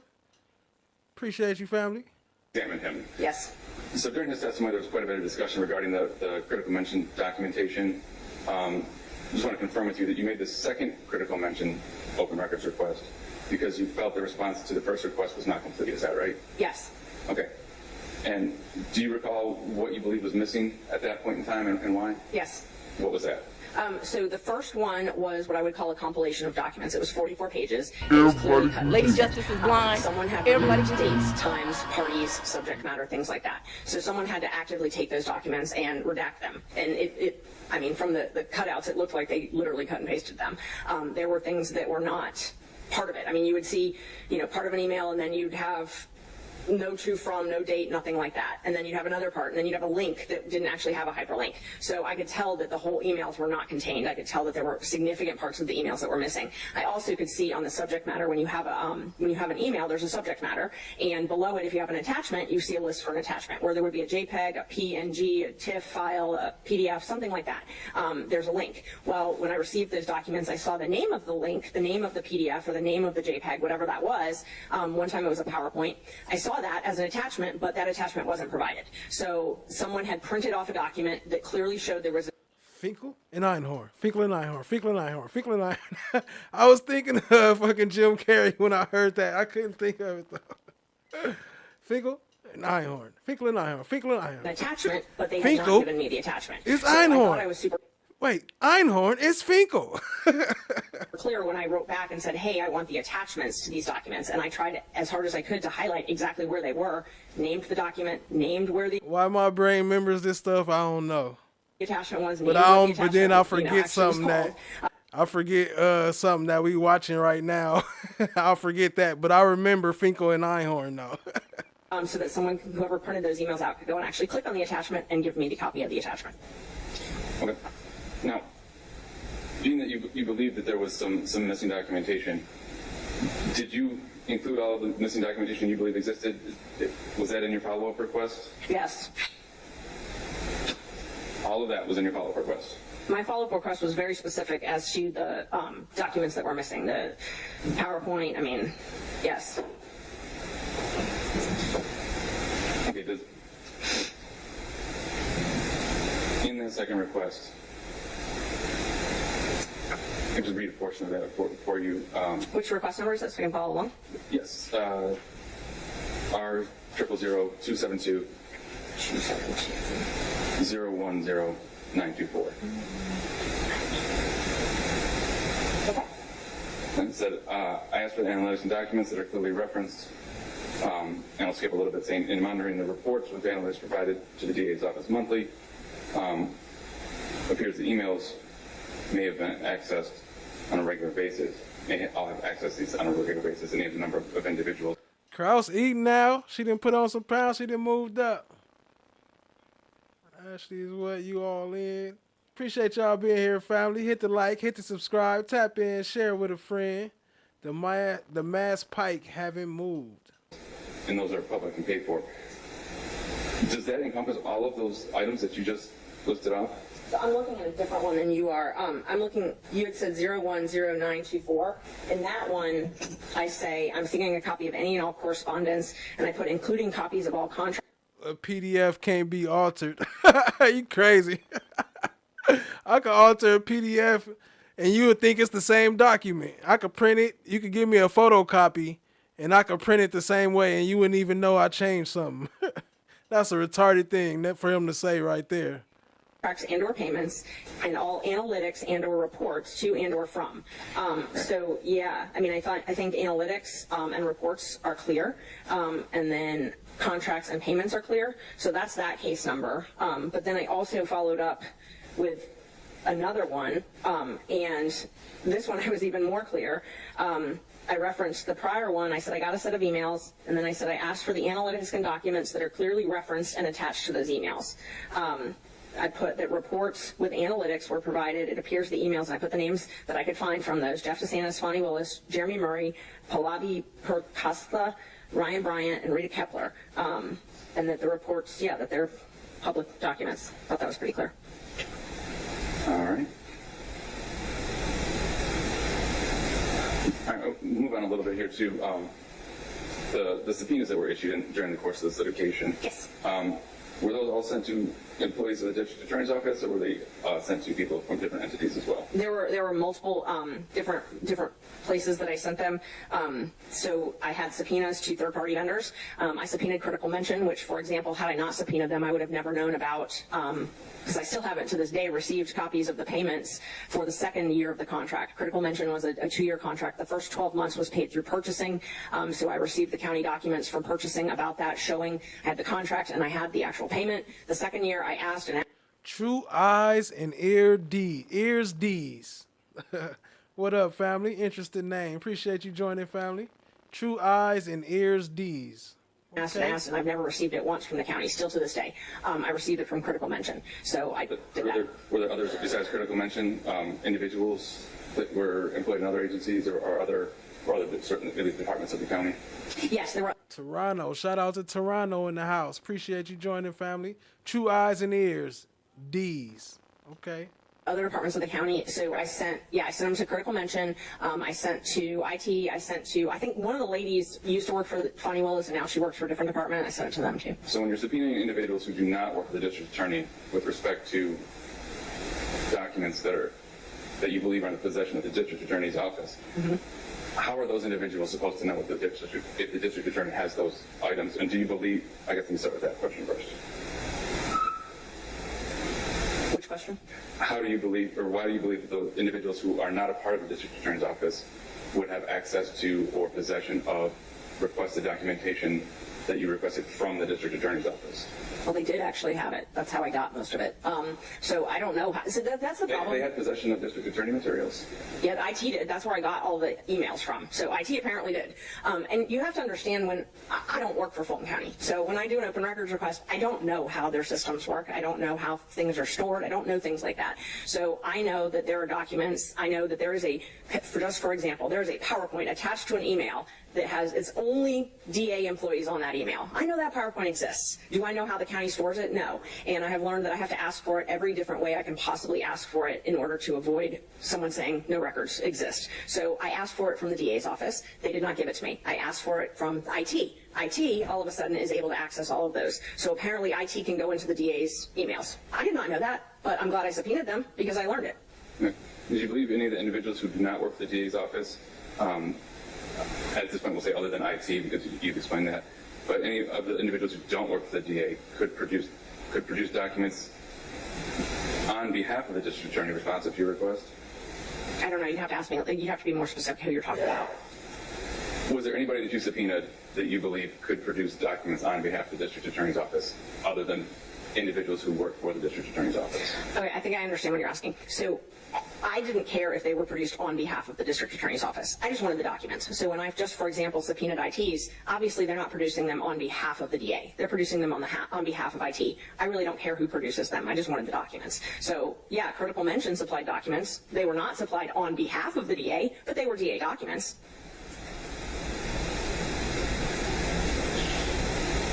Do you believe that just because somebody who has dealt with the DA's office has documents, that those documents are also held or belong to the district attorney's office?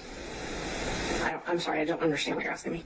If Critical Mention is producing documents, how can you be sure that those documents are also in the possession of the district attorney's office? Because the law requires that the district attorney comply. Hey, Diggy, Julie requested them too. She sent me the email or the letter. She sent me a picture of the letter they sent. Might see if I can pull it up. But I got to make sure her info blocked. But yeah, she sent it too. She said she got scared when it took her like 6 months for them, or 6 or 8 months for them to mail her back. And she said when she got that letter, she was scared as fuck. I would say I would have been too. I probably would have shit my pants. Like, oh shit, here come Fonnie in love ass. With the Records Retention Act. And so, for example, to answer your question, Critical Mention was paid with a check out of the district attorney's fund. It says, the check says DA Willis for Fulton County. The law requires the DA's office maintain copies of all of that. And so I would assume that when I asked for that document, since the law requires that they maintain that document, that they would provide it to me. Have you filed, in this case, are there any claims in this case regarding record retention, or is it just open records?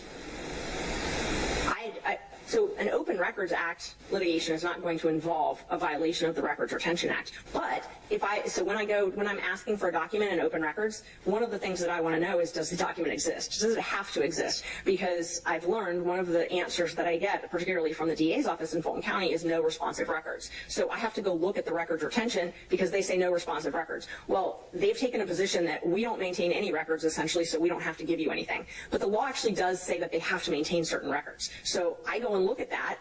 I'm not going to ask for something that I don't know that they're required to keep. Is that a position that they've taken that's been taken in this case, that the district attorney isn't required to? I'll withdraw that question.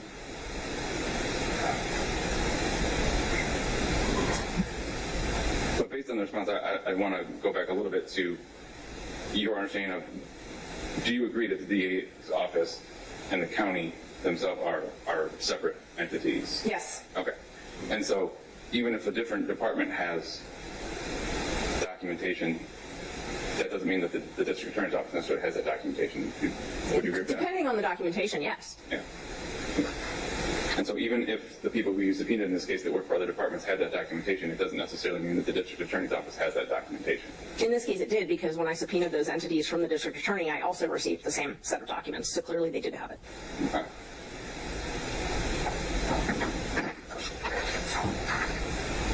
Now, with respect to how the case came about, you had mentioned you didn't go to the DA's office, or excuse me, to the Attorney General's office this time like you did on a different issue. Could you explain again why that would have been the case? Why you didn't attempt to pursue the Attorney General's office route again? So we have different remedies when the Open Records Act is not being complied with. One of them is to file a complaint with the Attorney General. There are some agencies that the Attorney General is very quick to call and help with. In fact, I think the first time I met you, I filed a complaint with the Attorney General in East Point because they were not providing any documents. The Attorney General called you, you were the city attorney at the time, and you said, oh my gosh, you're right, and I got the documents. I've learned that municipal courts respond very quickly to the Attorney General. I've learned that the Fulton County DA's office does not really care when they get a call from the Attorney General. So I could have wasted time and sent requests over and over to the Attorney General in this case, but that would have just been a waste of time. Okay. And in your consideration, did the fact that the... Hey, I just read it how it was wrote. The Attorney General also is not quite as high profile or high publicity as something like filing a lawsuit against the district attorney's office? Your Honor, objection. Not sure what the purpose of that question is, other than the political point. Sustained. You can try again or rephrase. Thank you, Your Honor. Oh, hell no. They sent me a video and my daughter was like, they go to my school. It was a fight at the high school. Just previously that you had made some other open records requests and there were subpoenas involved with another case that you're handling, a fairly high profile criminal matter involving prosecution by the district attorney's office.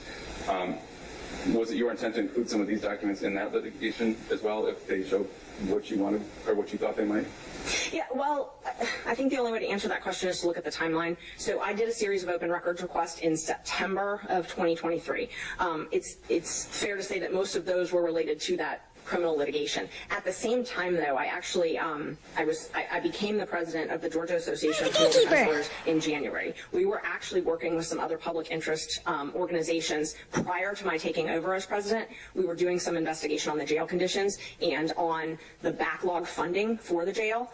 Most of the records that are subject to this lawsuit actually had to do with the public interest work I was doing on tracking funding for backlog and the jail issues. So there were two separate real umbrellas, that I was working under. I was looking for things in regards to the criminal case, but I was also looking for things that had absolutely nothing to do with the criminal case. Mr. Bowman, can I ask you a question? Your line of questioning right now seems to be going towards the intent that the plaintiffs had in seeking the records or the use to which they intended to put those records. And I'm not aware of that being a relevant factor for the court's consideration. If that is, then please tell me why I should be considering that. But my understanding is essentially, is it a public record, and was it properly requested in a way that was understandable and could have been complied with? And Your Honor, I think maybe this goes more towards less the actual production of the documents and more towards the attorney's fees issue. So I will withdraw. I'll hold off on some of these questions until we get to the attorney's fees portion. Thank you. I appreciate that, Mr. Bowman. All right. If you give me just a minute, Your Honor, I'm going to make sure that that's exhausted my questions on the substantive portion.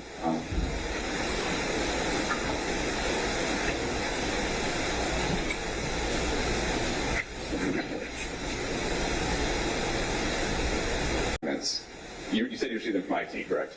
I received them from you.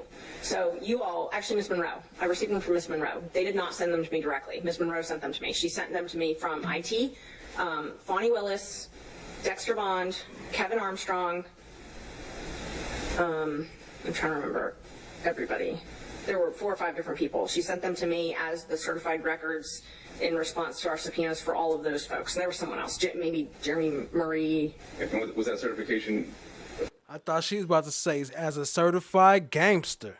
of those records? Did you know, did that come from the district attorney's office or from the IT department? It came from, so whoever, Ms. Monroe, it came from Ms. Monroe, but she sent it, like, if it was the IT packet, it came from IT. Like, whoever was in charge of IT certified that. They did the business record certificate. And meaning that if IT is the entity that provided those documents, would you agree that that's not relevant to what the DA had in their office if they are documents that the IT department has? Well, they're the same documents that you provided me from the DA's office also. So you provided them to me from Fonnie Willis, Dexter Bond, Kevin Armstrong, all of those people. So it was like 197 pages, and I got the exact same set of documents. I don't know where you all got them from. You could have gotten them from IT. You could have gotten them from the DA. I have no idea where you got them from. But the same set was certified from each different agency or each different person, but it was one set of documents. I have no idea where you guys got them from. Okay.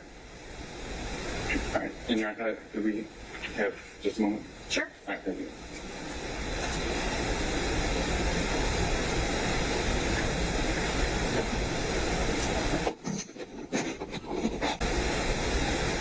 How would that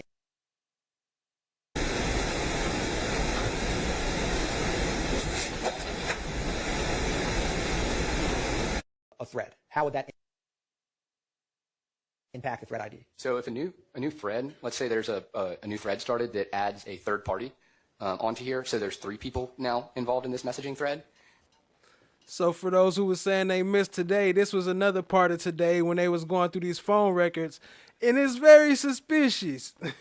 There would be a unique thread ID number that was assigned to it, and so it's like a completely separate conversation. So this thread ID number is unique to the messages that only include Mr. Blaylock and Ms. Hartsfield on the account. And when you looked at this case, other than the interactions between the account associated with Blaylock and Ms. Hartsfield, did you look at any other associations with the names you had provided? So I looked for any communications between the accounts of Mr. Blaylock and Ms. Hartsfield. I looked for communications between the accounts of Ms. Hartsfield and Mr. Ryan. I looked for communications in the account between Ms. Hartsfield and Mr. Mitchell. And I also looked for communications between Mr. Blaylock and Mr. Ryan directly to see if any of those parties were communicating with each other in and around the times before and after the murder of Mr. Holmes. Now, did you ever find any connections in general between what you just described for the jury? Yes, so there was Ms. Hartsfield and Mr. Ryan maintained a line of communication with each other. Ms. Hartsfield and Mr. Blaylock maintained a line of communication with each other, and Mr. Blaylock and Mr. Ryan maintained a line of communication with each other, and there was also a line of communication between Ms. Hartsfield as well as Ms. Hartsfield and Mr. Mitchell. And Mr. Howes, is Instagram record, you were reviewing this, are they voluminous records? So basically, to get to what I was tasked with doing, trying to follow a conversation in these massive amounts of records is very difficult. So what I did in this whole process was find the conversations between the parties that I was interested in, pulled those out of the Instagram records, and made a summary of those records in a format that was easily readable to myself and whoever would have been using that for the purpose of prosecuting this case. Your Honor, may I approach? May. And Mr. Howes. I don't know if it was attempted bubble. It would have been Blaylock, the way because it's yellow, associated with the yellow count. That bubble, it would have been Mr. Blaylock attempting to call Mr. Well, I don't know if it was an attempted call or a successful call. I just know that there was a video call event. I can't tell you if they spoke, how long they spoke, or what, but there was 2 of them in short succession. So turning to the next page, is there a sequence of video call events initiated from the account associated with Mr. Ryan to Blaylock? Yes, between 7:04:07 and 7:05:28, there's video call events. And after that last video call by the account associated with Blaylock, what is this back and forth response? It says, Blaylock says, "What's up?" And then Ryan's response to Blaylock is, "Open the door," which would have been at 7:06:21 UTC, which is 2:06 a.m. and 21 seconds. So that was, Ryan asking Blaylock to open the door, and he says, "All right." Okay. Now, after that message at 2:06:21 Eastern Time, or 2:06:26, where Blaylock says, all right, where my cursor, that bottom left on the screen, when is the next communication between the Instagram accounts associated with Blaylock and Ryan? It would have been a video call event at 10:11:06 UTC, which would have been 5:11. So can you break down for the jury where you started, what's the first message from the account associated with Ms. Hartsfield? First message was at 6:29:46 UTC on February 22nd, 2019, which would have been 1:29:46 a.m. And she asked, where you at? And the response shortly thereafter at 6:30:20 UTC was, Believeland, what's up, where you at? And what did she respond back to? She responds, the Ville, and then what that mean? I'm going to pick this. Sure.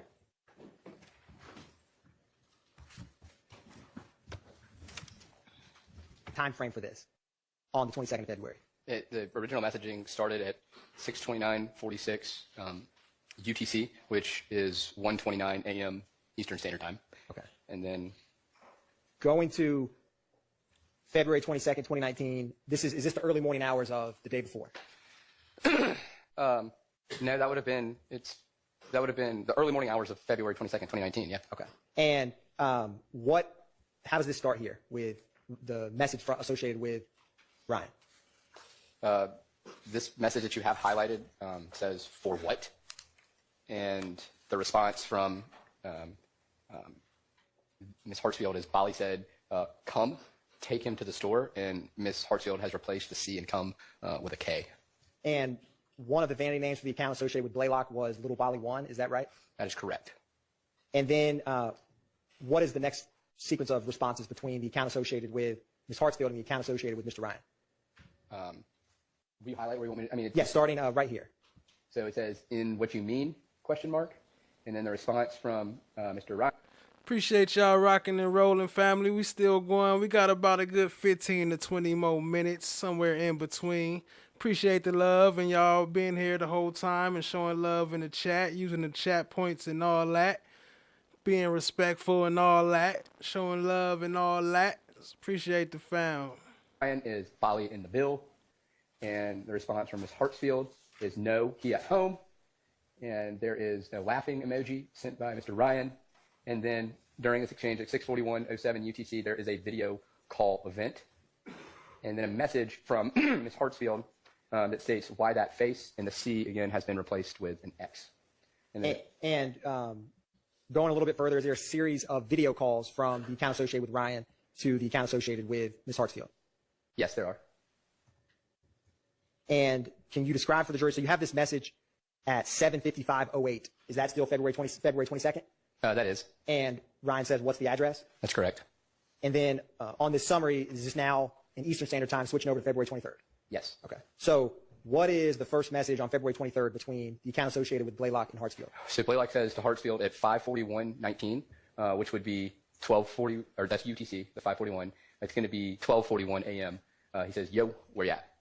And Ms. Hartsfield's response is the Ville, which is Mechanicsville neighborhood.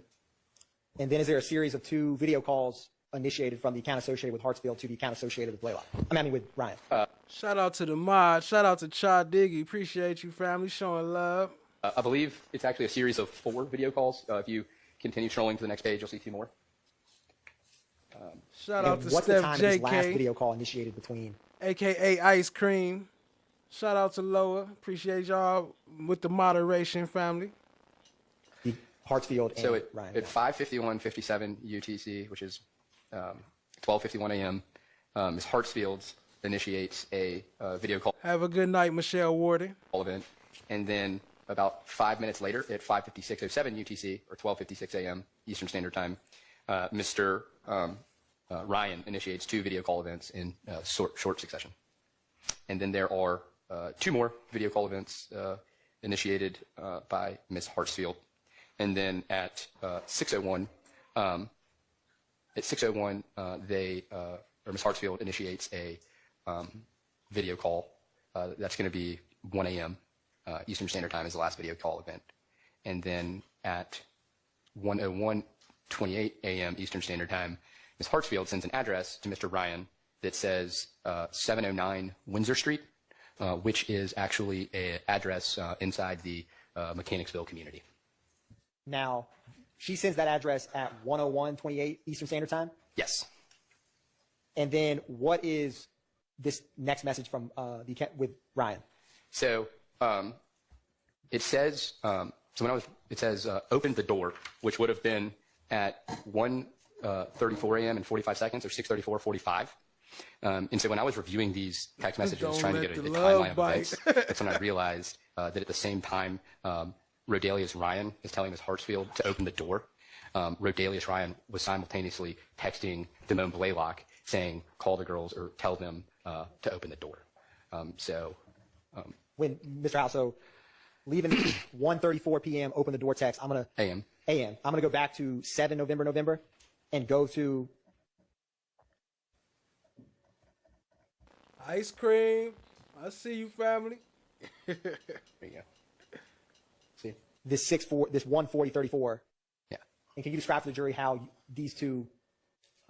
So this is the conversation between Rodelius Ryan and Damone Blaylock, and Rodelius Ryan is texting Damone Blaylock saying, tell him I'm outside. Now, during the more or less within a minute of that text, he is also texting Tyria Hartfield saying, open the door. The impression that I got from hearing the testimony of Mr. Bond is that there are certain types of requests they get all the time, and they are used to responding to them, and they, maybe closed criminal files. Okay, this is where she make her judgment. This is where we're going to close it out with her making her ruling and saying that Ashleigh Merchant won. Things like that, right? And that those are pretty standard. And I imagine that these requests were somewhat out of the ordinary for what the office requires or typically handles. But the fact, and this is where it really gets off the rails, that not only was Mr. Bond not able to testify to a particular one love to the mods process that he follows by requesting, from IT to do searches, and more importantly, to follow up with certain people, but not Ms. Merchant, about what it was that was the nature of the request. Seems to me to indicate that there's something of a problem regarding the efforts of the records custodian of the Fulton County District Attorney's Office to in good faith, comply. Now, having said all of that, here's what we are going to do. I am telling you right now where I am leaning and how I'm going to rule, assuming that tomorrow the Supreme Court does not say that the District Attorney's Office and the individual officially duly elected person is not subject to the Open Records Act. So it is not my intention to enter an order today, but I do want to tell you what my likely ruling will be, because I'm going to reserve 5-star general the issue of attorney's fees, right, in terms of damages that are sought. I believe, based on the evidence that I've seen, there is no dispute that the records that were sought, some Bloody Mary-ish, that the requests were clear, and that to the extent that the custodian did not understand what was being requested, it was the obligation of them to make a good faith effort to make sure they understood what was being provided or what was being requested. I do not believe that the records custodian engaged in a good faith effort to determine how to respond to the requests that were made. I also am unpersuaded by the idea, given the high profile nature of so much of what the District Attorney's Office does in Fulton County, the sheer volume of just media requests alone for public documents makes me question the idea that 13 requests from one individual was somehow overly burdensome. Nah, laugh, no begging, no disrespecting. It's all love around here. Appreciate y'all being here. Hit the like, hit the subscribe, tap in, share with a friend. We've been on about the last 10 minutes or so. Because of that, it is my inclination to find that as to the NDAs, as to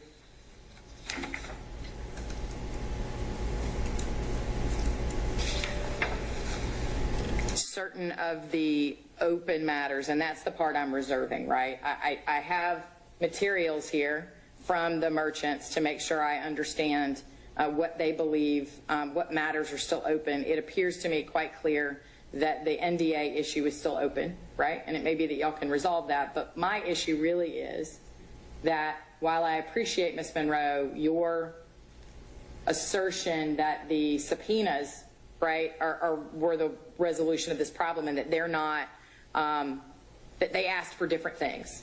I think having seen the subpoenas and comparing them to the Open Records Act requests, the reason they're different is two things. Number one, there were attorneys in the form of Mr. Bowman and Ms. Monroe who were in good faith trying to understand what was being requested and comply with the request. That was not the same in the Open Records Act request. And two, by the time those requests morphed into the subpoena that was served on Fulton County, Ms. Merchant had been educated about what it was she was asking for and how to ask for it more clearly, which again could have all been accomplished had Mr. Bond not had the Ashleigh Merchant rule. And so all of that is to say this. What I'm going to ask for from the merchants is a proposed order that rules in favor, or proposed judgment, I guess it would be, that rules in favor of the merchant law firm in this action as to those specific items that were not timely produced. And here's where I want to focus. I'm going to focus on the fees issue, the expenses that were associated with their efforts to recover these amounts, and here's why. I've given the DA's office a real hard time. I would be remiss if I did not say that I'm quite certain that Ms. Merchant has been difficult and has potentially used these proceedings, right, particularly the subpoena to Madam DA Willis individually, to gain either media attention or positioning in the criminal case. While I'm certain that is true, as I challenged Ms. Allaby about a moment ago when she was speaking, my understanding of the Open Records Act request is while some of that argument may be relevant to whether or not Ms. Merchant or the firm was substantially justified in making these requests, at the end of the day, the relevant consideration is, are these public documents that the public is entitled to see? And was a request made, and was a good faith effort made to comply with those requests? And because despite the fact that the DA's office may not like what Ms. Merchant may or may not do with those documents, that doesn't change the outcome. And so the reason I say all that is to say that I don't intend necessarily to award the entirety of the attorney's fees that were sought by the Merchant law firm. I expect that I will cull a good bit from it because I believe that some of it, particularly the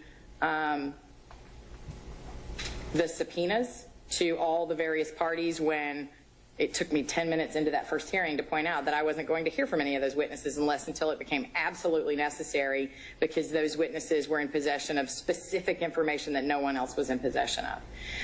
And that's a fairly standard approach in civil law. And so I do think perhaps there was an expanding of the proceedings, but I'm not ruling on the motion that was urged today regarding sanctions and fees, but I will say that that still probably wouldn't rise to a basis for sanctions, because very quickly the Merchant law firm got the testimony that it believed it needed to prove its case from one witness and then released.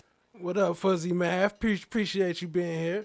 The others from further requirements to testify, despite the fact that, you know, if it was really Ms. Merchant's intention to get media attention and hype this all up to the media. Mods are the ones with the wrenches that's in the chat that helps keep it organized. As a matter of fact, let me drop Cat Knot Williams. If y'all don't know about Cat Knot, oh, I thought I had that one there. That's the wrong one. Let me drop Cat Knot Williams. But mods are, they help the channel. So show some love to the mods. They keep the the foul language people out. They keep them blocked and stuff like that. So y'all show some love to the mods before we get out of here. Appreciate y'all, family. Let me drop Cat Not Williams' link. She got some great content. If y'all new to me, then you might not know about Cat Not Williams.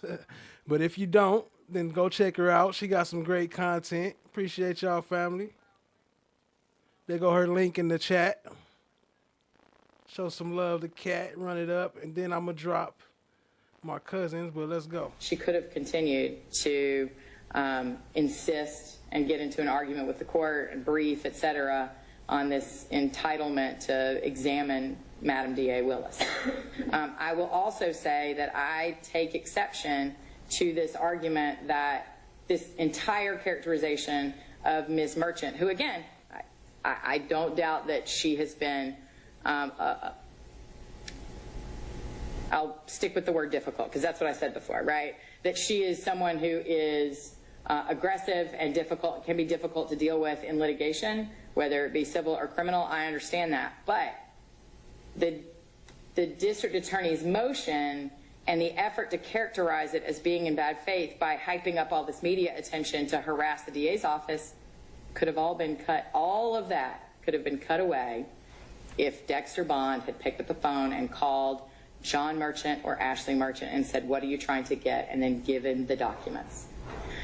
Or engaged in a good faith effort that would reassure the requesting party that some good faith effort had been made to locate those documents so that when the representation that no such documents existed or were in the possession of the custodian was made, it would be more credible.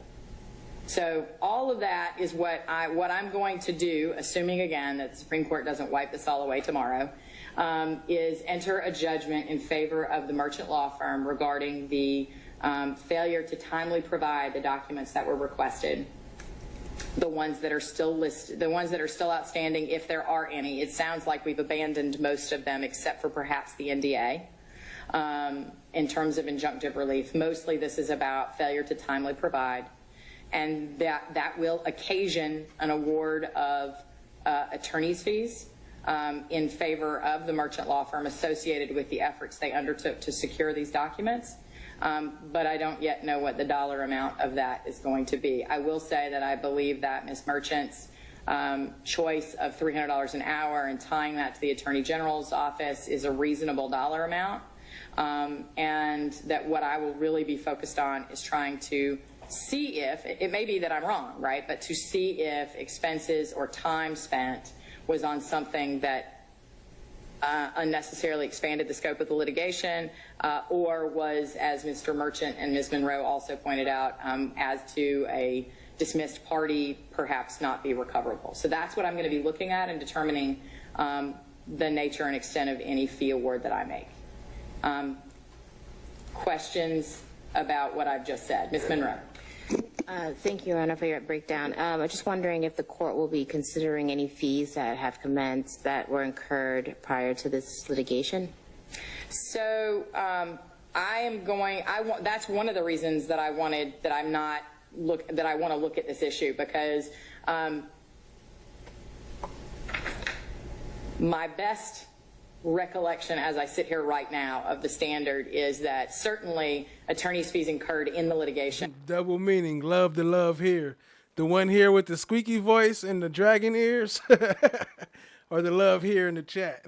And beginning when the litigation began is what is directly recoverable. I don't, as I sit here right now, recall what the law is about the things like the drafting of a complaint or things like that of positioning a case to be filed and whether such fees are recoverable. But it's my intention to resort to the case law, and if there's case law that says those things should not be recovered, then I will exclude them based on what I find in the case. Cat's the big fish. I'm just the small fish in the big pond. I ain't up there yet. Cat's the big fish.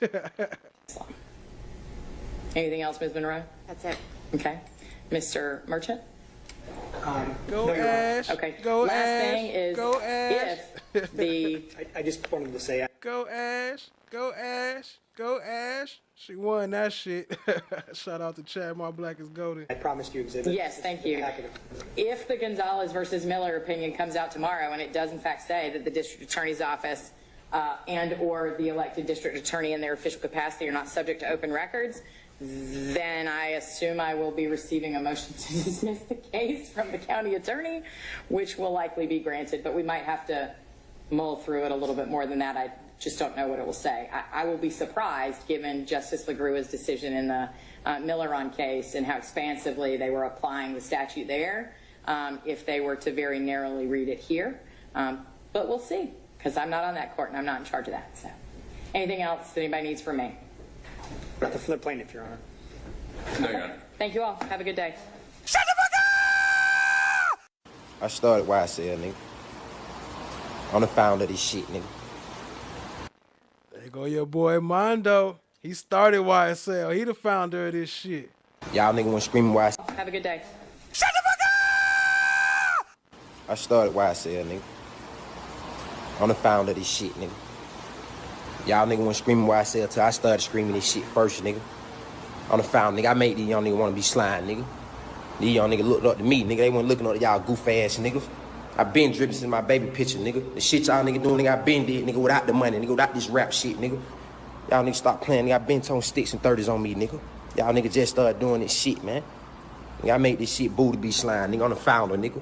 Mondo the founder, nigga. Let's get this shit clear understood. Y'all nigga ain't getting nigga no credibility. Y'all nigga getting on these drugs, go talking goofy, nigga. I don't want to start this shit, nigga. Don't get this shit misconstrued, nigga. I been dripping since my baby pictures too, little nigga.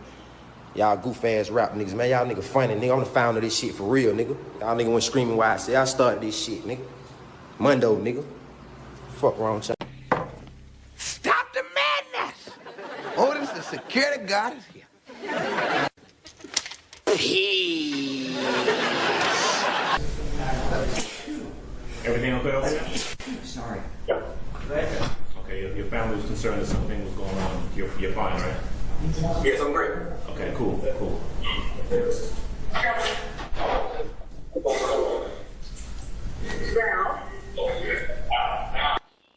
Now, y'all hear that, Thug? Just want to let y'all know he good. He said he great. Okay. Mr. Merchant? No, Your Honor. Okay. Last thing is if the... I just wanted to... Oops.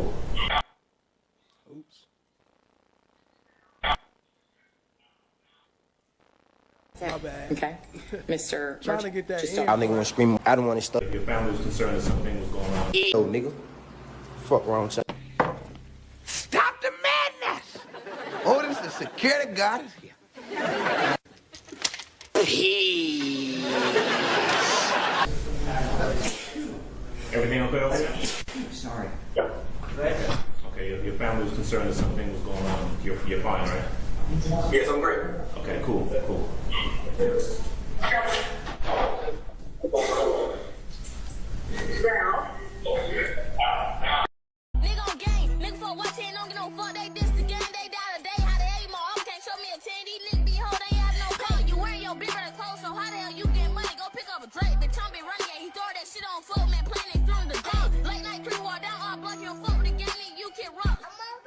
Love like it. You see her bobbing her head, right?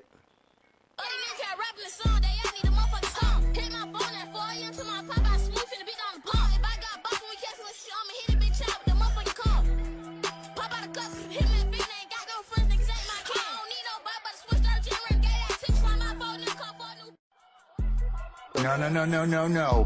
Why didn't you, as an officer of this court, tell me? And that's not what the point is. The point is, you as an advocate, is you should have told me. I got a problem with you now. I got a problem with you now. I would suggest you don't say any more. Now you want to have it both ways. You can't do it. Both sides have an equal responsibility under the rules of professional responsibility. All right, have a seat, sir. Thank you. Things have changed. How fast things have changed. How fast things have changed. Now I see you running, coming for my come up. Broke out all your shackles, turned it to some armor. Used to be the judge, but now you have no honor. To die with your pride is to live with all your karma. Now you understand. Now you understand. Another night at club. There's a lot of public houses about. All right. Anybody else have any other issues as to... Uh-oh. Fulton County has no problem coming in here and cuffing all of us, okay? Don't be an idiot. How you trying to tell me about myself? You homeless, Ern. You. Yo, I just dropped the link to that song in the chat. Y'all go show some love to Reggie Righteous. Also, you can catch him on all streaming platforms. Go run his numbers up. Appreciate the love, family. Had a great night with y'all. Much love, much love. You don't even have a mirror to look at yourself. Here. So I know you all about your principles. But can we just please just listen to Ern so we can get out of here? It's 4 cops on the other side of that door. You know if they come in here, they're gonna get your ass on a whole lot of other shit. You lying ass bitch. I knew it. Mama, I hate you, Will. Don't you never come back to my house, no. And I hope they blow your motherfucking ass to smithereens. You better hope they do, bitch. You better hope they do. This nigga kidnapped me. I think I'm entitled. You want answers? I want the truth! You can't handle the truth! What are you, fucking nuts? You thought?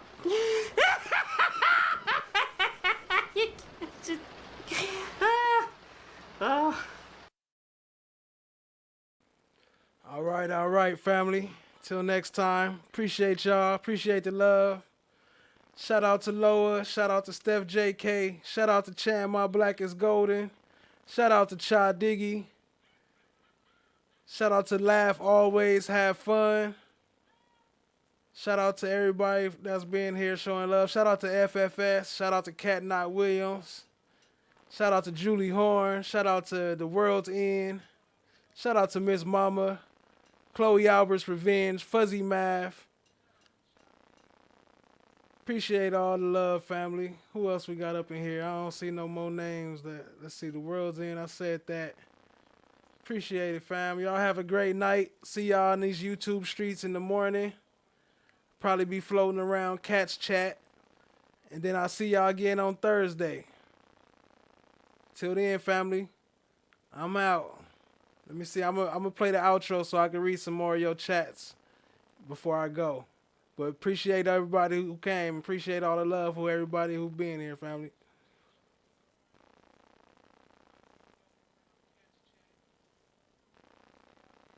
Play this outro one more time.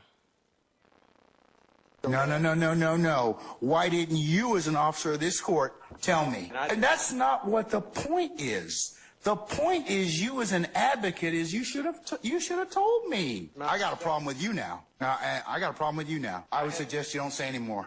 Now you want to have it both ways. You can't do it. Both sides have an equal responsibility under the rules of professional responsibility. All right, have a seat, sir. Thank you. How fast things have changed. How fast things have changed. How fast things have changed.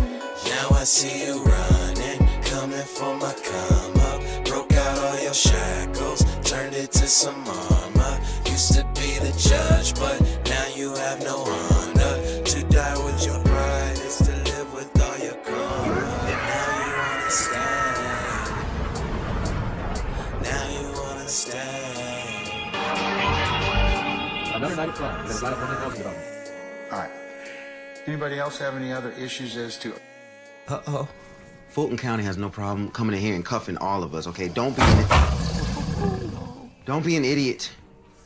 How you trying to tell me about myself? You homeless, Ern. You don't even have a mirror to look at yourself.